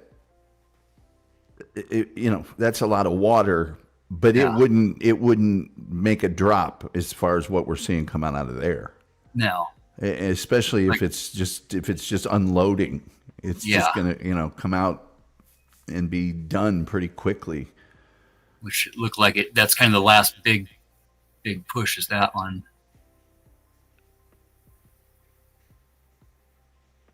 Yeah, look how tall that glass is on the side where it's going. It's got to be 6 or 8 feet at least. Yeah, it's a story. It looks like. Yeah. which should be 10 foot. And that's Bangkok. That's not even the. Yeah. Yeah, that's the. What did he say? It was 600 miles or something like that from where it actually. Infinity pool at the Bangkok resort. China, It was the infinity pool at the White Lotus. Right.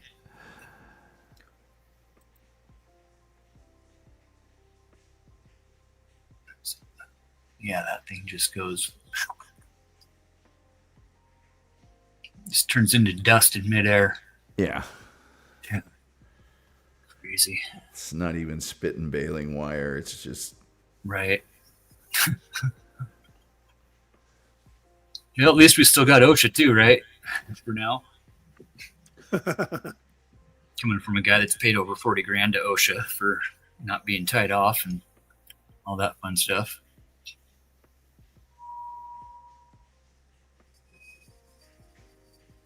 And this guy's just walking around.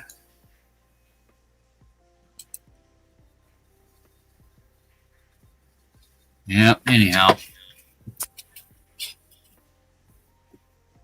India, they got reporting.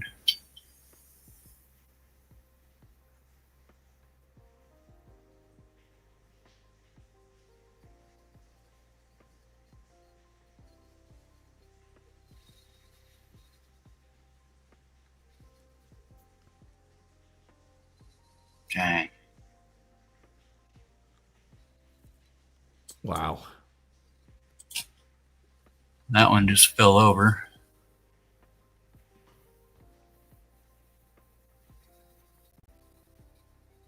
Well, if they have a basement, it's fall into your own footprint, you know?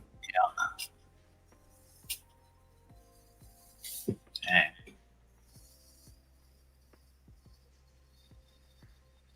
Hope they got enough masks over there. Don't be breathing that shit in.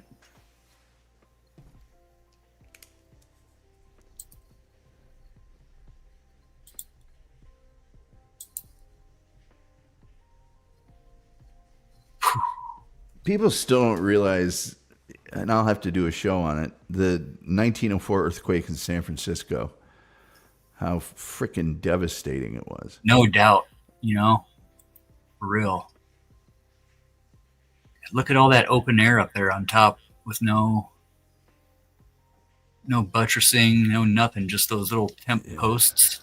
Yeah. I mean, you could blow on that thing and frickin' knock it over.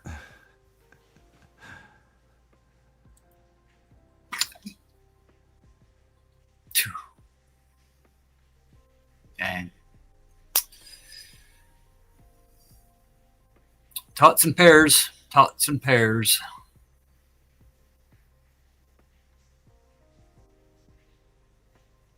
Subway stuff.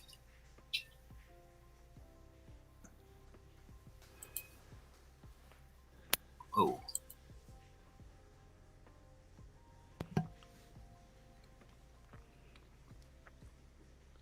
Yeah.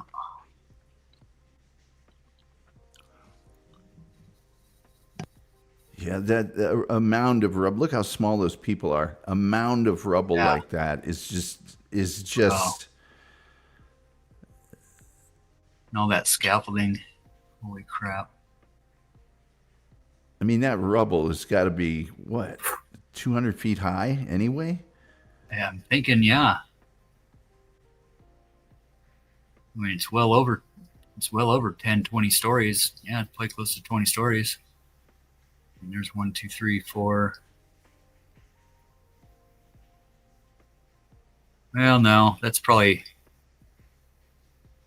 Well, I don't know what that building's built for, but the people is the size I would look at. Right. I guess it's not that. It's maybe 100 feet. Stories. Yeah. You know, I don't know. It's a lot. We'll put it that way. Hey, everybody in the chat, make sure you hit the like button, please. Yeah, buddy. If you have not already. Another view of the pool. Stanley, you never had to deal with any tsunamis or anything like that at No. sea, I'm sure, but I've I'm sure been you. in a hurricane. Oh wow! Oh yeah, yeah. Oh, I've been in some doozies. I was about to say that you don't have to be in that at sea to face. Well, I mean, what were the biggest waves that you probably faced? Well over maybe 40 feet. Yeah. Ooh. Dang. I mean, taller than the mast of the ship. I would put it to you that way. Yeah. Yeah. Let me tell you something. We used to call them bell ringers. You know, you'd hit a wave so hard, or it would hit you that it would ring the ship's bell, which is hard to do because it doesn't swing free. But if you jar the ship, you know, it'll swing. Yeah. But funny thing about it, the worst place for a ship to be in a hurricane is tied to the pier. So, you know, if there's going to be a hurricane, and I've actually one night we were in this gale, basically an ice storm, but you know we had gale force winds, and the captain. I was on duty. I was the command duty officer. Basically, the captain's representative while you know he's not on the ship. He's across in Hampton. Across the Bay Bridge tunnel, and they closed the Bay Bridge tunnel. So if we had to get that ship underway, I was the one going to be doing it. And it was the middle of the fucking night with like gale force winds. And I was shitting bricks. It's like I have gotten a ship underway, but not. I mean, the captain's been on board. You know, I was going to have to get that ship underway with just the duty section. Oh, goddamn. I don't think I've ever been so scared. I've been in a war, you know, such as it was. I was so happy that they didn't sortie the ships. Well, if you're tied to the dock, you're basically a tether ball. You're Pretty just, much. You know, just and those piers that we were tied to, they were concrete. Yeah. You're going to beat the shit out of the ship. Oh, there's that crane falling. Those cranes are dangerous as all get out. Oh wow! Damn. You kids want to go to the water park today? Hey, honey, you go get the drinks. I'm going to hit the pool. Yeah. Yeah. honey.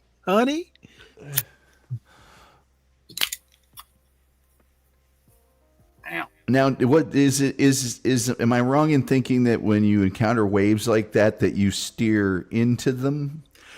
No, the best thing to do is try and ride the troughs between the waves. So you're gonna generally what you want to do is adjust speed. You know, you don't want to be slamming into waves if you can help it. You'll adjust speed so you're more or less riding the troughs, and you know you're gently cresting and then coming down the bottom side, but you're constantly adjusting speed and course. But no, you don't want to be crashing into waves because eventually the waves are going to win. Yeah, I heard a thing about being on a sailboat when that happens. Oh my God. You know what? I don't even want to think about that shit. Yeah, buddy. I've been out a couple times as a kid. Turned around, there's a big black wall coming off the mountain, and you're like, oh, fuck. Here we go. Batten down the hatches. Well, the eye of the storm is the safest, but if you're at sea, you're not, you know, there's no way you're going to be able to move a ship at the speed of that eye, you know, because ships only go so fast. Yeah. So you're going to basically, I'm pretty sure it's either the right, I'm pretty sure it's the right upper quadrant that you want to at least aim for it. And then if you can, you know, ease your way out of it. I think that's it. Don't quote me on that, but no. You know what? You're not going to ride the eye. You're basically trying to say unless you're You're really Right. not You trying just, to go forward or backward on the map. It's hard to sink a Navy ship, and it's hard to sink ships unless they crash into something. It's hard to actually sink them. There is a point of no return when you list, but you'll be walking the walls, but a Navy ship's going to right itself. You just have to ride it out. I remember the first storm I ever got in. It was my first time underway. And everybody on the ship's just getting seasick. And you batten down hatches and close the air system to keep the ship as watertight. Oh boy. So you're basically running in an ice. And I was junior officer of the deck, and my officer of the deck is fucking heaving in the trash can. And this is a dude with sea legs. So that's when I discovered I don't get seasick. And the best thing to do if you feel yourself getting sick is look at the horizon. Yep. But it was at night, so you couldn't see the horizon. But oh yeah, when the officer of the deck, dude who had been at sea for like maybe 3 or 4 years by that time, he's heaving. And I'm like, yeah, it was it was everything I could do not to throw up. Just seeing him throw up made me want to throw up. Sympathetic vomit. Yeah. I've been on all sorts of boats, all sorts of ships, cruise ships, whatever ships, and barges and speedboats, you name it. And one time, it was out of St. Pete, I think. We went on this gambling barge type deal where they'd go out into the international waters, and they had blackjack or whatever and stuff. And man, on the way back, I was standing on the deck, and a wave of nausea hit me. It wasn't even that bad of sea or anything. It was just, I don't know what happened. I didn't get sick, but boy, I wanted to. And the guy I was with, he was the guy that was on the Mayhan. And really? Okay. my best buddy, and he said, okay, here's what we do. Go out on the deck. And it said the same thing. He goes, just look at the horizon for a couple minutes, you'll be fine. And I did, and I was fine. But there for a couple of seconds. The worst part about it was the not understanding why this is happening. Mm-hmm. It's like, this isn't tossing me around. This isn't crazy water. Why is this doing it? But that's the only time I've been on them since, and nothing. But for some reason, that one time, it just caught me the wrong way. Well, I'll tell you the crazy thing is if you've been underway for quite some time, like the longest I ever went without setting foot on land, and if anybody who's a carrier sailor out there is going to call me a pussy, because they, sometimes they will literally be at sea for 9 months. Yeah. 4 months is the longest I went, and we pulled into Hurghada, Egypt after 4 months. And I set foot on the shore, and nobody ever warned me about this. I set foot on the pier and almost got seasick. Yeah. Because, I was in, you're in constant motion, and all of a sudden I'm back on solid land and it's not shifting. Yeah. So like that shocked me. Like getting off an escalator. Yeah, Yeah, all of a that's sudden you exactly got that, change of, and it's the same thing if you and I haven't done this in a long time. I don't drive for 16 hours without stopping anymore. I don't blame you. I drive. I will not go longer than 8, and I stop every 2 hours. But the when you used to, when you were in your 20s, strap yourself into a vehicle and just pull over when you needed gas, use the bathroom and on the road again. And then for like 3 hours after you're done, you drove for 16 hours, you're still in motion, kind of. Yeah. Oh, yeah. Yeah, 3 days on the sailboat, man. I'll be walking crooked for a week.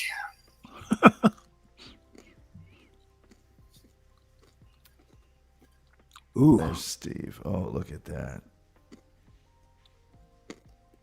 even just sleeping on the boat overnight during a windstorm, you get that little rock and roll, and then it's kind of calm the next morning. Step on the dock, and it's like Clearly strongly you're like, felt whoa. there. Man, wow. Video of a cracks in somebody's wall.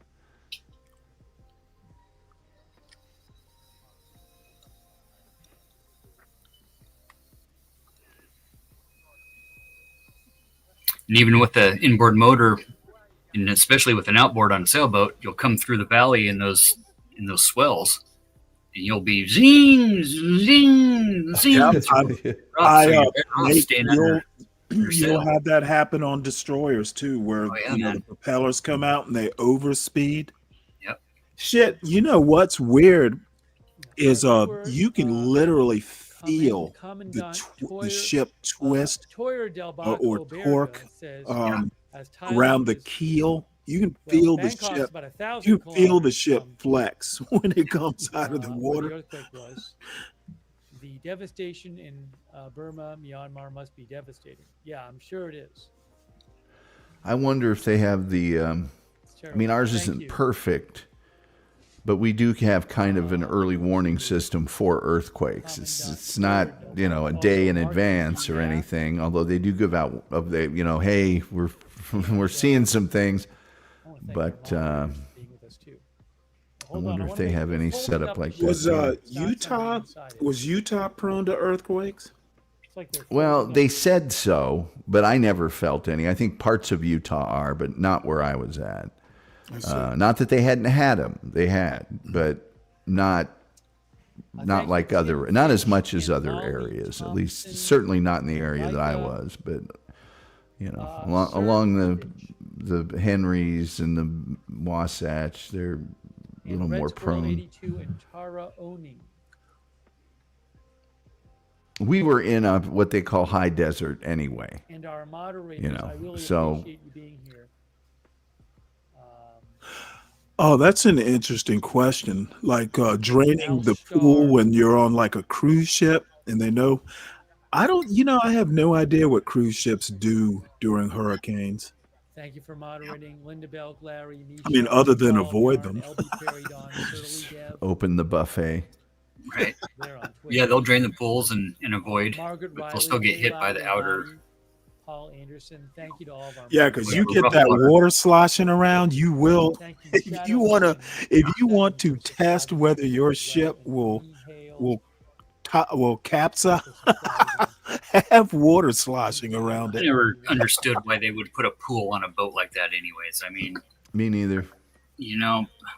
Go swimming ashore when they dock or something. I don't know. It's just kind of dumb. Defeats the purpose of being on a boat. What's that series they have now about the private cruise ships? Oh, yeah, I know. Below Deck. Below Deck, yeah. Yeah. That's what they do. They've got a hot tub on the cruise ship, but then they stop and they open up the back end of it and they pull out what they call the toys. There's wave runners, there's all sorts of stuff, and they just jump out into the Mediterranean or whatever. And you got Here's another video supposedly from China of people running away and some damage to a building. We got guys up here at that golf club that have lakefront homes. I can't confirm it. I know that. Of course, every year they got to have the brand new Mastercraft, or the brand new Nautique, brand new Malibu. Hold on, I want to make sure they'll be up here for a week or two, maybe out of the year.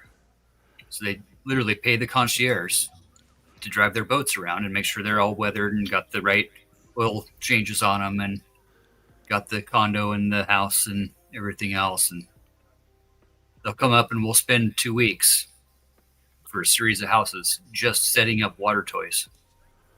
Yeah, the whole 2 weeks with like 10 guys. Just setting up toys, bouncy houses, trampolines, jumps for the wakeboards, netted off areas for the dogs. I mean, those below deck style cruises are like anywhere from 150, 300 grand a week to go on it. Now you've got a private chef, you've got all the every amenity you could possibly have, but then the tips are like 25 grand at the end of the cruise. That's how old They're, man just rolls they're around. He's required, right? 100 grand in his back pocket, rolling around like big pimping. What did You you know say, what? Stanley? I have never had the desire to go on a cruise ship. You've already been on one. I spend all my time on the bridge, making sure the captain's doing a good job of getting the ship around. So what's up, Nightish? What's good, old boy? Hello, everyone. What's up? You're here to observe the disaster in Myanmar? It sounds like the Titanic. Oh, it's a little bit worse than that. A little bit. It was like a 7.7 on the Richter scale. Hmm.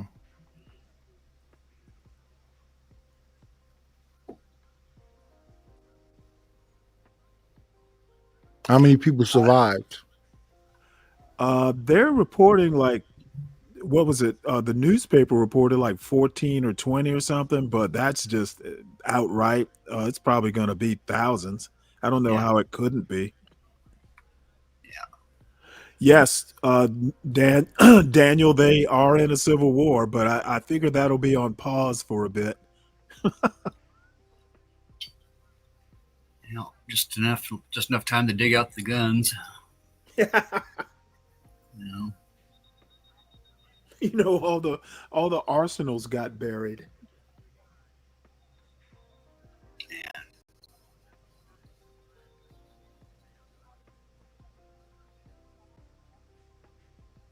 Yeah, funny how all the social structure melts away and everybody just becomes a basic human in situations like that.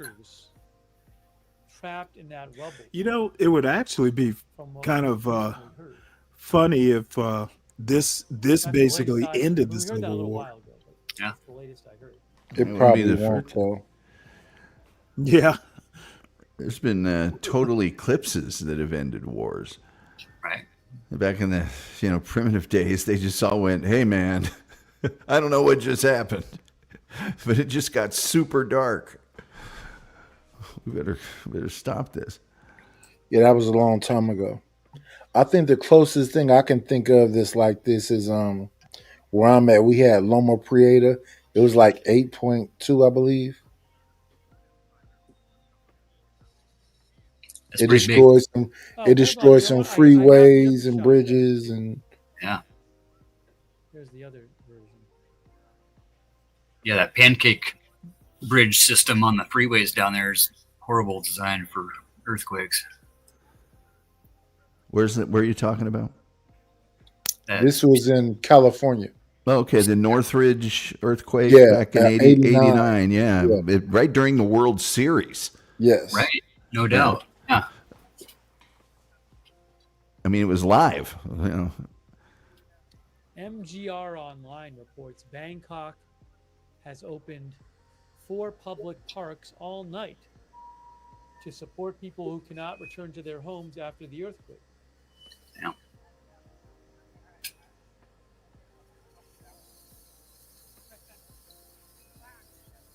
You guys ever go out to the hydroplane races? I've been to hydroplane races, the Madison Regatta down on the Ohio River. I wonder, are they doing a shift change, or are they pulling people out because they think it's not safe for the workers to be there? I don't know. We saw a lot of workers walk out. I don't see any lunch boxes. President pulled the funding. You know, I've always wondered, and Uncle Fatty, you might actually know something about this. You know, how people, these emergency workers can keep their minds focused on their job, not worrying about their families. Yeah. There's some more pictures. That's a tough one. I was a hail spotter for a few years. I got hit by 4-inch hail up in Hutchinson, Kansas. We were doing spotting for preemptive for the insurance companies, and got caught out in a hailstorm that damn near freaking killed me. I find them reliable, so I'm gonna repost them. Tornado chasers, I'll those post guys the are a link in the different chat. breed. There's this account by this person, Hung Min Son, who They're they are dutiful men that don't think about themselves that much. They don't personalize it. Another update. They said Right. Mandalay now And most, unless it is an earthquake or a tsunami, search and rescue efforts continue. your family's likely not, even 9/11. Probably it's that one confined area.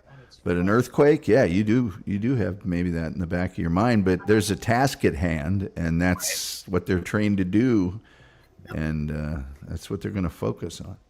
A lot of people get into that first responder mode, whether you're trained to or not. A lot of, your instinct is either to run towards it or away from it. Right? You're going to run to help somebody that was trapped, or you're running away to save your own life, type of thing. Right. One way or another, you're running with some way.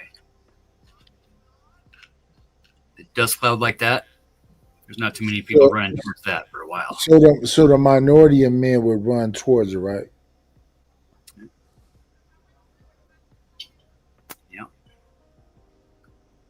Which a situation like that one there, with that building falling down the way it did,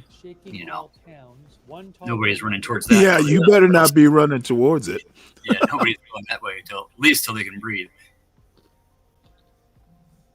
Yeah, I mean, the other thing to consider is those buildings must be dangerous just to even be that near it. Collapsing, further collapse. Yeah. Yeah, I see where it's roped off there. That's they had to continually stop during 9/11 for that reason. The Washington Post says the construction site death toll In their has rose attempted rescue and all that. The number of trapped workers is estimated at 80 to 90. Yep. Just in that one building collapse.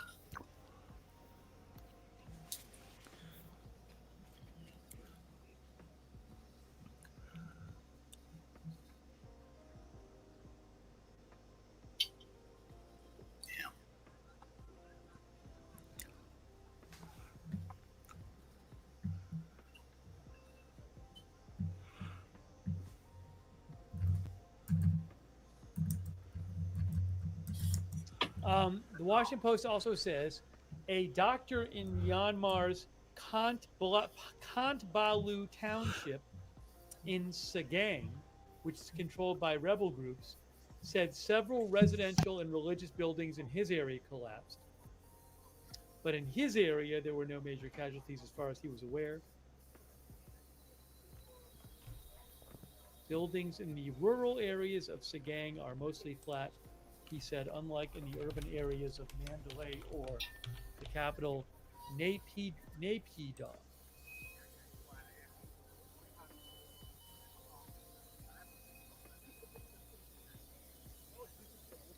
Errol Kubler says this is so very sad. Oh yeah. Do y'all need me to turn it up? Days of really bad news coming out of Myanmar. Or is the volume good? It's fine.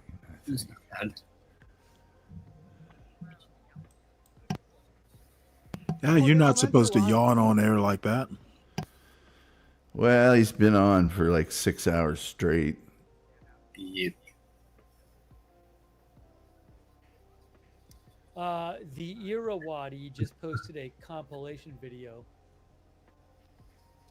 of a bunch of clips that I think maybe I put in the chat before, but Irrawaddy, which is they report on Myanmar. They said, according to eyewitness accounts, mass casualties are expected in the worst hit areas, with the military junta declaring a state of emergency.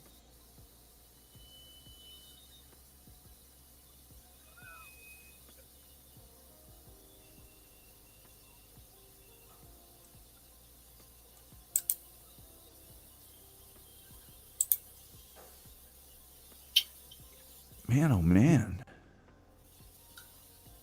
This guy started out as if this is the same guy, I can't imagine it's not. He started out as a comedy writer. And wrote for Saturday Night Live, Mad TV, Seinfeld. Wow. No shit. Clerks, and yeah. Late Late Show with Craig Kilborn, The Man Show. I'm gonna have to check. So basically a true nobody, huh? Well, it depends on your definition of nobody, I guess. Yeah, I was about to say, it's not. I mean, there's been some extremely famous comedy writers, for places like Saturday Night Live. This is an odd career choice. I would think more of like data analysis or like mathematician. Yeah. He said a writer for The Man Show. The Man Show was on Comedy Central. Do anybody up here remember The Man Show? Hell yeah. I do. I do. Wasn't Jimmy Kimmel? Yeah, yes, with Adam Carolla. And Adam Carolla, yeah. Where's Adam Carolla today? He's a he's got like some podcaster. syndicated radio thing. Oh, is he podcasting now? And he's still doing radio stuff. Yeah. Okay.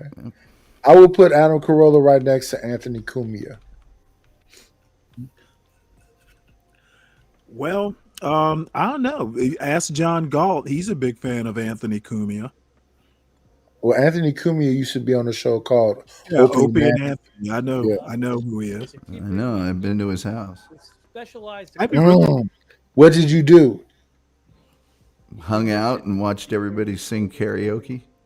Shout out to you then, Playboy. Enormous in Bangkok, enormous rubble pile there.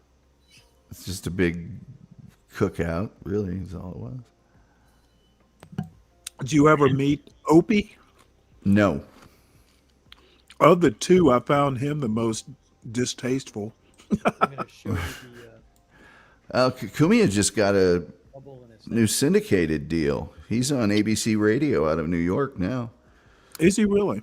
Yeah. I know. I think he's John's actually like played him on his show. He's a fan. I don't know. I was never that big a fan of Opie and Anthony. I found them just, Of the two, I think Anthony is the funniest one, the more entertaining one. I didn't think he was more funny. It's not my type of humor. I never found Howard Stern that funny. It wasn't Stern. It was the people surrounding him. Just it wasn't Seinfeld. It was Larry David. Exactly. But Seinfeld's pretty funny on his own. But that shock jock humor, I never found. What's his name? This guy who's dead now. Howard? No, the nappy-headed hose guy. Don Imus. Never found Don Imus. I didn't find Don Imus. It wasn't Don Imus. It was McGirt, his assistant. Oh, was he the one? He was. Yeah, none of those guys were funny. Cumia does just an amazing array of imitations. He's really good at doing voices. He's funnier. But those guys had some of the best stand-up comics, not just at the time, but in history.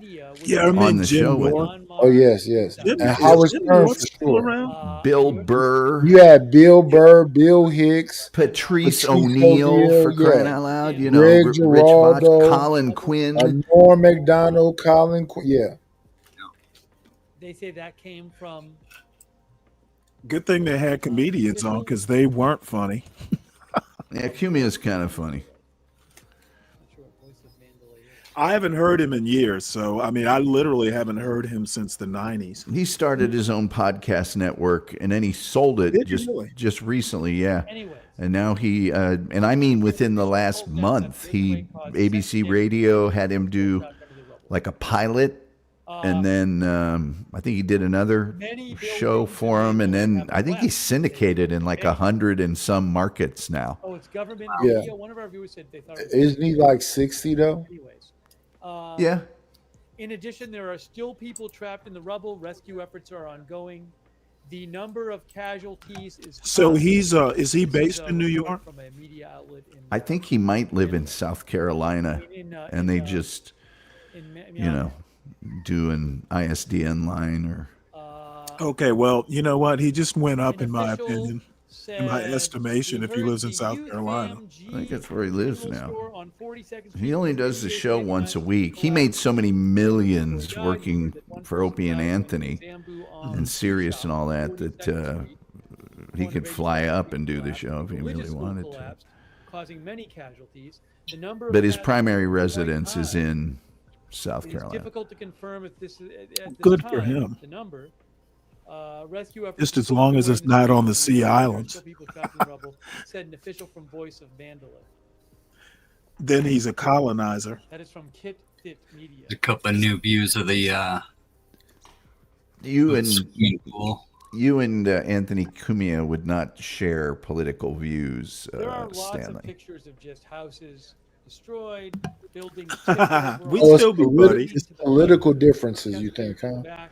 I think oil and water political differences. That's funny. Straight up.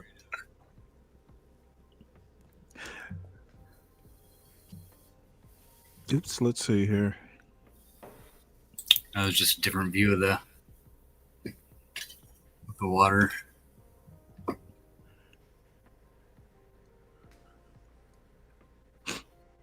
Oh, wow. I'm still listening to the other screen. Apparently, Mandalay is so torn up that rescue efforts can't even take place.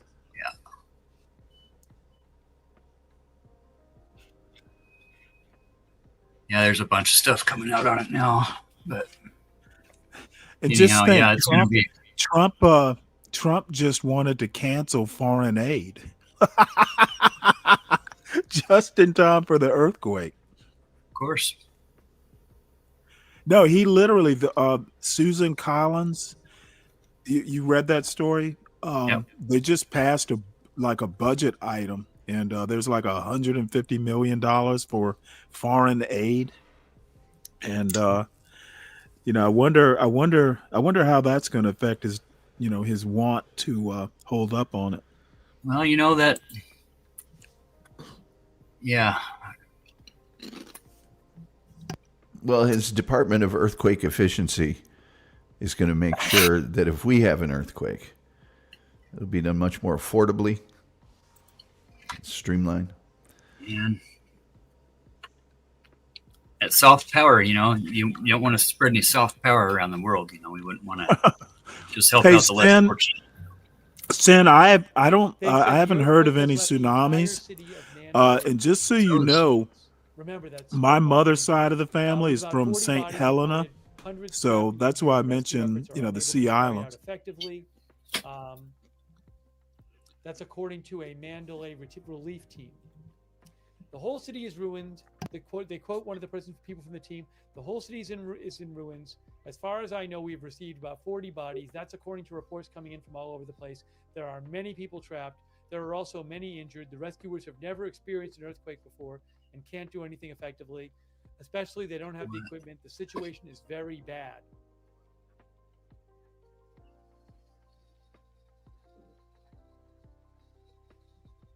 Our viewer Ernest Cannell says, at this point, you have to assume the worst in Myanmar.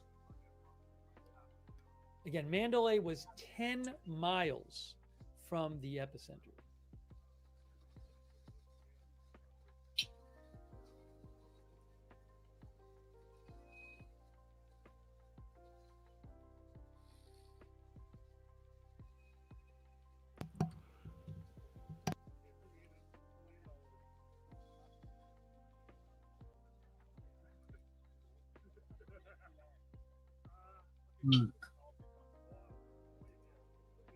Wow.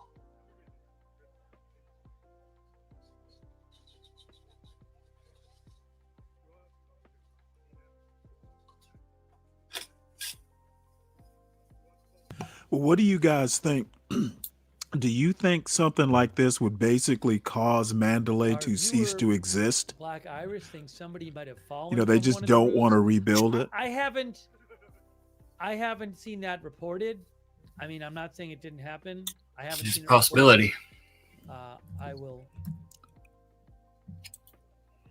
let you know if I do. I hope it didn't happen. Here's another shot of a different hotel that lost its pool. There, now you can see.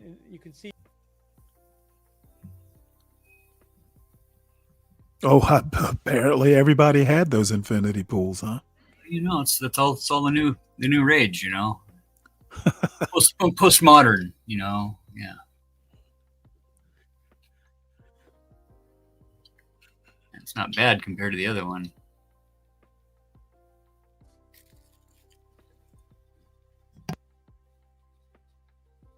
That one's 3.5 hours old and has a whole 180 likes, but 1.8 million views. Dang.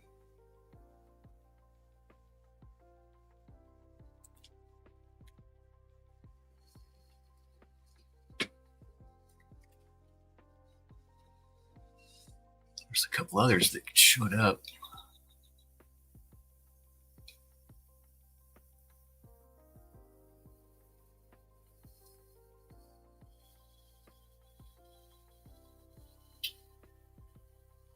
Yeah, this one was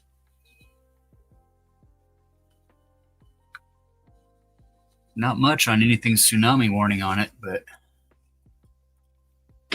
yeah.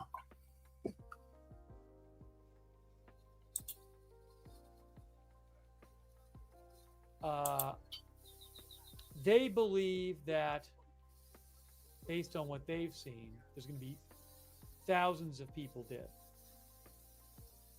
Let's hope it doesn't happen, but you can see their fatality estimates over here on the left.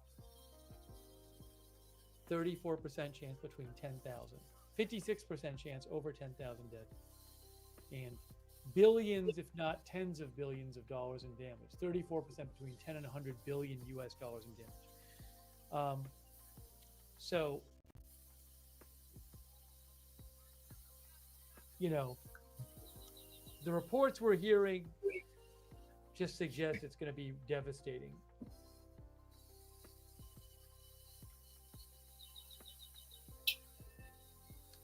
I'm gonna get some sleep, and I just have a feeling that over the next few days you're just going to hear more and more bad news from Myanmar.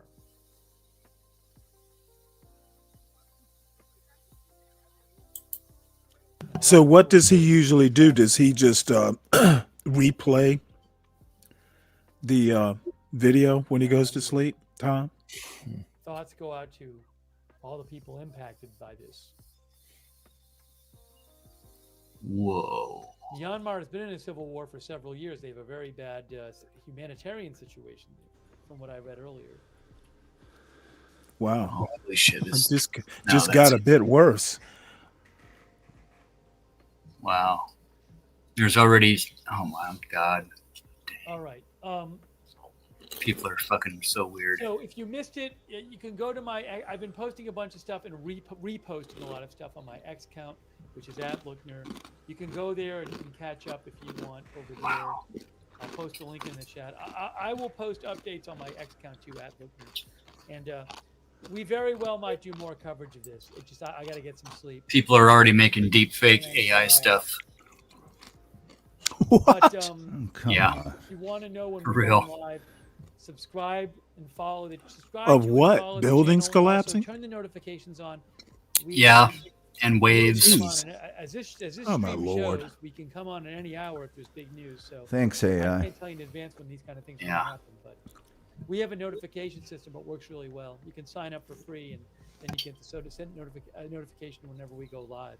So the mods will post the link to that in the chat. You can also find the notifications link in the description of this video on YouTube and Facebook.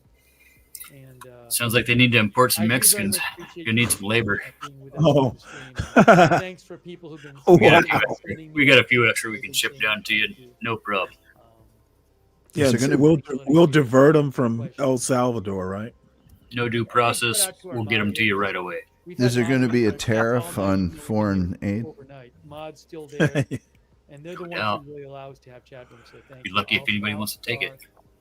Here's his X links. There's an X link. There's a YouTube moderators who've been there. I'll drop them in the chat. Larry, Misha on X. Agenda Free has got 500,000 subscribers. His personal has 186,000. All of our Twitch mods. Ashton Girl, Big Ball of Yarn, David Green, LB Prairie Dawn, I Got That Fire, Surly Dev, and our Facebook mods, Linda Belk, Margaret Riley, Paul Anderson. Thank you to all of our moderators. Wow. Yeah, I think in a few days, this is just going to be seen as this enormous disaster. That's what everything tells me. This is an enormous disaster. I mean, this is obviously a disastrous incident in front of you, but I mean, there's not much new coming out within the past half an hour, 45 minutes that I've been up here that is showing that China definitely doesn't want a lot of this info getting out. Well, and to an extent, it's almost like Hiroshima. There's no news because it's so decimated that, there's absolutely no, infrastructure to even get it out or to even travel to get it out. Yeah. The airport shot. We do have a chat where you can chat live with other viewers when we're not on the air.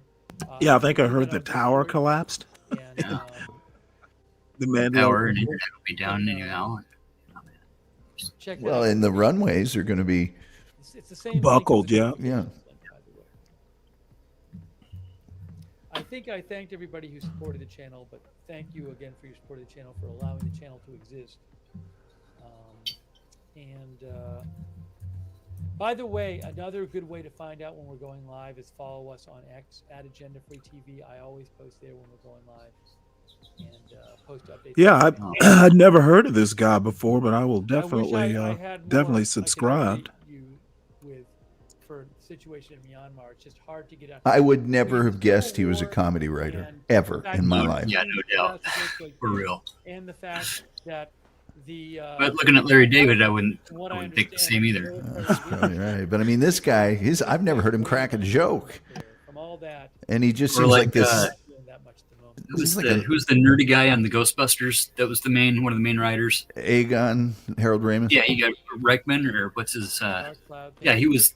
I wouldn't look at him and think he was a comedy writer either. Harold Ramis is his name. Ramis. Yeah, this guy though.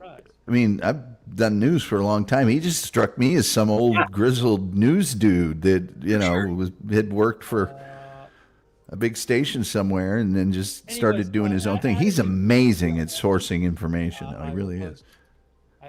And he stays strapped in for hours and hours. It's hard to do when you're doing coverage like that. Our subscribers over there on Facebook for supporting the channel, like Martha Crawford. Thank you, Martha. Yeah, and he goes on all platforms. He'll do Facebook, Insta, X, everything all live at the same time. Hey, Larry Body, Margaret Riley, all of our other Facebook subscribers. Thanks for supporting the channel, and also our Twitch subscribers. Yep, I'm gonna have to start boosting that Stanley versus the World Facebook page and start doing all the shorts on the Insta. Start pimping Stan out. Now he's got that 100 subscribes going. Got work to do, Stan. Got to hit that 1,000 here within the month. Well, what you need is you need 500 and 1,000 view hours, and then you'll be monetized. Yeah, that'll come in handy for beer money. Yep. Scoosebird, CAC, 813 Buffalo Women, Babs, Irish Sweetness. Hey, Dave. In times of disaster, we all have to band together and acknowledge our common humanity. I mean, he is half asleep, so. No, he's out. All of our members over there.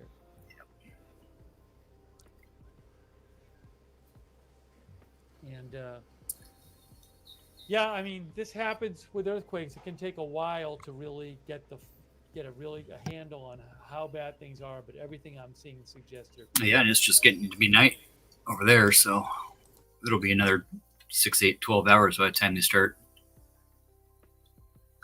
really working on recoveries.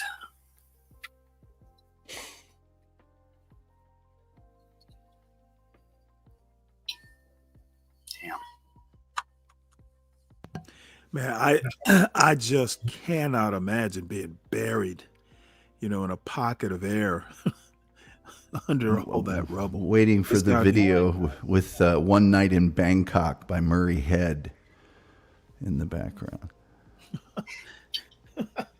Bangkok, Oriental City. All right, so I am wrapping up this coverage. Oh, wow. There's going to be Hell more yeah. Really? coming out about this, the severe damage in. And we'll get the Pet Shop Boys to do As I mentioned, to do like a song for relief donations. Well, it's you've seen those videos online of the fighter pilot cams from the Second Gulf War with Rock the Casbah. Yeah.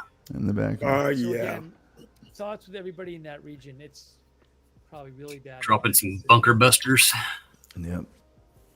Okay, so again, I do appreciate you watching. Sorry, I have to wrap this up right now. I got to get some sleep.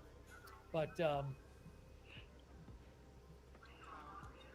if he was on the big screen, I mean, nothing against him. That dude's got Ross Perot level car door ears. Right? Isn't it terrible?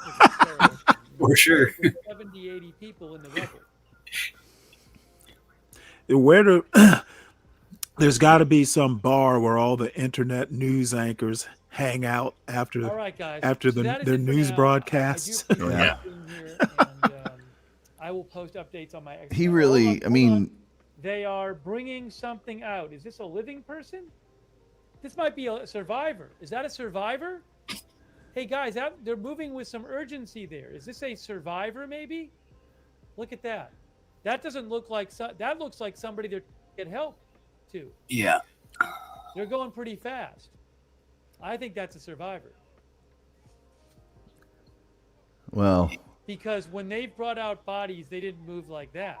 No. They we, went pretty slow. we won't know if they're survivor for a couple hours. Yeah. Someone said they saw them doing CPR. Let's get Well, him I to hope the the person's hospital still alive. first. They got those tents up pretty quick. Well, I mean, They I'm were certainly guessing, moving with a I'm hoping that they do significant like degree of hurricane, these sort of preparedness drills. Yeah. I'll tell you what, those TV comedy writers make bank.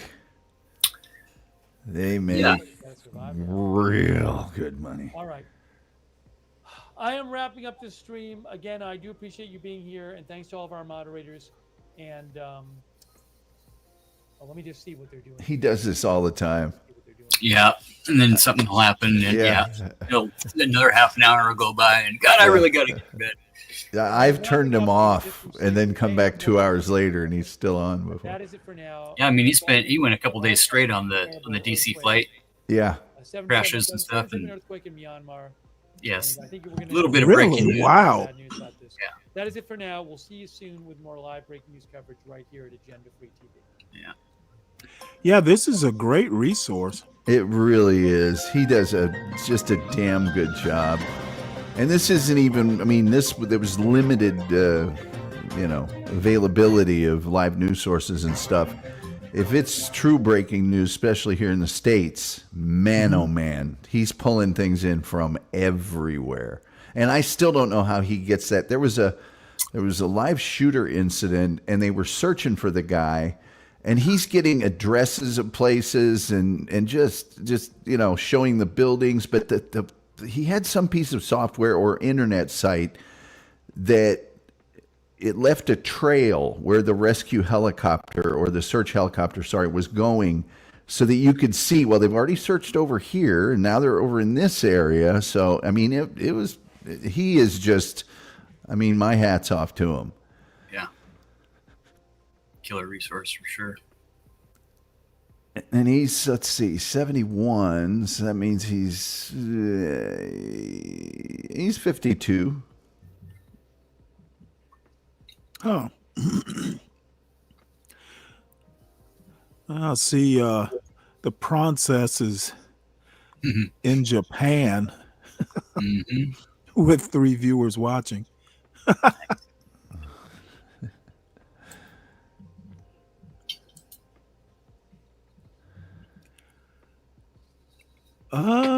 This is interesting. There's not a whole lot of coverage, at least. Yeah. Did you go to the live section? unless that's Yeah. where you're at. BBC's no. got a live going, kind of the same footage. Crux, CRUX is another one that'll have kind of some random live stuff going, but I think if you scroll down the left-hand side, there's a you know, in your sidebar, if you scroll down it, I think there's a thing that says live. If you go down far past your subscriptions, you might have just passed it. If you go up a little bit, there it is, there. live. Okay. Yeah. You know, I thought it meant go live. Nope. So if you scroll down on that, there'll be some. There Well, should be damn some. it! I'm just learning all kinds of stuff here. Well, you know, every now and then, if you keep going, it might say news. Oh no, this is live, but it's a replay of something. It's live only in name. There's upcoming, but if you keep going, go to the news section. That'll also be another one there in the left-hand sidebar. It just says it's 2 below live where you were at. Oh, looks like he was streaming off of the AFP news agency. Yeah. What he was covering. But yeah, that's kind of the only live that I'm seeing for feeds. Yeah, so there's not necessarily anything live, there's maybe. some lives. Yeah, there's Bloomberg some. News Live. Yeah, go to the Indeed. Fox. I want to hear how the Biden administration caused this. Oh, absolutely. It's just diabolical. It was definitely Obama. He called the shots. Improving Northern England.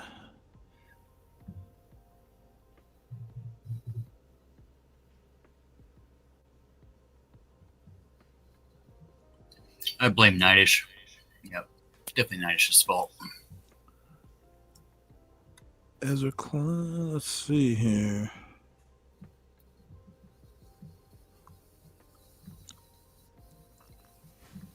Wow. Did you? What did you just mention? What was the news? There's AFP news agency, and then there's this other. Which one is this down here? ABS CBN. Oh, they're just broadcasting what AFP is putting out.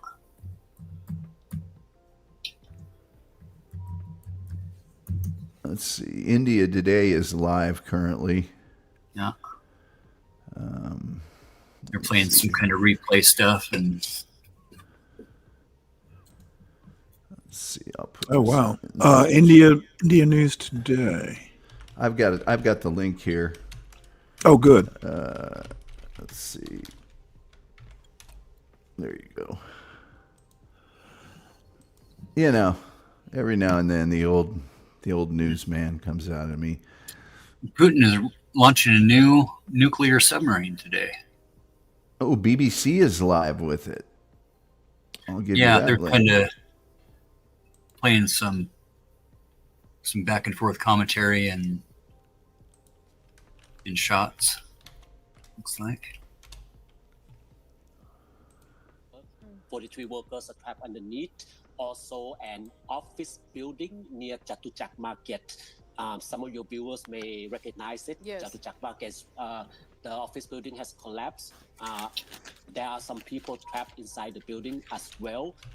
Last I heard, also there are some buildings that have collapsed in the province of Kampang Phet, which is a bit further away from Bangkok. But otherwise, I would say compared to Myanmar, obviously the destruction here is nothing to be compared to Myanmar, but there is definitely quite a panic, and the traffic has been But stopped. it's interesting, isn't it? If the epicenter is Myanmar, even in Bangkok, that you could feel the tremors. For how long? I believe it should be about a few seconds that you felt, and even that was a strong impact of a feel that you could feel and see. These are all I proclaiming to be I was sitting in my condo coverage. working, and I'm on the first floor, not even a high rise, and I felt it. And I remember I felt this Already? before 10 CNN. years ago when I Yeah, was working they in my had a office, guy but it that lasted was for on the maybe street 5 somewhere, seconds and but it was done. So the first thing I remember was, okay, the last time 10 years ago, 5 seconds. So I just sat there 5 seconds.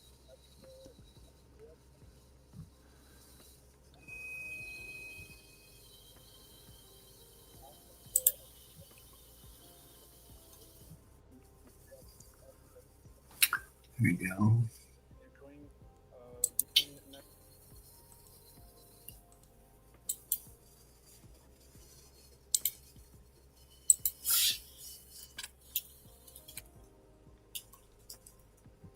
let's see, there was an ABS report.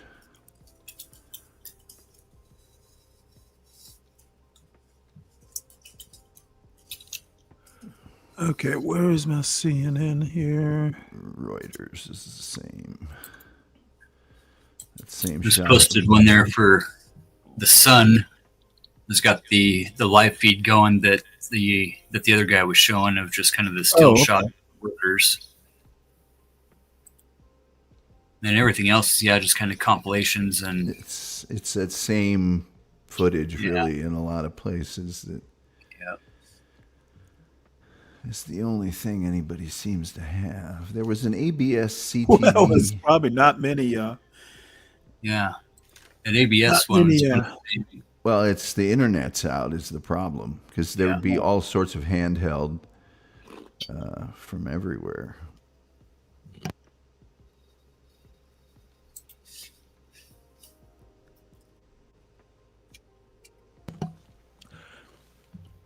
Did someone say that that the damage been all the way over in China? I was just wondering about that because, yeah. You know that they've contained so much water in that thing, it's slowed down the Earth's rotation by like 4 zeros, 0.00007 seconds. So much water in what? In the Chinese dam, in the Three Gorges Dam. Is that right? Most concrete ever placed in one area, and it'll have forget the number. It's like 20 something times the amount of water as the Hoover that's got the what's that lake that they call it behind it? Oh, just low on water all the time. That's Lake Mead. Mead. There you go. Yeah, that's right. So, oh my God, it slowed down the Earth's rotation. Holy cow! Yeah, and the reservoir was only like halfway full. Is that because of the water sloshing around? Just the displacement of the weight. Even they calculated how like Hoover and Grand Coulee, once you get that much water sitting stagnant, it pulls the weight to the one side, and however it works out, yeah, it slows down the rotation. Pretty trippy.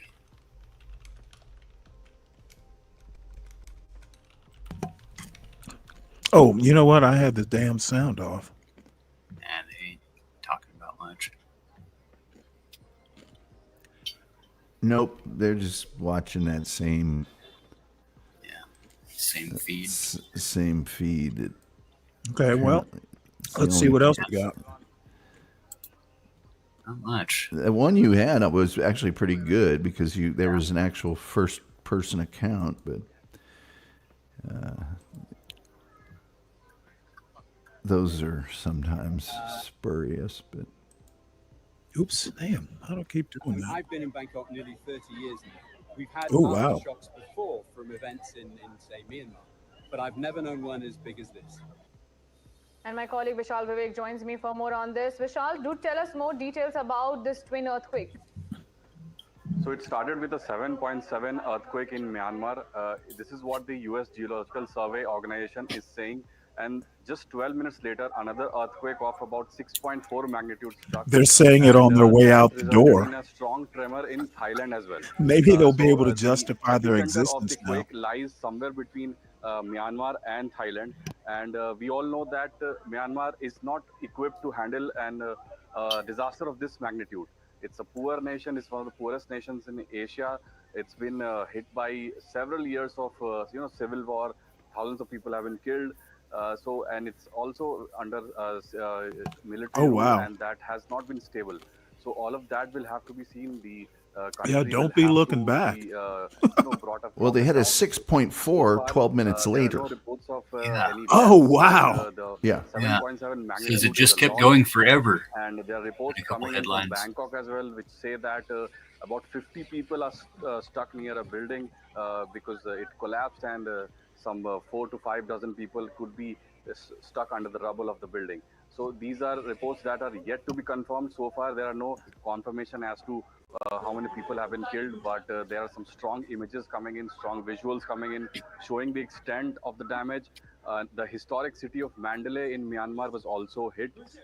There are reports coming in that say that some historical structures have been damaged, but a lot of visuals are coming in from Bangkok, which show that people have flooded the streets. There are mass evacuations going on.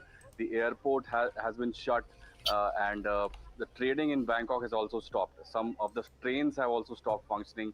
So the measures have been put in place in Bangkok, but on the other hand, Myanmar, as I mentioned, is not equipped to handle an earthquake of this magnitude. So it will have to be seen how it unfolds in the few minutes from now. Right, Vishal, while we are still waiting for the official figures to come out, we can see in the visuals, the damage at this level. Buildings are collapsing. Do tell us about what the authorities have told the people over there, what kind of caution the authorities are pressing in.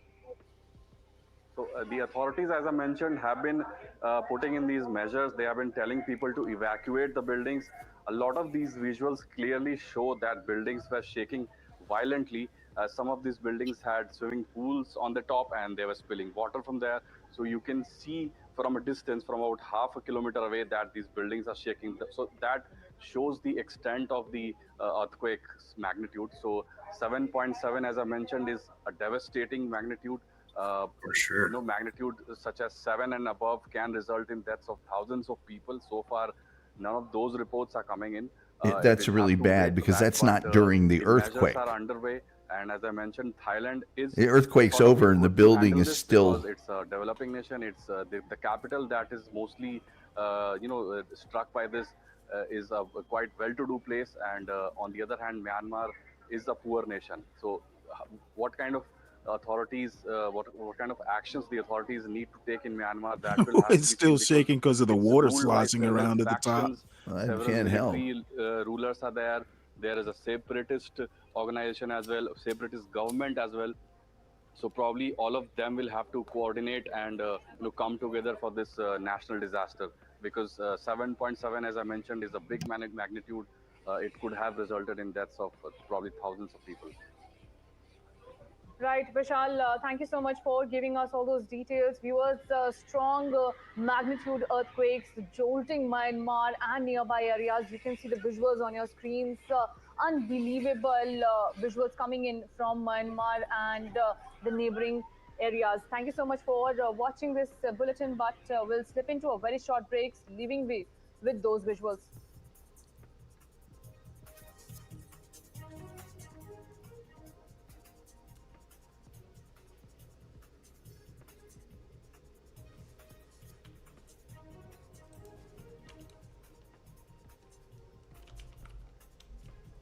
And before leaving you with these visuals, Prime Minister Narendra Modi has also reacted to these earthquakes. He said, and I quote, concerned by the situation in the wake of the earthquake in Myanmar and Thailand, praying for the safety and well-being of everyone, India stands ready to offer all possible assistance in this regard. Asked our authorities to be on standby. Also asked the MEA to remain in touch with the governments of Myanmar and Thailand. There you go, the Indian Prime Minister raising a helping hand towards the Myanmar and Thailand governments. To the big international news, and a massive 7.7 magnitude earthquake and an aftershock of 6.8 magnitude, so really twin earthquakes struck central Myanmar today at 12:50 local time. The epicenter was 16 kilometers northwest of the city of Saigon and at a depth of 10 kilometers. Now, the shocks of this earthquake were depth felt of as 10 far away as kilometers? northern Holy Thailand and shit. in its capital, Bangkok, as well, where some metro rail services were suspended. In fact, it's a state of emergency has been declared in Bangkok, and there you can see those visuals of an under construction building that collapsed. Around 45 workers are said to be stuck under the debris. We're waiting for more information on that.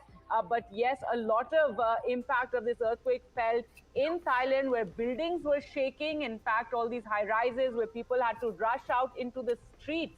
In fact, and there you can see a pool at the top of that building actually sloshing water. That is the impact Did you say of that flushing earthquake water? and how much Sloshing. the building is shaking. That the pool water is actually sloshing down the side It of flushed the some building. people. The impact of this earthquake the that first has struck time some people Myanmar. have Now, bathed. as far as Myanmar Yeah. goes, not too much information coming out. Remember, Essence would have Myanmar seen is done watering under their crops. military junta rule ever since the coup in 2021. So information is not that I just want to point forthcoming, out but these are visuals all you these can see ladies from on Thailand, Bumble from that want to Bangkok, travel. where there's a state of emergency, people out on the streets, not being allowed to go back into the buildings There's for the going to be moment, as they are It's going to be a awaiting, glut on the mail full order bride clearance market. and whether there's any kind of damage I so don't far. want to travel, No reports thanks. of any Why? Let me show you deaths some or video. any major damage. But yes, that under construction building collapsing there in Bangkok, where a state of emergency has been declared. Let's That's just crazy how listen that to what some of the freaking building students just had turned to dust say, in and midair. also a local journalist there. So I was in this building right behind me. It was a shopping mall, and I was there to buy camera equipment, and all of a sudden the whole building just began to move. Immediately there was screaming, there was a lot of panic. I just started walking calmly at first, but then the building started really moving, and yeah, a lot of screaming, a lot of panic, people running the wrong way down the escalators, like lots of banging and crashing inside the mall. Down the wrong I got way. outside and then looked up at the building. That one I'll there, bet. the whole building was just moving, dust and debris. It was pretty intense. I was sitting in a bar, restaurant bar on Soy 22. Bet you were.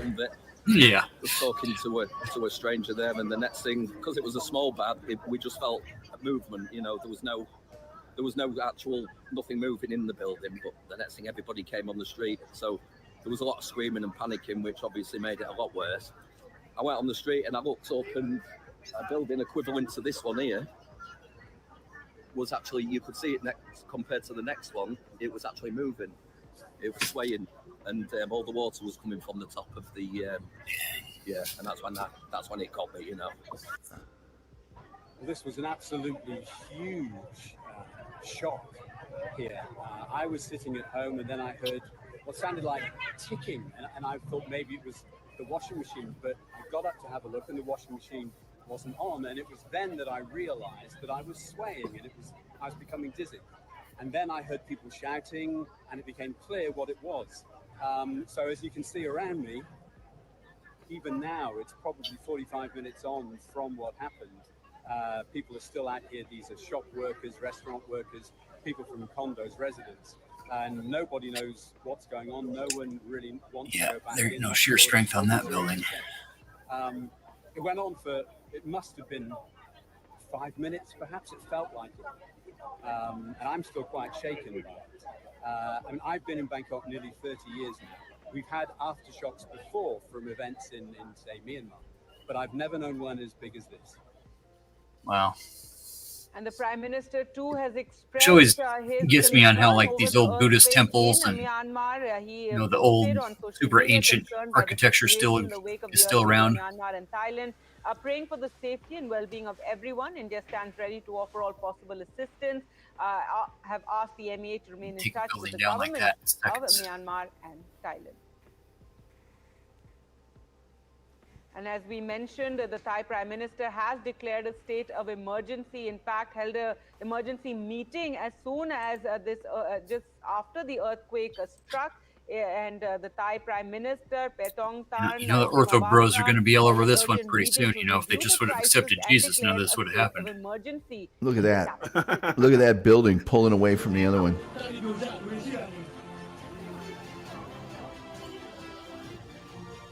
Jeez. Horrible.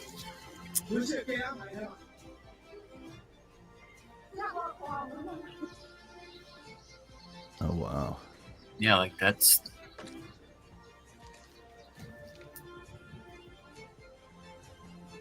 some old temple, something or other.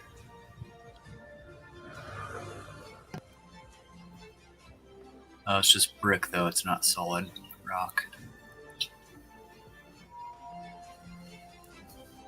Yeah, like that. There's no sheer strength to that building at all. A little bit of lath and plaster and some mortared brick. Jeez.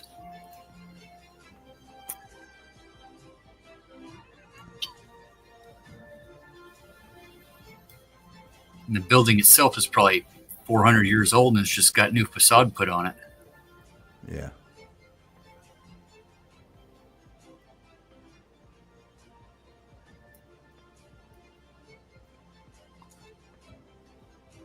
Oh, yeah, there you go. Pool's starting to rock.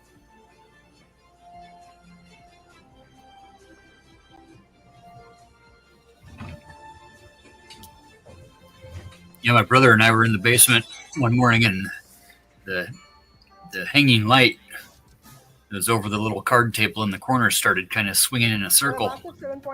We both looked at each other and started kind of running up the stairs, and the stairs were like riding a wave, like you're saying, like couldn't really.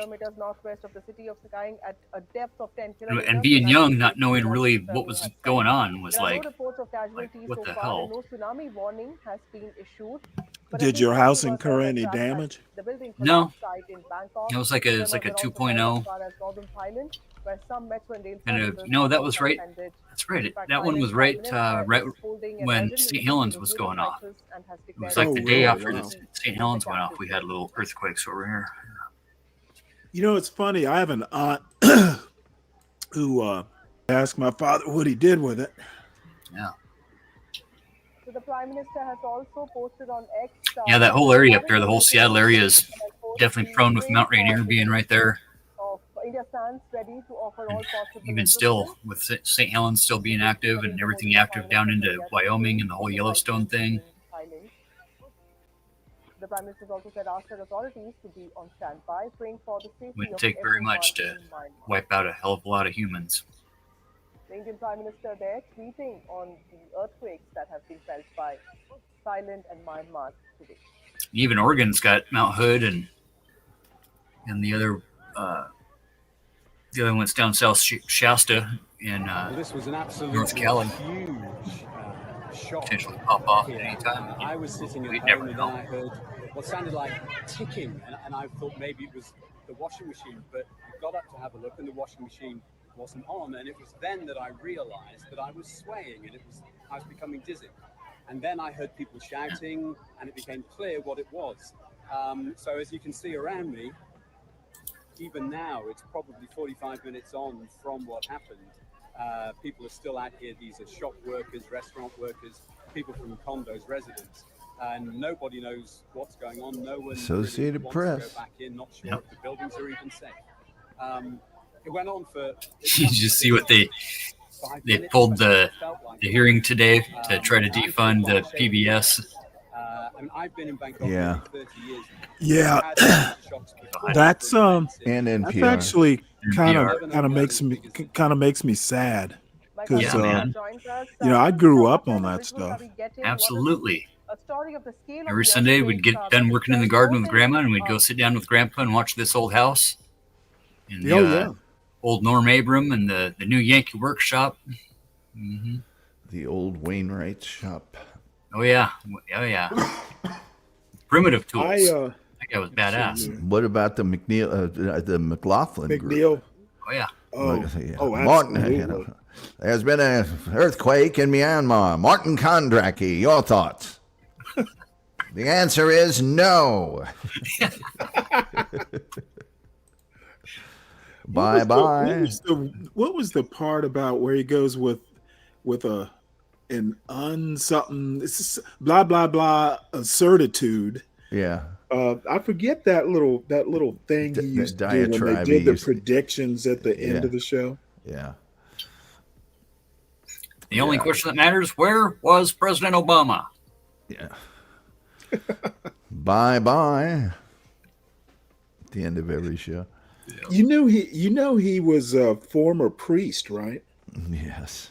Really? He's an interesting dude. It was always Morton Kondracki, sometimes Pat Buchanan, Jack Anderson, and then wasn't Cokie Roberts? Who's the Prince of Darkness?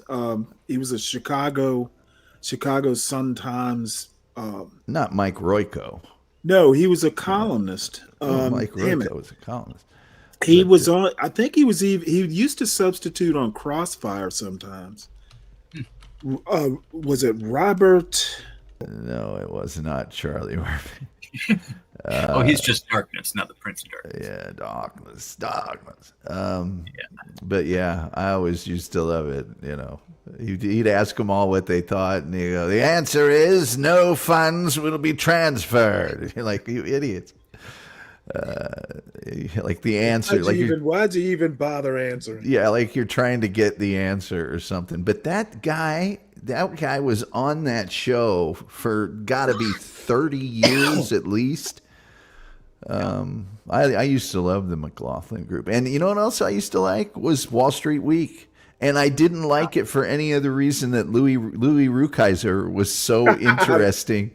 You know, he had that hair, then the most awful puns ever that you would ever hear, but he was just so dry that it was fun to watch.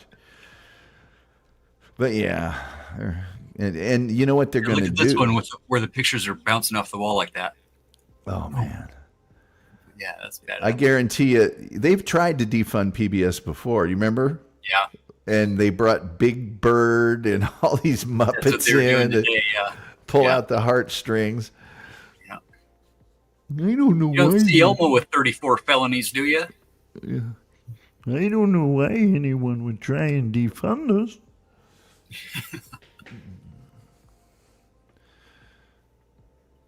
You know, Nova and all the science programs are always good. And well, American Experience is just a great show. Yeah. I mean, and they don't even touch politics. I mean, right. You know, Antique Roadshow, for Christ's sake. An hour on Bob Hope or somebody. I can see their point on certain things. There's certain shows that I watch and they come on and I'm just no, I don't care. You know, I mean, it's one thing to defund on principle. It's another to defund just because they don't like you. Yeah. Maybe their news report is not something they like. No, you know, they're fair and they talk about truth. Sorry, they talk about facts and not truth. And that's what we got, you know, with news, this problem what we have with the news. I was going to ask you guys yesterday about the fairness doctrine and what you thought about that, but it kind of goes to the, you know, into the doesn't exist anymore. Right. And it was, you know, there was stuff about it that needed to be changed and whatever, but it doesn't negate the fact that we just have a lot of intentional misinformation, which is disinformation, being pumped into the, you know, flood the zone type of mentality that.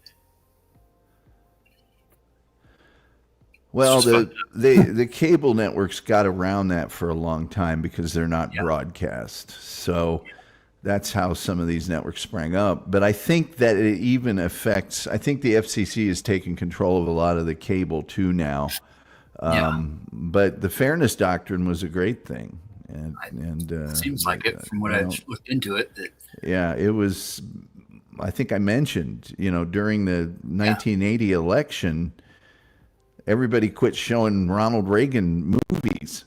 Right. Because that was fairness doctrine. He was getting airtime, you know, and they would have had to give the competitor. And that's true, but it was true everywhere. Time down to the minute. Right. And the second for people. Which could have been adjusted, maybe then eliminating everything. But and I know Australia's got real hard, lines as far as defamation goes. Judy you Woodruff. really have to prove intent, to where they don't necessarily shit talking and spreading lies just isn't allowed. It's just not, because it's not facts. Well, even though it can be somebody's individual truth. And the fairness doctrine was basically say whatever you want. I'm going to get to say whatever I want in equal measure. Sure, sure. But Judy Woodruff, I haven't watched PBS NewsHour in ages. I mean ages. But Judy Woodruff hosted that for a long time. Yeah.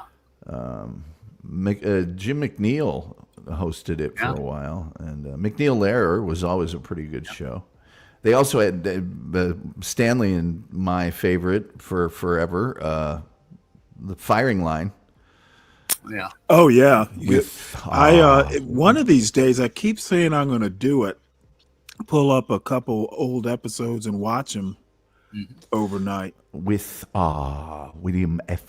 Buckley, I think you may have overlooked that certain the rhetoric was not quite, shall we say, sanguine enough for me. I think he interviewed Stokely Carmichael. I think he did. I'm definitely sure. I'm pretty sure he did a Mary Baraka back when he was before. Was it Leroy Jones? Yeah, I want to see him interview some black radicals. Oh yeah. He interviewed everybody. I mean, absolutely everybody. Didn't he? He interviewed Jesse Jackson once, right? Oh, I'm sure. I don't know it for a fact, but I'm telling you right now, he had everyone on that show. Absolutely everyone. And he liked it better if they were diametrically opposed to him. You know. Yeah. It was Who so wouldn't? It was so civil. Right. It was so completely civil. There's only one man who can bring him out. That's only one guy. Yeah, that was Gore Vidal. Mr. Vidal.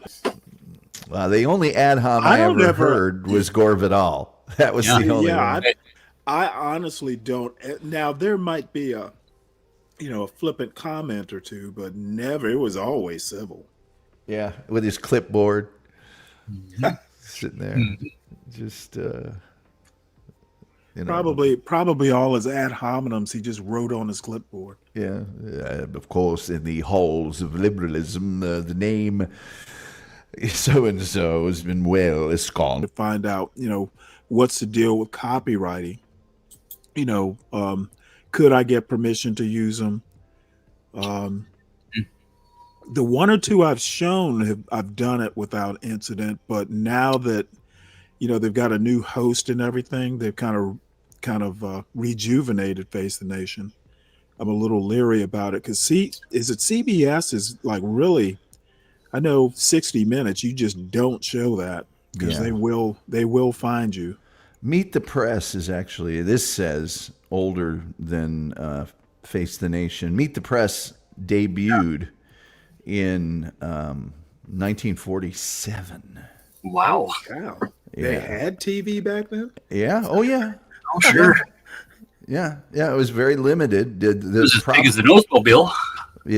Stanley, my show on the invention of television, covers just how they started. I mean, the biggest problem, obviously, when television began was getting sets that were actually manufactured.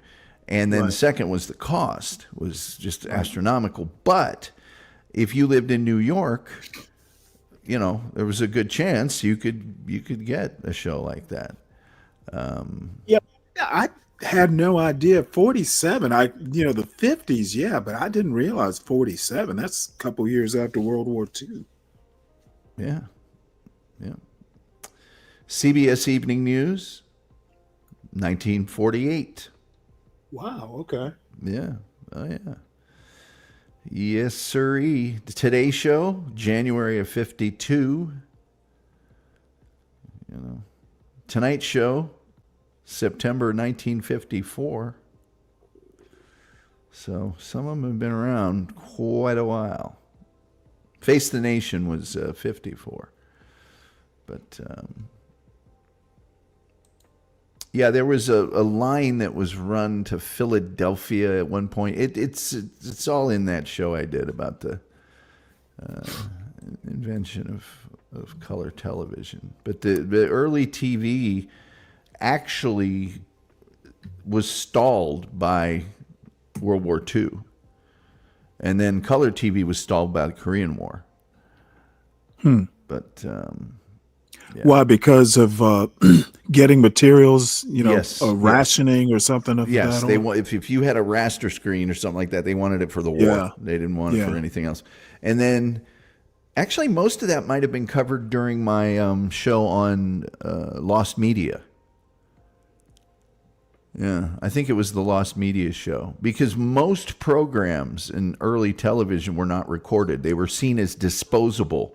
Because when television first began, when it first began, they were just doing shows just to have programming. They were desperate. Yeah. They didn't have backup programming like they have now. So anything recorded, nothing. And so all of those things were just, we didn't even record it.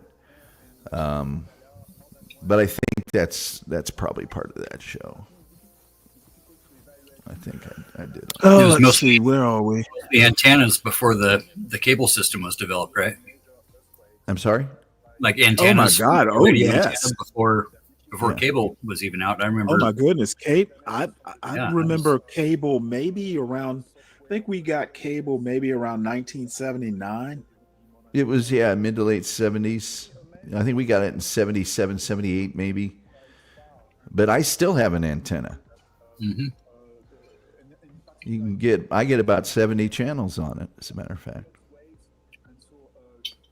Really only good for live stuff most of the time, local weather, emergencies, things like that. And then all the old TV shows that I like to watch, but I get all those on streaming anyway. There's a whole channel for Gunsmoke, for crying out loud. Have either of you ever been, or anybody on the panel, been to the Houston livestock and rodeo, livestock show and rodeo? Heck yeah. I've always wanted to go to that thing. Well, you can go to the Houston State Fair. You can go to the Houston, or you can go to the Fort Worth. Mm-hmm. Fort Worth is every bit as big as the Houston. Really? Yeah. Go see the kid that sells his prize bull for $250,000 every year for breeding stock. About 15 miles from here, there's they have livestock auctions every, once a week or something like that. Yeah. And I have always been meaning, I always have something better to do. But one of these days, it's pretty much farmers market season in these here parts. Oh yeah. So maybe my sister and I can hit a livestock auction. I just, I'm not going to buy anything, but I've always wanted to see like a live auction, with an auctioneer. Yeah. Well, if you come to the Fort Worth, you're within hop, skip, and a jump of the Mesquite Rodeo, which is runs all year, and it's pretty. Is that right? Oh yeah. Owned by Donnie Gay, legendary winner of the Big Belt Buckle 5 or 7 times or something, the best cowboy. He's got to be 1,000,000 years old by now. Tom has an antenna. I'm not surprised. Well, yeah, this Deacon Dave dude just cannot stop with the elder abuse. What's up with that? It's not elder abuse. It's free programming. When your streaming goes out, for whatever reason, digging up. That's the road right. or When whatever. your cable goes out because of the earthquake, Tom's still going to be able to get a signal. Yeah. Guess what? Netflix doesn't have local weather. Right. Or any emergencies or live sports broadcasts. Donnie Gay is still around. He's 72. 8 Professional Rodeo Cowboy Association Bull Riding World Championships. Good Lord. 8 times. And he's just a little guy with a really high voice. And he doesn't have his nuts have been pounded up into his chest. CTE. I'm sorry? No, apparently I'd like not. to know how many times he's I'd like to know how many times he's fallen on his Well, head. I don't want to cast aspersions at Donnie Gay because he's a heck of a nice guy, but you might not be able to tell. Yep. Oh, that's funny. My dad and I used to watch. We used to watch Mesquite. My dad and I used to watch Mesquite Oh Rodeo. shit! Look at that crane fall. Every weekend we watched Mesquite Oh my Rodeo. Lord! Yeah, that's bad business right there. And we'd go over to Spokane and watch the rodeos live, and they always had a big end of the year auction with the 4-H kids and all that shit. And man, the barrel racing is such a great event. Mm-hmm. And there's the bronc riding and the bull riding and the cattle roping. You know, tying them up. My cousins were cowgirls. Oh, I know you're just joking, Dave. It's not a big deal. Yeah, well, see, Dave thinks people take him seriously. Well, I don't know why an antenna is $9 or something. I mean, and I have an expensive antenna that remembers where the stations are at, but you get it in perfect HD. Mm-hmm. And for instance, if I want to watch a soccer match, a lot of times they're not on a streaming channel that I can get, but they're on Univision. Oh yeah. You know, and so there's just why not have it? You know, it's like I said, it's perfect HD 1080. And there are times when I would like to watch, local news, emergency, things of that nature.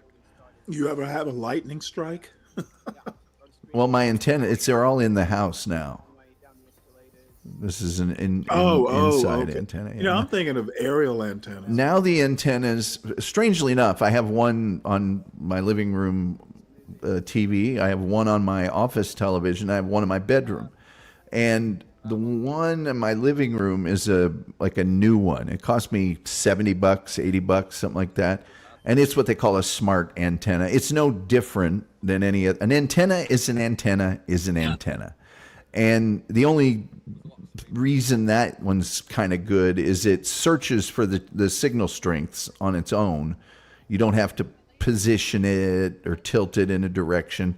And then it remembers where they are. But strangely enough, my old school, same exact design as the very first rabbit ears, I bought it in 93. It's the same internal, electronics. That one gets a lot more channels. Now that one, you have to go to a website called antennaweb.net or antennaweb.org, and you can put your address in, and it will tell you the compass reading for all the stations around you. Luckily, here in Dallas-Fort Worth, all but one station is antennaed in the same exact area. One's in Fort Worth, the rest are the same way. So if you tilt it that way, you get everything. But again, 70 channels, all of them local. Okay. Yeah. I kind of like that. If the internet goes down, I've still got plenty to watch. Also, I have 500 Blu-rays or DVDs, which were really handy when I was in Utah in the middle of nowhere. So, you can call it boomerism if you'd like. I don't care. I would always want as many sources, and I'm a big fan of broadcasting, old school over the air broadcasting, serving a local community. Yeah. Yeah. Well, all I can say is that that 3-month-old is gonna grow up one day, and you you you will be called boomer or whatever the equivalent is once he's 18. Believe me. Can you So get Sesame Street streaming? I don't know. I've never tried. Is PBS available streaming?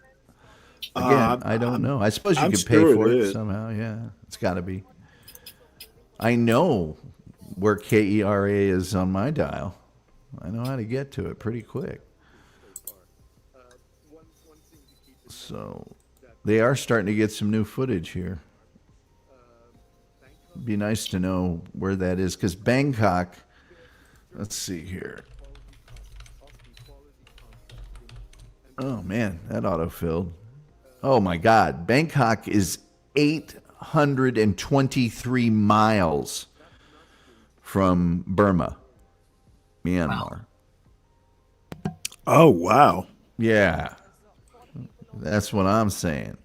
Yeah. And then everything in between. You know. And I was asked the other day, what's the advantage of a mud hut over a skyscraper? Yeah, that's it right there. I think we see it. You got your footage. Well, as I always say, nobody ever plummets to glory or safety. When you plummet, whether it's a stock or a person, it's not good. Hey, Deacon Dave, go to Family Dollar. I think you can get an antenna for like $9.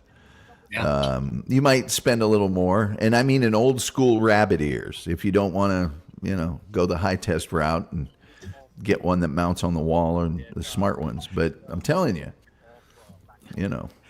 Hey, Uncle Fatty, I'm gonna save that 15 minutes for overnight. Well, yeah. Jay Reed some. does some good stuff. He does some good work. Yeah. Okay, well, I want to have some beer when I watch it. I don't. For sure. So I can make smart ass comments. Deacon Dave, I do not have a 4K TV, and the reason why is there's been a lot written in studies that the human eye can only appreciate so much detail, and I just don't see where I would benefit from that personally. I mean, if other people want it, I say go for it, but Blu-ray is just fine for me. I'm just completely opposed to paying more than a few $100 for televisions. Well, you can get a killer TV for, a few $100 anymore. You're in the $1,500, $2,000, $2,800 at Costco. Come on. Well, how about this? Stanley will echo these sentiments. Growing up, I'd say at least 4 of the channels. Say you lived in a market where there's ABC, CBS, NBC, PBS, and then maybe a few independents. You're lucky. A couple of those, 2 or 3 of those would be snowy. Oh yeah. They would not be anything close to perfect. And now everything's digital. It's perfect. Right. And even, the clarity of the picture we get now, I would never have even dreamed of it having that clear of a picture ever in my life. I do not write checks to pay bills. I haven't had a checkbook for 20 years. Yeah, no doubt. I actually wrote a check last week. What the hell? I have a checkbook, but I literally haven't written a check in a few years. If somebody said, "Hey, I need a check," I'd have to. I know where my checkbook is, but I haven't ordered checks 10 years. If somebody can't take my card, my debit card, I either go get them a money order. Or I'll get what they call a convenience check from the counter at the bank. I don't need to have. You write your name in, you write your account number, and it's a check now. There is a certain amount of indicia that if you put on a candy bar wrapper, it will serve as a check. How about Zelle? My bank offers that. I look. I have PayPal. I'm not getting into this game where I have 9 different pay applications. Some Well, people I don't know that much about PayPal, but I like Zelle because it is a bank application. If something screws up, I know where to go to, at least start getting it taken care of. I've ran multiple businesses through PayPal for the past quite a few years. Really? Never had a problem with PayPal. Nice. Zelle, I've had a couple of different situations. A lot of these folks are from Canada that are building down in here in North Idaho, so get a lot of the fees and whatever. You can only transfer so much per day from Canada to America, and then shit like that. But for the most part, and it's insured. I mean, it's backed up. You're protected. Yeah, it's all with FDIC. It's all. But the main thing is like with when I was running my Cash App and Square, even Square had some problems with people hacking into their systems and then getting your information and not necessarily having any money or anything messed with, but just knowing how secure their systems are. PayPal's the most secure, and it sucks because all the PayPal mafia are all the guys that are in the current cabinet right now. Elon, all those guys, they're all PayPal guys.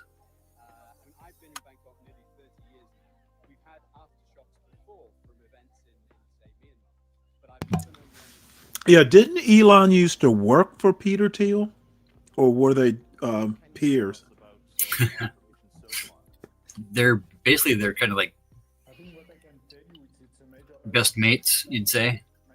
School together, and from there formed basically Peter. So Peter's really the one I think that came up with the whole PayPal idea, and one way or another, Elon ended up finding the backing for it. I don't think did they I guess they must have made Hunt for Red October on VHS because you could get it from Blockbuster, I guess. Oh yeah, for sure. This young whippersnapper just won't stop, will he? I'm pretty sure I got a copy of Red October, from the factory, like with the actual shit, not an old leftover, not a tape on a tape. I actually read the novel before the movie came out. Tom Clancy. Ended up reading it afterwards, but shit, I did most of my high school book reports on Stephen King books. Is that right? Because the books were always different from the movies. Right. Yep. So the teachers could always kind of know that, and then I'd try to incorporate something into the report about how it was different. I see. Yeah, it was back before ChatGPT when you actually had to watch the movie and read the book.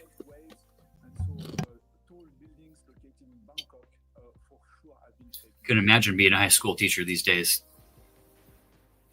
Kids writing reports straight off of the generators.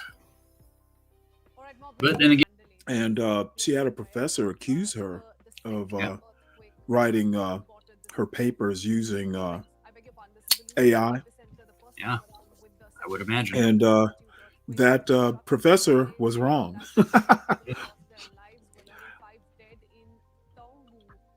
He got his little suspicions overturned, and from the way she described it, he sounds like an adjunct. So that might come back to haunt him. If you're going to accuse somebody of something like that, you better be right. Yeah. And at least they're starting to provide sourcing now to where you could, in theory, have it write the thing and then provide your cliff notes and the whole bit. But well, apparently there's AI to figure out if a paper was written in with AI. There is. Yeah.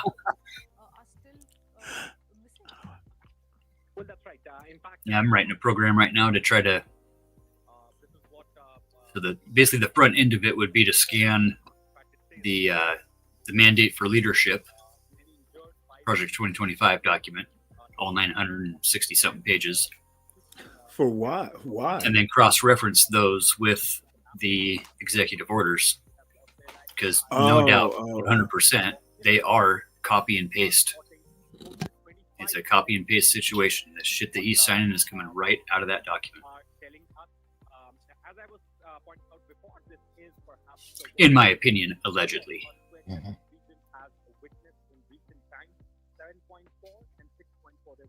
Yeah, a few more test runs. Hopefully that thing will be ready by the first of the month, but never know.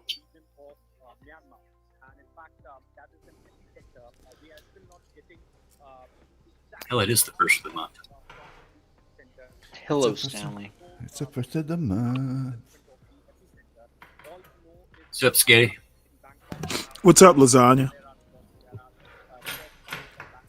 Are we just watching Filipinos getting fucking demolished by an earthquake right now? No, the Philippines are quite a distance from Myanmar. Philippines are okay.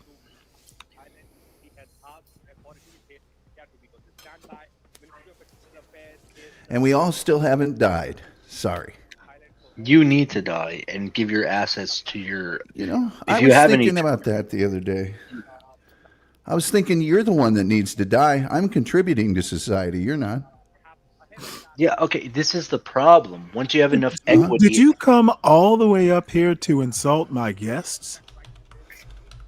No, I started it. It's my fault. Yeah, I mean, revocable trust is always good. It's Myanmar and in Thailand. Philippines, Thailand, same shit. Goodness. Mm-hmm. Totally different island, You bro. woke up on the racist side of the bed this morning, apparently. That's not racist. Like Thailand sure and it the is. Philippines, they're basically the same. That's like me saying. Yeah, okay. It's They're only basically the same, 3,000 miles not different. racist. Sure. That's like me saying people from Quebec What? are See, like this different is than what people this from is what we're gonna get They're if Trump basically the has same his type of way. people. They won't even know when they're racist. Okay. It's only 3,000 miles off. Yeah, it's about the phenotype. It's not really about the distance. Okay. Oh, what is race but about phenotype? That's all that race comes down to, Stanley. That's exactly. And when you say they all look alike, essentially, that's about phenotype also. And actually, the distance does make a difference because some areas are more prone to earthquakes than others, you see. Okay, but And you're not. My they're original point is about the phenotype, right? Uh-huh. I don't care about earthquakes. Uh-huh. Well, that's what we're watching is the results of an earthquake. Yeah, cool. But the point I'm trying to make is that there are earthquakes in the Netherlands and also earthquakes in Sacramento. Doesn't mean, I don't. Well, earthquakes are non-binary. Right? That's what I'm saying. Like, old people are just fucking stupid. Have there ever been a 7.7 earthquake in Sacramento? I mean, I live in California. There's a huge earthquake that should have been happening for the last like fucking 2 decades. Mm-hmm. It's gonna eventually happen, but it hasn't happened yet. Well, no, it actually has happened before. That'd be the in same in California. What I'm California. saying is that there's a huge earthquake that's supposed to happen, but it hasn't happened yet. When that happens, will everybody go, I don't really care about the people that live there? Who really cares? Yeah, nobody. What's it matter? Yeah, nobody really cares if you look dumb. Nobody cares? Yeah, there's hundreds of Okay. millions of there's thousands of like Africans dying right now that you don't know about and you don't care, right? No, actually, I do know. Okay, so what do you know about that? I know that malaria kills hundreds of thousands of Africans every single year. Cool. And what do you think about that? The Ebola kills Okay, many, cool. many of Cool. them. And what are you Now, as doing far about as nobody that, caring about man? this earthquake, I would challenge you to look at the number of hits and clicks at the end of 24 hours about this news story, and we'll see what nobody means. Your definition of nobody will be millions upon millions, if not a billion people checking into this.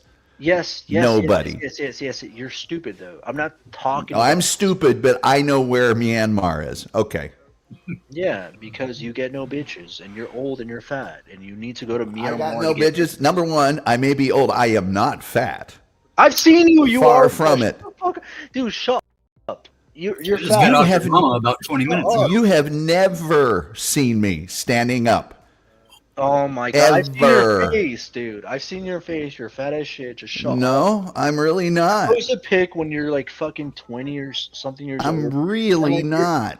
Dude, and when I was 20, okay. I was playing Division I college sports. Cool. But you're Have not you now. ever done that? Okay. Then you need to die. Okay, cool. What's Division I? I'm contributing to society. Yeah. You are not. You know, my father also contributes to society, but he's like He didn't when he made you. Well, he didn't contribute you, apparently. You should have what contributed I'm to saying his is that stock. the problem with You know what I'm society is saying? that old people are living way too long. Throughout Right, that's the civilization, problem. people have Well, not all I- lived this all long, I have to say- and this is the problem. Right. Like the reason why I'm no offense to you, Stanley, or to this other fucking retard, but Oh my god. the problem with society is that Yeah. old Just people are speak. just Don't be living bashing on too the sleeping yet. long. Like old people, throughout history. You know, this elder abuse must stop. We're living too long. what We're is not wrong living No our. respect, We're I tell living you, our. no respect. I tell you what. Wrong with this young man? Tell you what. Who pissed in his Wheaties this morning? He is perpetually ignorant. He says things like "you got no bitches," and he's paying for his. All right. Well, you know what? I actually do need to wrap this up because I have to. Perfect I'm segue. actually going to go out to that new soul food restaurant. I didn't get to do it on my birthday, so my sister's going to swing by and we're going to check out this place. Oh yeah. Yep, excellent fried chicken. It's called Rooster's Cafe Shoot.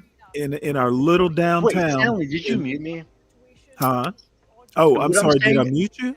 Yes. Did I? What I'm saying is that statistically, old people are living a lot longer now than they have ever lived within past. Wait, why are you interrupting Eat at my, Rooster my, Cafe. my It's good. outro here? Yeah, and that has been the case throughout history. People No, have it hasn't. continually, No, it people have hasn't. continually No, it hasn't. lived No, I longer believe and history. longer Wait, wait, lifespans throughout no, history, and so has the no, support no, group that's history. followed them.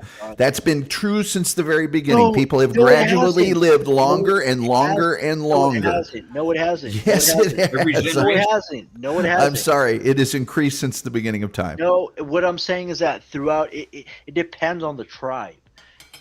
Throughout certain tribes, a lot of men would kill themselves at a certain age to pass down. Certain What tribe would this be? Oh, do you want me to? Okay, I'm gonna mute myself and source. Get on Chat GPT real quick and get some knowledge. Okay, so wait. If I source it to you, are you gonna shut up? No. Well, because your Yeah, point okay, is so if you- immaterial. we're gonna have to So if I take give you this, proof, you're still gonna believe what you believe, because that's what I'm saying. I'm not going to ever shut up. So just get that out of your head right Nobody now. wants you. You're fucking stupid, dude. Like, Right. Hey, I'm the dumb Lasagna, one. I here. gotta end the show. So everybody, make sure you hit the like button on your way out. I'm pretty sure I'm gonna be able to make 3 o'clock tomorrow morning, and hopefully, I got to get a hold of Virgo. If she's not, she should be well rested enough. Hopefully, we can get some recipe stuff done. You know, just I've got a huge stockpile of recipe videos, and we wanted to actually every Friday night or Friday night into Saturday morning, just a bunch of us get together and show our favorite recipe videos and talk food. So Like maybe that. we'll try and do that tonight. I'll email her or something. So, Tom, as always, enjoyed it. Uncle Fatty, thanks for all your support, everybody. I did hit 100 on my my little YouTube channel. So thank you all for that, for helping me achieve Milestone that, moment, buddy. that milestone. Yeah, absolutely. Way to go, man. Who knew 100 people would listen to me? I guess now we know. Yeah. So nightish. I'm sorry you didn't get to talk too much, but I'll be up probably around 3 Eastern time in the morning, and we'll do a few hours. So come on back. And Lasagna, come on back tomorrow, and you and Tom can pick up. But please don't. Now, I guess I'm gonna have to start calling you Emperor, Jerry. now, okay, Lasagna. I mean, Tom. Nobody fucking likes Wait, you. hold it. You're fucking old. Like you're You know fucking what? decrepit. Nobody ahead, wants Di. to What with we're you. gonna have to do. That's what I'm saying. The reason Get why your job you're done on early, here is Di. because these are the only I people guess that would what we're actually gonna have to pay do. any attention to Beat you. everybody to talk the punch. Die now. everybody Okay, tomorrow whatever. Okay, morning. Stanley. Okay, I appreciate you. You're Don't being wait to die. very Die now. diplomatic and very nice, but I think you're giving too much credit. Die to, now. like, Overachieve. Wait, I gotta go, dude. No. I'll I know see- you have to go, but what I'm saying is like I know a piece of shit when I see one. This Oh, my guy's Lord. a You- fucking do you huge really piece of see shit. him right Yes, now? you do. In your mirror. Why are you looking Okay, at a mirror? dude. Okay, whatever. Come on. All right, Okay. I will see the cheeriest panel on the internet. We'll come back and we'll do this all over again tomorrow morning. Have a good day, y'all. And Sounds good. I don't know. I may wind up on, Portia does a show tonight. I may hop up. We'll see what comes along. Thank you all again. Yes. Be good. Overachieve. Die early. Feel like I should feel like I should feel like I should feel like I should go. Go. Feel like I should go. Feel like I should feel like I should feel like I should feel like I should go.